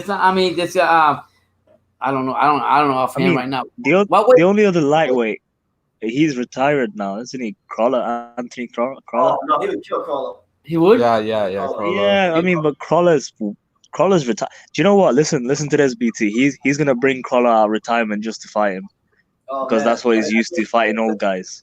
They're gonna do it. They're gonna do it in the UK on Sky Sports. Nah, man. Hey, anybody remember when Devin Haney wanted to fight Fortuna though? You still say it's be a good fight? I love that fight. Yeah, like they should still make that fight, or like Jorge Linares. Are they still the same age level? Like they're the same? Yeah. Linares. No, like, Fortuna's one of the top levels. Yeah, right Linares is old. I think that too. But Fortuna would be a great fight for him to fight. I mean, Linares is old, but like, yeah. Mm-hmm. They're still like some of the top fighters at the end of the day though. Linares and Fortuna, they were gonna fight in an eliminator. Wow. Okay. I think for like the title, but Linares got tested for COVID, so at least he knows where he is now. The good thing with Haney is he knows where he is after fighting Gamboa. But all of this talk about Loma and all of Teofimo, it's like what McGregor says: "You do nothing." It's one of them. Yeah, well, I mean, at the end of the day, you only gonna get remember from your last dance you had, or the last time, your last fight you had, how you reacted to it. I guarantee you, Floyd and the witness protection plan and Tank Davis, they're probably laughing at this stock right now. Like, are you serious, Haney? You want to fight the top dog? You can't even go with this old man. And I mean, that's my whole point. But I can see him in a few years moving up. Oh, you're saying something? Am I right in saying that? Sorry. I was gonna say, am I right in saying that we won't really see Davis versus Haney because they are same promotional under Mayweather Promotions? Like, do we see that? Do we see something like this? No. Haney's under Eddie Hearn, is he? Haney's Eddie Hearn. Yeah. Right now. I think his contract might be up though soon. Yeah, he's only had like one fight. I don't know if this is the last fight he had. He's had 3 fights. Yeah, he's already fought too, though, hasn't he? He fought Abdullah, he fought Alfredo Santiago, he fought Antonio Moran. So he's done. That's 4 fights. So he's done. Is he done? Yeah. If he's not, he's about to be. Yeah. I mean, like I said, there's a lot of things going on right now with Haney. Even I would like to see King Kong fight Ruiz, fight Wilder too. I don't care who he fought. How about Hrgovic? Hrgovic. Yeah, all I'm saying is because Wilder still hasn't come back from his reality. Fury hit him so hard. You know what he said, Wilder? He's like, he's found my water, bro. Wait, kind of loud. Civic says Ryan kills Haney. Right now, I believe. Yeah, nah, I don't see it. I believe that. 100%, yeah. Ryan's quicker. No, not quicker. Ryan's more powerful. Yeah. Well, I think with Haney, Haney's more like, to me, like he's a boxer. He's a boxer fighter. In other words, he's just a points fight. I don't see him being like that knockout puncher. I don't see that power in him, like to overthrow somebody. Oh. Haney, Devin Haney. He's 21. Right? He's gonna grow. He hasn't got his man strength yet. When you expecting to get that? By the time he's about, He's gonna go to the mountains. He's gonna train like Rocky. Yeah. So I think he's gonna get a lot of he's gonna get a lot of criticism for this fight. But I think if he learns from it and moves on and say, okay, next fight, whatever. Because I don't know who they put him against. You know, the next fight. Oh, Keen said. Go ahead, Sam. Sorry. No, you finished, Mister. Oh, no, I was just saying it was just a pointless thing. Like basically, Haney has one more fight with Eddie, but go ahead with go ahead, Sam. Yeah, I was saying that Hrgovic was impressive though. Like I missed it. Very fluid in that sense. He's quite agile for a big man. Well, Alda was saying that he's starting to notice the difference in Pedro Diaz, what he's teaching him and everything. As days go by, he's become a better fighter and doing a lot. I mean, I like Hrgovic, but my son don't let me live this down. He said, "You say the ball's gonna beat him, so me and my son got a bet on that." So he came out like, man, the ball's my boy. He's my guy. You think he could beat Hrgovic? That's a good fight. That's a great. I can't really. I'll tell you this. I can't really comment on that, to be fair, as of right now. That might make a difference in that fight if they fight. I think Dubois' jab might be a bit better. Think so? Yeah. Hrgovic, if you watch his jab, he paused with his jab. Yeah. To set up other punches. Dubois is more of a traditional fighter, to where he's using the jab to set up the big right hand. Right, but I'm sure you probably see some stronger points in Hrgovic that you see weak points against Dubois. Hard to hit. Believe it or not, he's hard to hit. Who's that? Speak to Kevin Johnson. Speak to Kevin Johnson about Dubois' jabs. Like he says, it's better than AJ's. Yeah. Dubois fought Kevin Johnson, was like he's like the best heavyweight journeyman, one of the best. Yeah. Like nobody ever, like, he almost never gets stopped. He's fought everybody. Everybody can think of. He's fought Andy Ruiz. Like the only guys that stopped him were Dubois and Joshua. Wow. Really? Yeah. So. No, Dubois went the distance. And he rates Dubois' jab better than AJ's. But you say if Dubois, I'm sorry. Go ahead. No. Sam, if Hrgovic would have fought Dubois, you think his movement's a lot better than Dubois? His movement? Yeah. No, he's slow.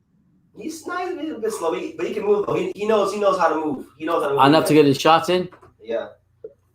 So no, I'm talking about Dubois. Dubois slow. Yeah. Yeah. Slower than Hrgovic? Yeah. And he's more intense. Like Hrgovic has that Vitaly Klitschko thing, to like he has his lead hand down here. Yeah. Like I think it was the fourth round. Booker tried to hit him on a combination, and like he had his hand here. He threw a jab, he stepped back, and then he rolled. He took a half step and he rolled like he was Vitaly Klitschko. So like he doesn't even like move that much to make miss a punch. Right. I mean, wait for Joe Joyce and Dubois. You know, it'll be like a fight in slow motion. I've been thinking you have to about speed it up. Yeah. I'm having second thoughts about my pick. Who you have? I picked Dubois, but I'm not sure anymore. Come on, man. Dubois. Yeah. I've been watching some tape on Joe Joyce, and then like after Hrgovic talked about him, when he talked about him, I said, "Oh no, I don't know, man." Yeah. Just to. Who you guys want to be the face of the zone? Cause Canelo's not it no more. Hey, listen. I know. Like, BT's not a big fan of Canelo, but Canelo got some balls, man. Canelo got some balls. Like, what is it? I haven't dropped it yet, but I did a video today about his situation, man. I'm gonna have to put some respect in his name. Yeah. He leaves the zone, and he's going after an undefeated world champion. Probably Caleb Plant is the most slick fighter Canelo's fought since, if they do fight, since Lara. Mm-hmm. So I think it's a good matchup. Canelo got some balls, man, to leave the zone, to leave Golden Boy, and then to be like, all right, I'm going to be a free agent, fight these big guys. He's going to fight Charlo, and in the future, he's going to fight Spence. That's going to happen. Oh, wow. Yeah. Those are all good fights you're mentioning right now. I mean, I like to see Canelo. I want him to fight the big dogs. I don't want him to fight nobody like that. To me, just a power, a blow up resume with nobody fighting avoiding the big guns. I would rather get hit by somebody that's better than me, or not better than me, but that's respectful in the elite, than try to avoid it and go somewhere else or whatever the case may be. And Canelo still attracts people, love him. So, you know, the fight that I want to see, believe it or not, not change subject, is Charlo and Jacobs. I've been done this. Yeah, that's a good fight. But I think my BT was telling me that, you know, he says Jacobs getting older and older and older. So, but I want to see that. I want to see Charlo. I want to see Charlo fight one of the Canelo. Canelo should fight one of Charlo. That'd be a good fight. You know. Hey, now that's the thing. He's a free agent. Canelo. He can go anywhere. Yeah. So I mean, there's a lot. He's got a lot of opportunity. It all depends what he wants to really do. If he wants that, if he wants maybe the light heavyweight. Wait. Go ahead, Sam. I'm sorry, Sam. Oh, sorry. I was saying that if he wants the light heavyweight division, best off going to Top Rank. If he wants the 168, Showtime maybe the one. There's some challenging 160 as well, like Charlo. This Chris Eubank Jr., who, well, I mean, I shouldn't have mentioned him. Yeah, but what about what do you Chris Eubank Jr.? Hey, what do you think? What do you want Wilder to go now? Because Wilder's nowhere to be found. Go home back to Alabama. I was telling somebody that he still hasn't come down from Fury hitting him. I swear to God, why can't he just be man up and say, okay, I lost the fight and move on? Why does he continue with the dilemma? I don't understand that. Like, I love him and everything. I like him, but I lost a lot of respect for him too.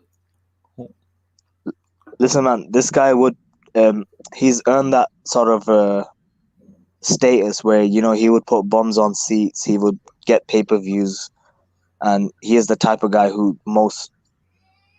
he would have some really good fights to watch in heavyweight, some exciting fights. But I would agree with Eddie Hearn when I say this. Like, Eddie Hearn said that they should Fury shouldn't give him a title shot, and as for AJ, it's not going to be until anytime soon. I agree with that. Like, there's no point dealing with this guy. Oh, are you talking about Wilder, right? Yeah. Yeah. Like Wilder, and the way he got stopped too. Like, Wilder deserves to, like, I feel like should have like a warm up fight anyway. To be honest with you, he needs to have a fight. Yeah, he needs to have a fight with someone like sorry, I forgot the name of the guy. He needs to go to the psychiatrist. He needs psychiatric help. Yeah. Basically. Oh yeah. Talking about Spike Water and stuff. But he needs to fight his yes men first. So, like, once he deals with them yes men, then he can move on. Man, one of the opponents he beat, who basically took a dive on him, like, trains him now too, which I just find. Malik Scott. Yeah, like.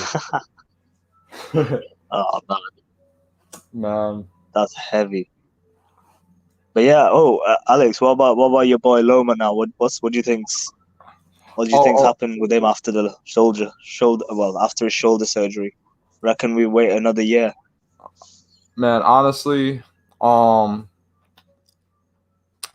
yeah, I feel I'm gonna go with everyone. Oh, you were saying something, Sam? No, sorry, you were saying? Oh, it was okay. Yeah, basically, I'm gonna be with everyone else and basically say, hold on, how to spit my gum out. I'm just gonna go with everyone else and tell him. What the hell is?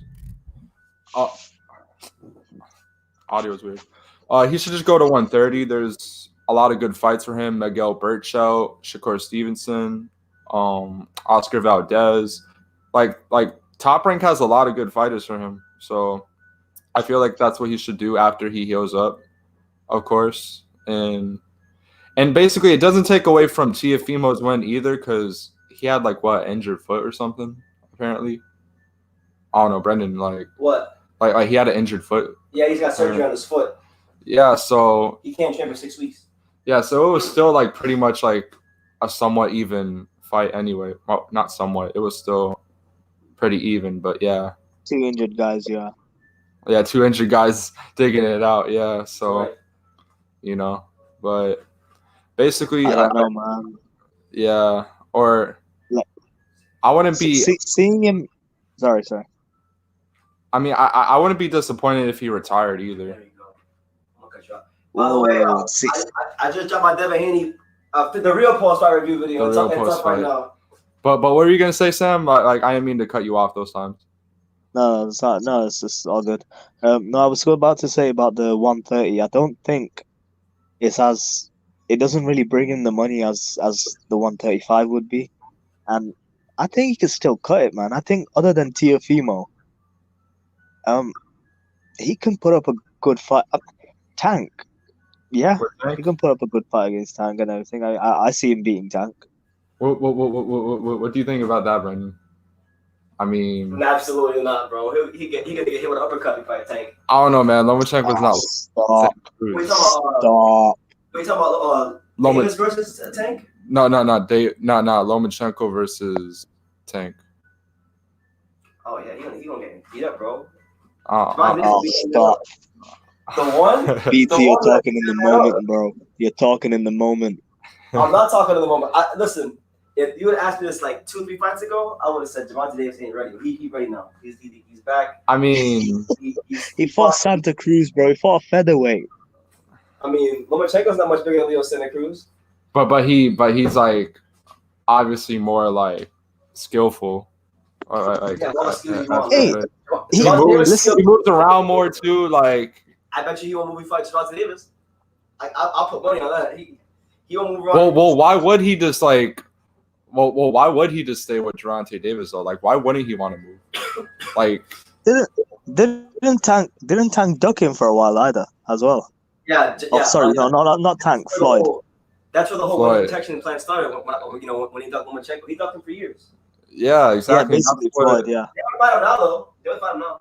I bet you they would fight him now. Yeah. Go ahead, Sam. Of course, he'll fight him now. He has a shoulder injury. Yeah, and that's what like made Lomachenko like move up to lightweight too, like to take on the bigger guys, and you know. And hey, look! In the round 8, you know, like from round 8 till 11, or was it 7 till 11? He had Tio's number there. I mean, he sort of figured it out how to fight Tio. Now that makes me think in a rematch, if he is more alert, if he maybe starts off earlier, I think he has a good chance. Would I put him favorite against Teofimo in the rematch? That's debatable, but it took him go ahead. No, I was just finishing off by saying that look, against the so-called best guy in the lightweight division right now, Teofimo Lopez, other than Loma, like he put up a decent fight back. Trying to crawl them rounds back. If he can do that, then he can beat Tank. He can beat other guys as well. Yeah, which is true. And it took him a while to download that information, as they call it. I know, it was Windows 98. Yeah. So, you know, but like Teofimo obviously has like, I don't know, like the physical advantages. Yeah. Over like right now I'm comparing Teofimo and Tank basically, and yeah, not only that, but like Teofimo obviously like moves around like faster, doesn't tire out as easily. I don't think. Have you seen the sparring session with Gervonta Davis? No, I haven't. Teofimo sparred Gervonta Davis. Gervonta Davis was like 18, and Teofimo was 16. And you could tell that at the time, Tank was physically stronger than him. Yeah. When Lopez let his hands go, he was tagging Gervonta Davis. And I feel like now in the pros that they fought, I feel like he would really like do a number on Gervonta Davis if they fight. For sure. Gervonta Davis is only going to be looking for that one big shot against Tio because he's not faster than him. He's only faster than him if like he counters him, but that's about it. I feel like that's to me that's like one of the most interesting fights, but I'll pick Tio. Yeah, you pick Tio, but don't forget the one, bro. Yeah, but I guess the one. The one. Yeah. The one is different. The one, man. No, it's interesting. It's interesting. Like I haven't seen the sparring between them two, but what I would say is, I would put Teofimo favorite as well. I think Teofimo. Well, even before the Lomachenko fight, I said that Teofimo beats everyone else in the lightweight division other than Lomachenko, but then he proved me wrong on that as well. Yeah. As for Tank, it'll be a real test now to see how he does in the 135. Teo maybe has like 1 or 2 fights before he moves up to 140, I reckon. Yeah. Like he said he wouldn't mind fighting like, you know, Devin Haney or like Gervonta Davis. I'm really sure he's not worried about Devin Haney right now. Yeah. Somebody, I saw somebody on social media said just now, they said that Devin Haney is the next Gamboa. He ain't beating no big names. Damn. That's messed up. Damn. Well, actually, Gamboa. Now, Gamboa was ridiculous. In his prime, Gamboa was really good, but like 50 Cent ruined his career. Oh man, I remember the days of Gamboa and Nonito Donaire and you know these guys. Yeah. You know, we had a Brit called Kevin Mitchell who was coming in really good. Yeah. Man, who else? Ryan Burns. Ricky Burns as well before Terence Crawford beat him. Oh yeah, you also had Prime Salido too. Well, when he was in the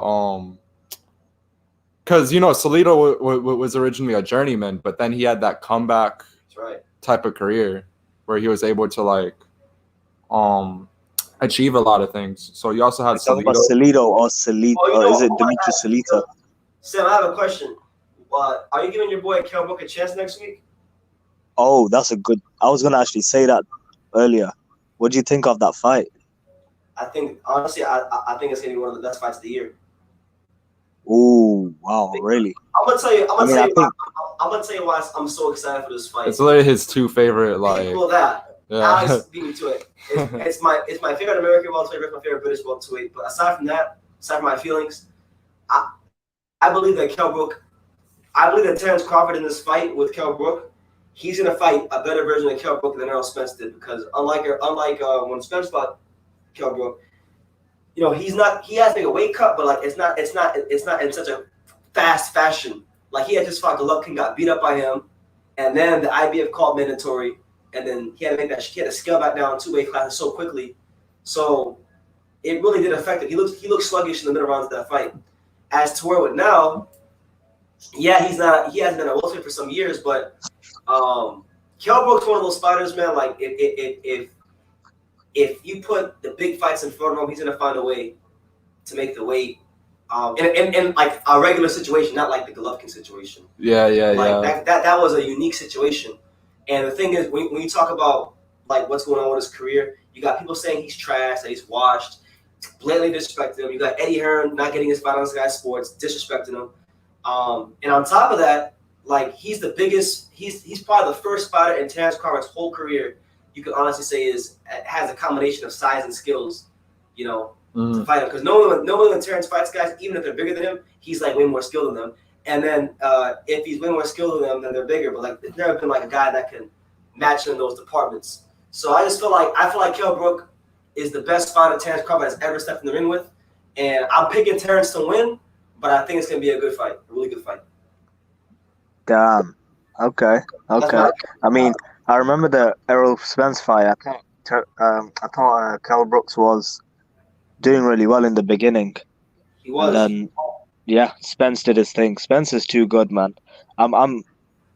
Terence Crawford is one of my favorite fighters, but now I'm also thinking that Spence would clean up the welterweight and the super welterweight division as well. And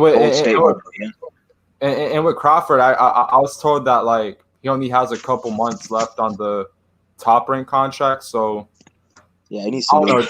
Like, do you see him going to Al Heyman? He needs to listen for his move. He needs to get out of there.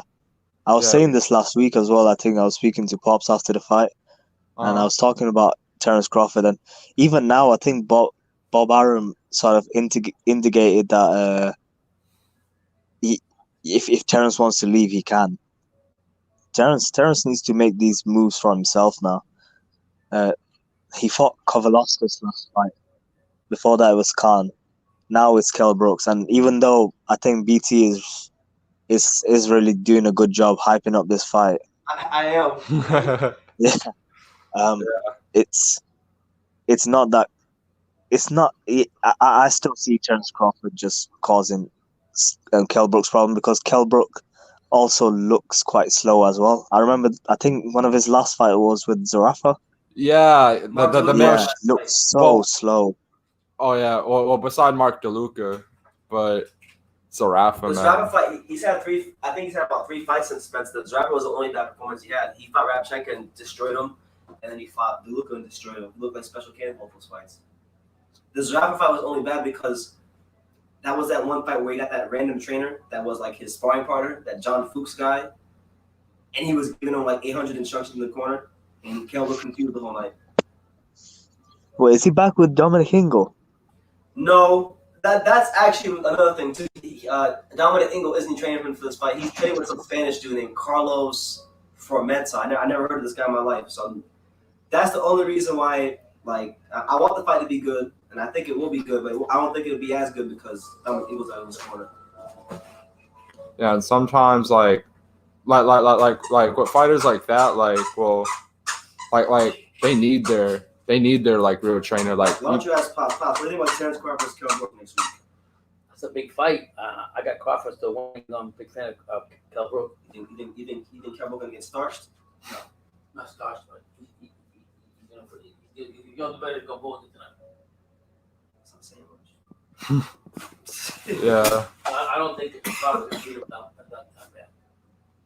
I don't see that happening. Kell is very skilled, but the thing is, he was mismanaged quite badly by Hearn. Career. Yeah, he was mismanaged, and in his best fight, he was in a very close fight with Sean Porter. Yeah, and you could say that was his best fight. And there's nothing wrong, like, and that one is like really good too. Like, undefeated Sean Porter. I thought he beat Sean Porter easier than anybody, honestly. Beat him in his home country, like, you know. Yeah, it's kind of like Khan Maidana. Like back in the day, it was quite close, but yeah, Khan did actually. It was that knockout. It was that knockdown too in the first round. Yeah. So, you know, Amir Khan, man, like, ever since he retired at this point. Yeah, like I forgot about Khan, man. Like he fought Billy Dibb, who was a blown up lightweight. Oh yeah, that was a money fight. Yeah. No, because around that time, I think around that time, Floyd Mayweather fought Tenshin Nakagawa. Yeah. It was a few months after, I remember. Few months after, but it was very similar vibes to that because he fought Tenshin and he made 9 million in 3 minutes, he said. So 3 rounds. He did. Floyd said something along those lines. And then Khan said that he made 7 million in this fight as well, just for fighting Billy Dibbs. And I remember the WBC was talking about that whoever wins is going to get a top 5 ranking.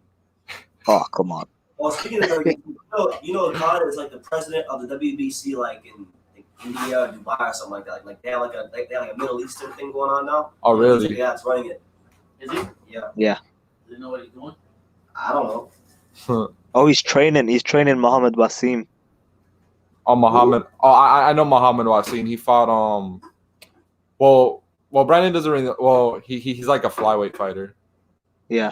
So he's sort of been like the last I've seen of him. He was sort of doing pad works with Muhammad Wasim. Yeah, and I remember he fought. I remember watching one of his fights. It was with this African fighter on the Pacquiao Matisse undercard, Mthalani or something like that, and he lost. Oh, right. Yeah, but that's probably like the only fight I seen by Wasim.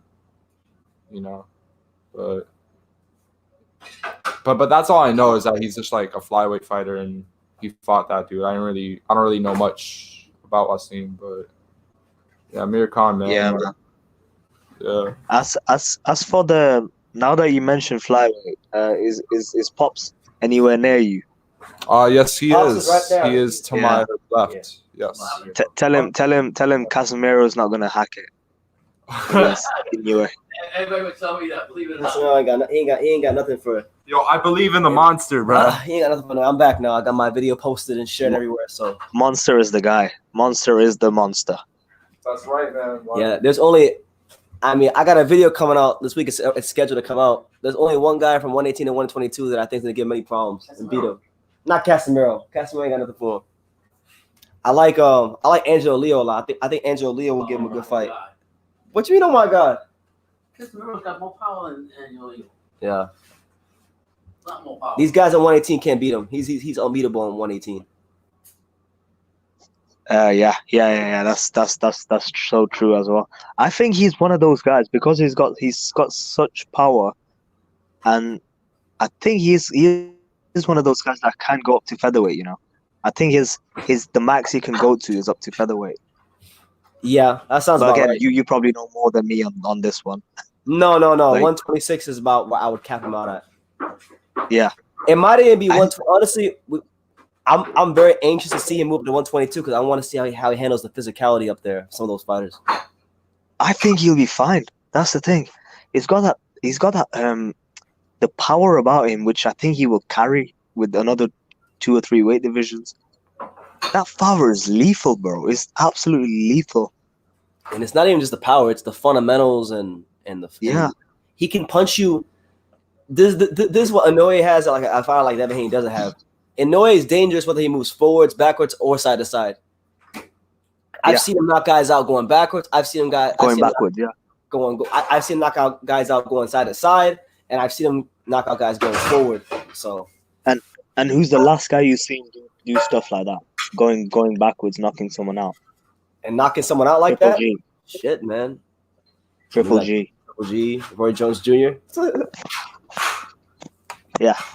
Oh, talking about Roy Jones, are you guys like hyping up the fight or like what? I'm even surprised that fight is going to be at the end of this month. Doesn't even feel like it. Me too. I was in downtown Miami the other day, and I walked by this bar, and they had a big fight poster outside that said Roy Jones versus Tyson. I said, "Oh my God, people are really hyping this fight up." And then I had another friend of mine who's like a casual boxing fan. He's like, "Man, I can't wait for the big fight this week." He said, "I can't wait for the big fight this month." And it was before Leo Santa Cruz, Gervonta Davis. So I thought he was talking about that. And he was like, "No, Roy Jones versus Mike Tyson. That's the big fight." Oh man, they're too old. They're too old for this. But the thing is, like, Roy Jones is still probably fighting in Russia somewhere. Yeah, probably. Yeah. I think I don't know if this is true, but Alex told me, I don't know if this is true because I haven't checked it, but they were saying that pay-per-view here in America is like $150. Get out. That's what I heard. I don't know if it's true. Alex told me that, but I don't know if it's true. $150. I'd pay it. It's Mike Tyson, man. It's Roy Jones and Mike Tyson we're talking about here. We're talking about Mike Tyson and Roy Jones. They deserve it. Look, I know it's Mike Tyson, right? And I know it's Roy Jones Jr. But I also know it's 150 quid, and that's not something to mess around with. Who else on the card? Badu Jack.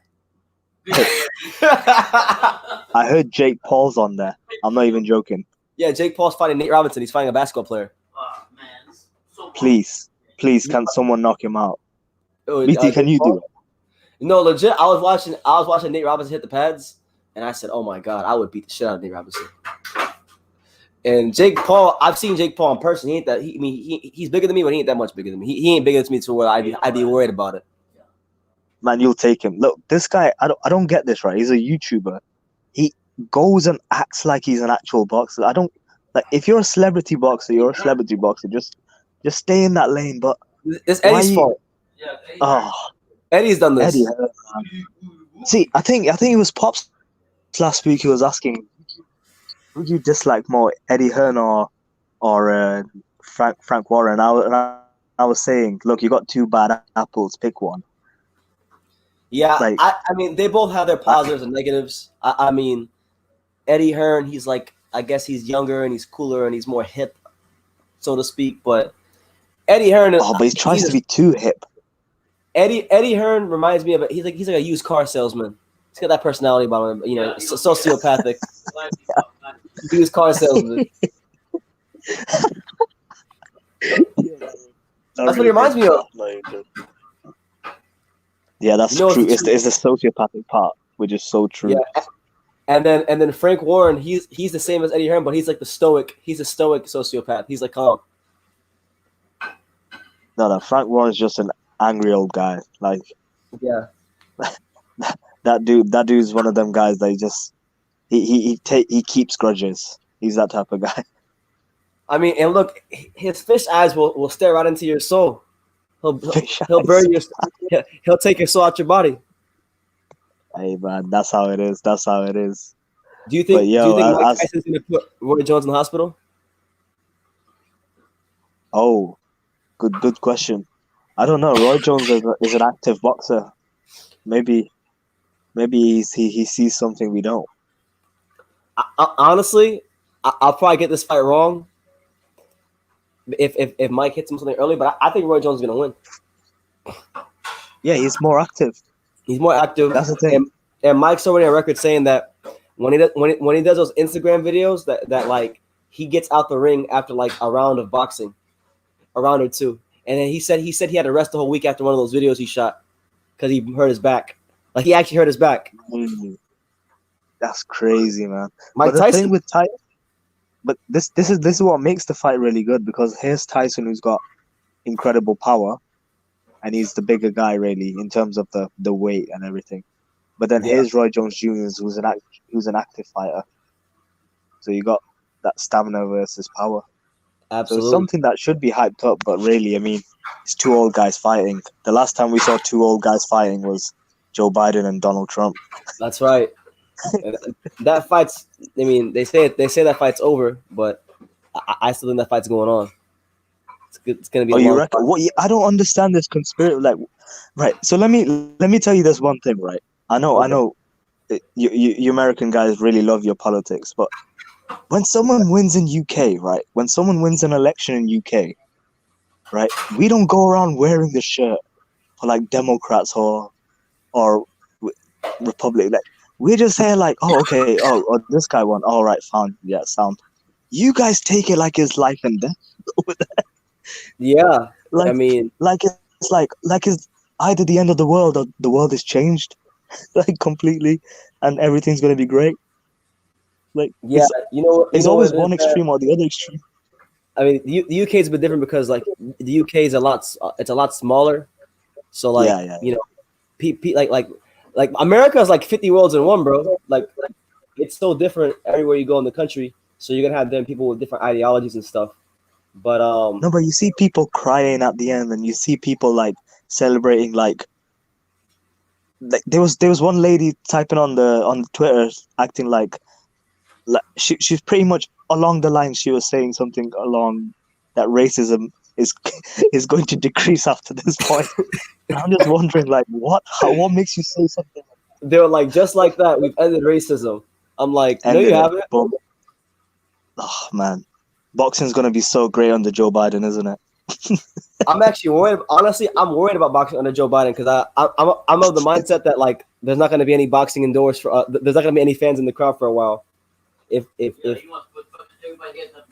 that's my take. But do you know, from a UK point of view, one thing I would say about Joe Biden, which is good, is that he's actually not a fan of Brexit, and that's something because we went through this. There's a lot of people that are very much against Brexit here.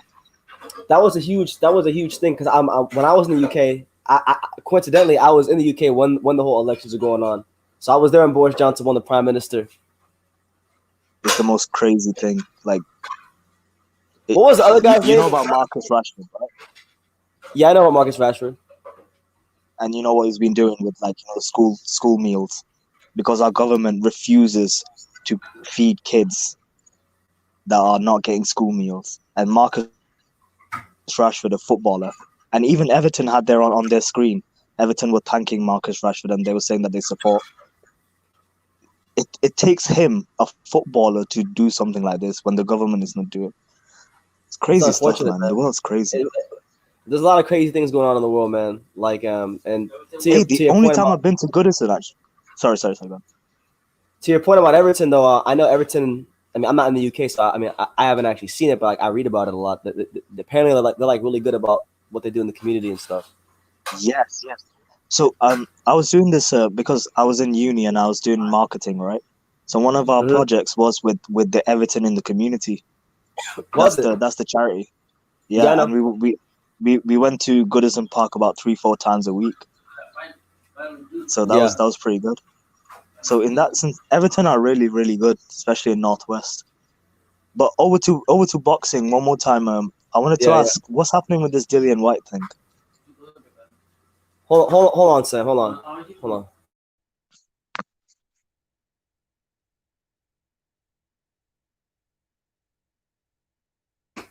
Go ahead. Sorry. I was saying, what do you think is happening with this Dillian White thing currently? With him trying to get the fight with Fury? Well, is he even on the card now for the 21st, or is that even off now? Oh no, the Povetkin fight is that fight's been scrapped. And Eddie Hearn said they're gonna wait for him to get better and do the rematch. No, but then that means Dillian White isn't fighting anyone else. No. That means he's gonna wait. He's gonna wait for Povetkin to. He's not fighting nobody else. Even though Michael Hunter did offer to step in, and they didn't want no smoke. Chisora as well. Chisora did too. You're right. Yeah, Chisora 3 weeks. 3 weeks cap, and he was ready to step in. I mean, Chisora's crazy. We know he's crazy. But his fight, I mean, he put up a great fight against Usyk, but I think people are overreacting on Usyk as well because it's not like Usyk is that bad. That he wouldn't. He beat Michael Hunter, but he beat Michael Hunter back in the day. He beat Joe Joyce. You have Johnny Nelson, who says that he spun Klitschko in sparring, twisted him up. Wait, who did? So, he said that Usyk twisted up Klitschko in sparring. It wouldn't surprise me when Johnny Nelson. Crazy things happen in sparring all the time. You can't, but you can't take sparring serious. Plenty of things happen in sparring. I mean, crazy one is that Sean Porter beat Usyk in the amateurs. That is crazy. That's insane. Or like Sean Porter beat Usyk in the amateurs. Yeah. That's like an interesting fact. That's like a little trivial, interesting fact. I wish there was footage. Is there footage on that? I've never seen footage of that fight. No, but I also think he was like 16, 17, Usyk around them. Yeah, I mean Porter is very young. Porter is built like an American football player. He was though, right? He actually was. Man, when I look back and when I look actually under these fights that are coming up, the one that really stands up to me, as you mentioned, Porter, I thought of Spence Garcia. That one, Garcia. I think.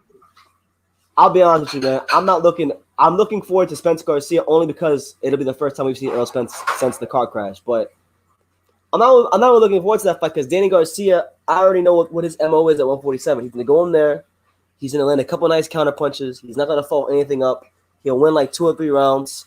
There'll be like 3 or 4 swing rounds. He'll do just good enough to get some respect, and Errol Spence will probably win a decision. And then the undercard, I had to look at the undercard for that fight, and it's brutal. It's a brutal undercard. Why? Who's on there? The co-main event for that card is Sebastian Fundura, the 6'7", 154 pounder. He's fighting Jorge Cota. That's the co-main event. Jeez, and I think is he on the same night? Isn't Joshua also fighting, or is it the week after? Spence is fighting what, the 5th? Yeah. Yeah, no, Joshua fights, I think. Yeah, Joshua fights the 12th. Joshua fights the week after. Ryan Garcia. Fury, okay, Fury's fighting. Yeah, I'm going to watch Fury. Yeah, Fury has his fight. I think Lawrence Okoli has his fight then as well. Yeah, Lawrence Okoli's on the... No, Lawrence Okoli's on the Joshua undercard on the 12th. Oh, Glovacki. Yeah. So that's his world. I'm going for Glovacki. It's not going to happen, but I'm going for Glovacki. Whoa. Really? Why? Because, man, Lawrence Okoli beat my friend, bro. I can't forgive him. He beat Isaac Chamberlain, bro. Come on. No, I'm joking, man. I'm joking, man. I don't actually hate Lawrence Okoli or anything like that. But to be honest, though, like with his last couple of fights, ever since the Chamberlain fight, actually, he's been real sloppy. I want to see Okoli clean up his punching a bit more because he's been looking real sloppy his last couple of fights. Yeah, no, I get that. Oh, now I remember. Okay, so on the 5th, you got Spence Garcia, you got Luke Campbell, Ryan Garcia as well. Yeah. And you got the Fury fight. Wait, where is Garcia Campbell? Is that in the UK? No, that's gonna be over there in America, right? Oh, okay. Pretty Well, sure. if I gotta pick between Ryan Garcia and Errol Spence, this fight I'm probably gonna watch Ryan Garcia. It's more interesting to me. Oh, I get it because this is the fight that Ryan Garcia sort of has to prove himself. Yeah. And Luke Campbell is no joke. Yeah. I'd probably go the same. And like that Spence undercard is giving me nothing to get excited about. Like there's not one fight on the Spence undercard I can say, oh my god, I have to see that. There's not one. It's typical Fox on PBC. Yeah, and for whatever reason, like I remember when he fought Mikey Garcia in Dallas at Cowboy Stadium, just like he's doing this fight with Danny. The undercard for that fight was trash. Because I remember I thought about buying that fight, and I was like, no, I'm not gonna buy it. And it was one of the best decisions I ever made. It was brutal. Very brutal. I think the last time they had a really decent undercard was maybe, well, from what I remember, because over here, we only get to see this on like ITV or like Channel 5, like 3 a.m. The last good fight I remember from Showtime was the Pacquiao. Was it the Pacquiao Broner? Is the undercard? The Pacquiao Furman? Yeah, the undercard where you had, I think you had Jared Hurd fight. You also had Badu Jack when he got busted open. You know. Yeah. Nah, the best call they had in a while was actually the one I was at last week. The Gervonta Davis Santa Cruz undercard. That was an amazing undercard. Oh yeah, when you think about like Isaac Cruz coming up. I like Isaac Cruz, man. I want to see him in like one more like step up fight. Like I would like to see him fight maybe like I'm trying to think who's at 54 like in PBC. Somebody who's good at 135. Somebody who's good at 35 in PBC. If he wins that fight, then I'll like to see him fight one of these top guys because like I made another video. It hasn't come out yet, but I have it in my dashboard. I think they'll throw him against Tank. I think they'll do that. That'd be a good fight because I feel like Isaac Cruz is the kind of fighter that's capable of taking these top guys into some uncomfortable places. Yeah. Yeah, very, very much. He's a legit Mexican warrior as well, in that sense. Yeah, he's a legit Mexican warrior. He goes in with his head down, boom. That's right. You know, in that first round knockout was lethal. He's coming for blood, and you better not give him an inch or he's taking 10 miles.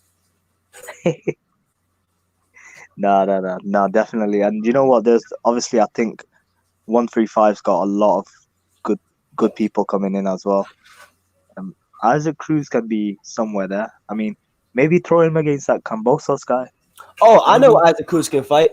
I know the perfect matchup for him actually, because on that same card there was a fight on the untelevised portion. Which, by the way, I'm glad for you guys that it was untelevised because it was a pain. It was horrible to watch. It was Michelle Rivera versus Ladarius Miller. Michelle Rivera is a young. I think you're talking about that, yeah. Yeah, Michelle Rivera won that fight. I think that'd be a good fight, and the winner of that could fight Tank.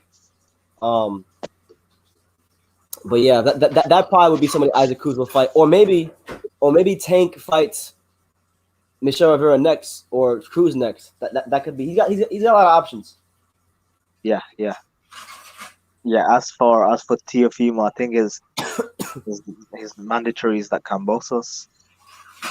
Yeah, IBF mandatory. I still haven't even had a chance to watch that full fight. I watched a couple of rounds while I was at the Gervonta Davis fight, and I wasn't like overly impressed with what I saw. I feel like he's obviously a solid guy, but he stays like from what I saw, and I gotta watch more. It looks like he plants his feet too much, and I feel like if he fights Teofimo, he's gonna be there to get hit, and that's not good.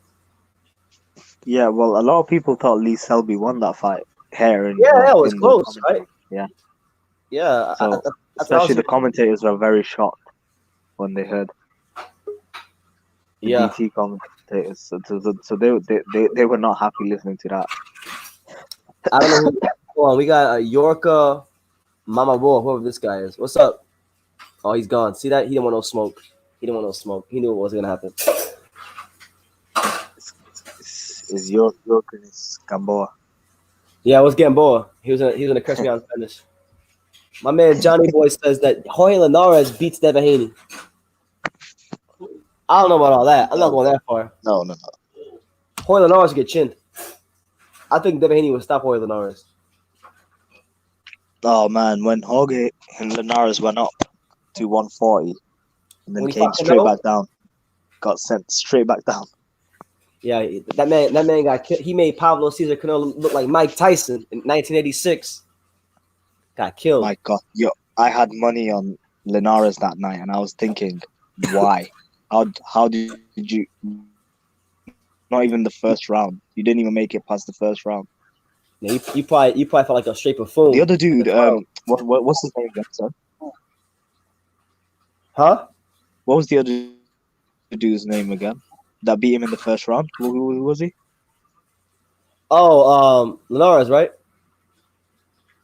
Talking about Linares? Yeah. He was Juan Carlos 9-1. Salgado. Yeah, Juan he Carlos was 9-1. So he was like, yeah. So that means that I don't know. In American terms, it would be like minus 100, well, like, 900. He'll be a plus 900. Yeah, if you bet $100, you get 900 back. Yeah. Yeah. Do you bet a lot? Yeah, plus 900. That's what the guy was. Huh? That's insane. Yeah. What do you say? I asked, do you bet on boxing a lot?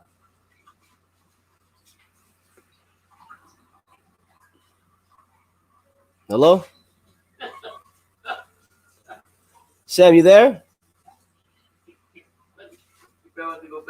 Sam the man, where you at? I don't know if Sam lost me or I lost him, but either way, we're lost. Okay, so it's your boy BT. We're live here on True School Sports at 12:36 at night. As you can tell, your boy BT is a bit under the weather, and we're still delivering. All right, so I'm gonna let Sam. Well, not actually. You know what? I had a good time talking to Sam, but I think I'm gonna take this time to end the live. So with that being said, shout out to Sam. Thanks for coming by, Sam. What I wanted to say is this: we'll be live again next week for Terrence Crawford versus Kell Brooks. So make sure you guys stop by for that.